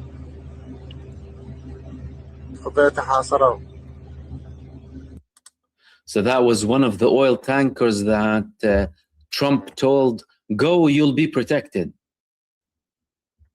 Go past the Hormuz Strait, you will be protected, we'll protect you, we'll help you, and don't worry about anything. And the American Navy will accompany the oil tankers. That's what happened to them. So in essence now, the American side is trying to reach a deal. The Israeli side is trying to say that, you know, the Americans might end this operation earlier than expected. Now, mind you, 12 days, that shows you how much the United States can go on for with Israel. That is the time frame. They think that shock and awe can work now. Although they were warned, by the way. They were warned by military experts who study these things for all of their life. The American administration was told the shock and awe thing will not be working whatsoever. It's not going to happen. Yet, of course, you know, Netanyahu still managed to drag Donald Trump into this campaign of aggression against Iran. And he thinks that he can get away with it this time the same way that they got away with it in June 2025. When really and truly, they are not realizing the extent of trouble that they've put themselves in following this aggression. They thought Iran would just kneel down, you know, a new leader will come and say, oh no, please actually don't attack us. Let's talk. You know, we will be friends with you. You know, we're not going to attack anything. No, Iran told them we have a mission to conduct, a mission of punishment and making you regret. They clearly haven't finished. And now we're seeing the damage. But Iran probably wants to inflict, and is very likely to want to inflict, more damage because of the level of barbarism and disgusting attacks and crimes that are being conducted by the United States and Israel. I mean, the world is sick of them, to be honest with you. The world has just had enough. 2.5 years of full throttle genocide by Israel, supported by the United States fully. Many Western governments participated in it fully, suppressing any sort of criticism to all of this. And now what do? They start to escalate. And what does this prove, by the way? You remember one of the first videos that I posted after the genocide began? I said that if people justify the act, the Prophet ﷺ said, the best charity is giving water. $100 gives 100 people clean water of genocide against any people, So you don't care. Oh, yeah, it's fine. Oh, no, it's not a jet. You're justifying the act. And now that's being implemented. So they thought we can get away with it. We can slaughter infants in Gaza. We can kill over 70,000 people. We can bomb hospitals. We can kill pregnant women. We can bomb IVF labs. We can starve people to death. We can freeze infants to death. We can kill over 1,000 newborns. And the world will accept it because, well, they wouldn't talk about it anyway. If they protest, we'll shut their mouth and we can copy and paste it wherever we want. That's what happened. And that's why they're doing these same measures in the United States of America. The Epstein regime is killing American people. Americans, as in white Christian American people. And once they kill them, they'll tell you, oh, they were a domestic terrorist because they were protesting against an IDF-trained force going there to intimidate people, to try and appeal to the dumbhead base of Donald Trump. You know, we're targeting aliens and illegal immigrants. They forgot who the first illegal immigrant was. Christopher Columbus. Who are the natives of America? You know, get out of your movie. Do you know what I mean? But he was trying to appeal to them by going and targeting these people and calling them aliens and, you know, foreign immigration and what have you. And simultaneously, he'll go and wage war against Venezuela. And they're stuck in such a huge contradiction, these people. It's like, shows you the level, the low levels of IQ. My goodness, like nothing is functional up there. What is it full of, your head?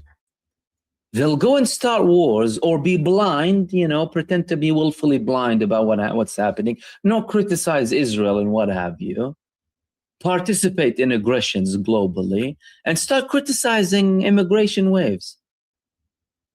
You've been doing this for over a century now, centuries, but in the past century in particular, Western countries have been going all across the world, primarily led by the United States of America, by the way, and not all Western countries, but primarily the United States, NATO, aggressions against countries all across the world.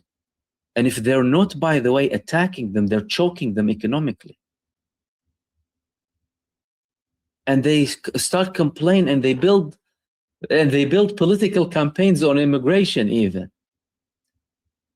It's like, if you're so worried, then let them be in their own countries, let them prosper. Don't sanction them. Let them trade, let them be happy, right? But no, they'll plant an apartheid in Palestine. They will go to war in Iraq and Afghanistan, you know, sanctions against other countries, Iran, what have you, Syria, all sorts of countries. And then they'll start complaining afterwards. And if an American goes, if a white Christian American goes and protests against these moves coming from the Epstein regime, against the IDF-trained ICE, they'll kill him.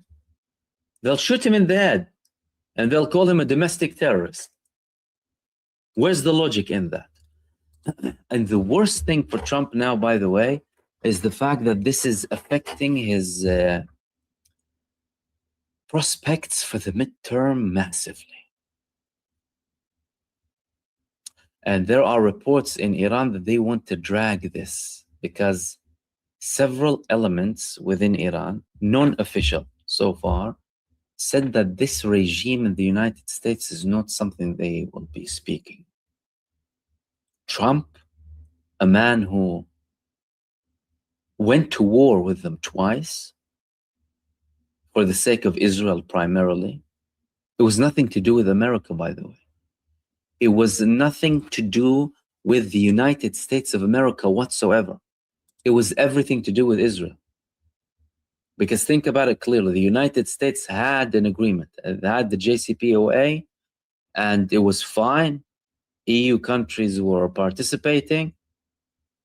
Trump, out of his own accord, without providing any substance, unilaterally withdrew following requests from Israel because he was funded and supported by the Zionist lobby, even in the beginning of his first term, by the way. Well, some people were ignorant to that fact in America. But they realize the game now. So how are they going to talk to him? In essence, you see, that's the logic here now. How are they going to talk with him? Why should they stop responding? Why should Iran realistically stop responding? So that the United States can replenish and try and rebuild its bases and send more bombs to Israel to prepare for the next round? And they can prepare a more intense attack again. Well, what for exactly? And Iran, to a very large degree, by the way, has already finished a lot of the things that they need to do. Of course, there's the uprooting of Zionism element that remains there. But the bases, by the way, that's it, they're done. And the United States even, and that's something that they don't want to tell you about, by the way, they are already getting some messages from some Arab countries that it's not going to be rebuilt, my friend. I'm not even sure if I can call you my friend anymore even. Again, despite the propaganda being published in mainstream media. They're telling the United States, these bases that you had here, we're not going to have them again. Thank you very, very much. You went on a war without our consultation, without even bringing it to our attention, without saying anything. All of a sudden, we see ourselves stuck in this situation where attacks are being conducted, and they, by the way, only going to escalate. Because the next phase is more energy infrastructure and more financial institutions. You see, in a recent attack in Iran, and Iran told them eye for an eye, they attacked a financial institution. Again, to try and apply more pressure on the people.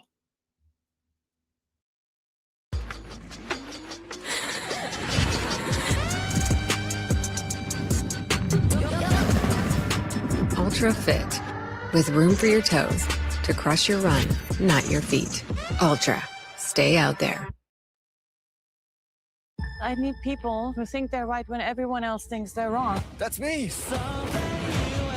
Project Hail Mary is nothing short of miraculous. It's now or never.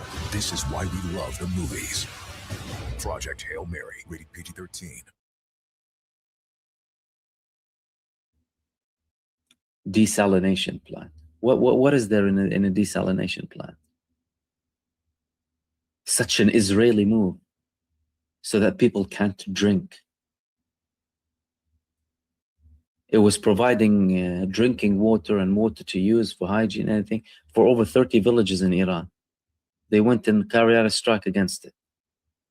And the missile that was used from Bahrain. And that was after the initiative of the Iranian president to tell the neighboring countries, if no attacks are conducted, no operations are conducted from your locations against us, we won't attack. What does the United States do? They attack them from that hub. So now Iran told them, after this eye for an eye thing, that the next phase is the financial institutions. And we're already at the beginning. If they want to show them that oil prices will reach $200 US, and Trump managed to convince the IEA to release whether 2 or 3 or 400 million barrels. Imagine how much of that will be consumed and the catastrophe that will lie ahead. And Iran has a very long breath, unlike Israel and the United States. They can't continue this war for very long. That's why they've been trying to end it from day one. Delusional, arrogant supremacists they are, these people. They think they can go to another country, kill their people and their leader, and tell them, oh, hey, we'll make a deal. It's like they're living on another planet. So that is the situation where we are in at the moment.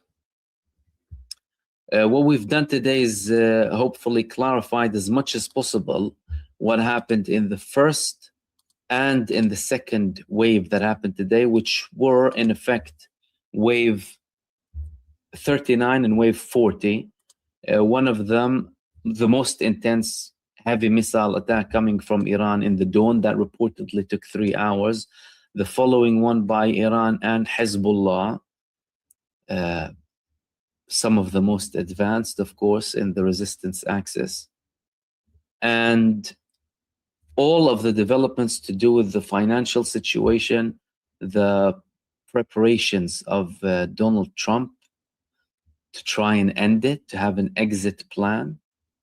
But in the meantime, we're seeing an escalation coming both from Iran and Hezbollah and the Iraqi resistance, with much more to come should this continue. And what it appears to be is that it will be continuing for some time until Iran gets the desired objectives of its response in True Promise 3.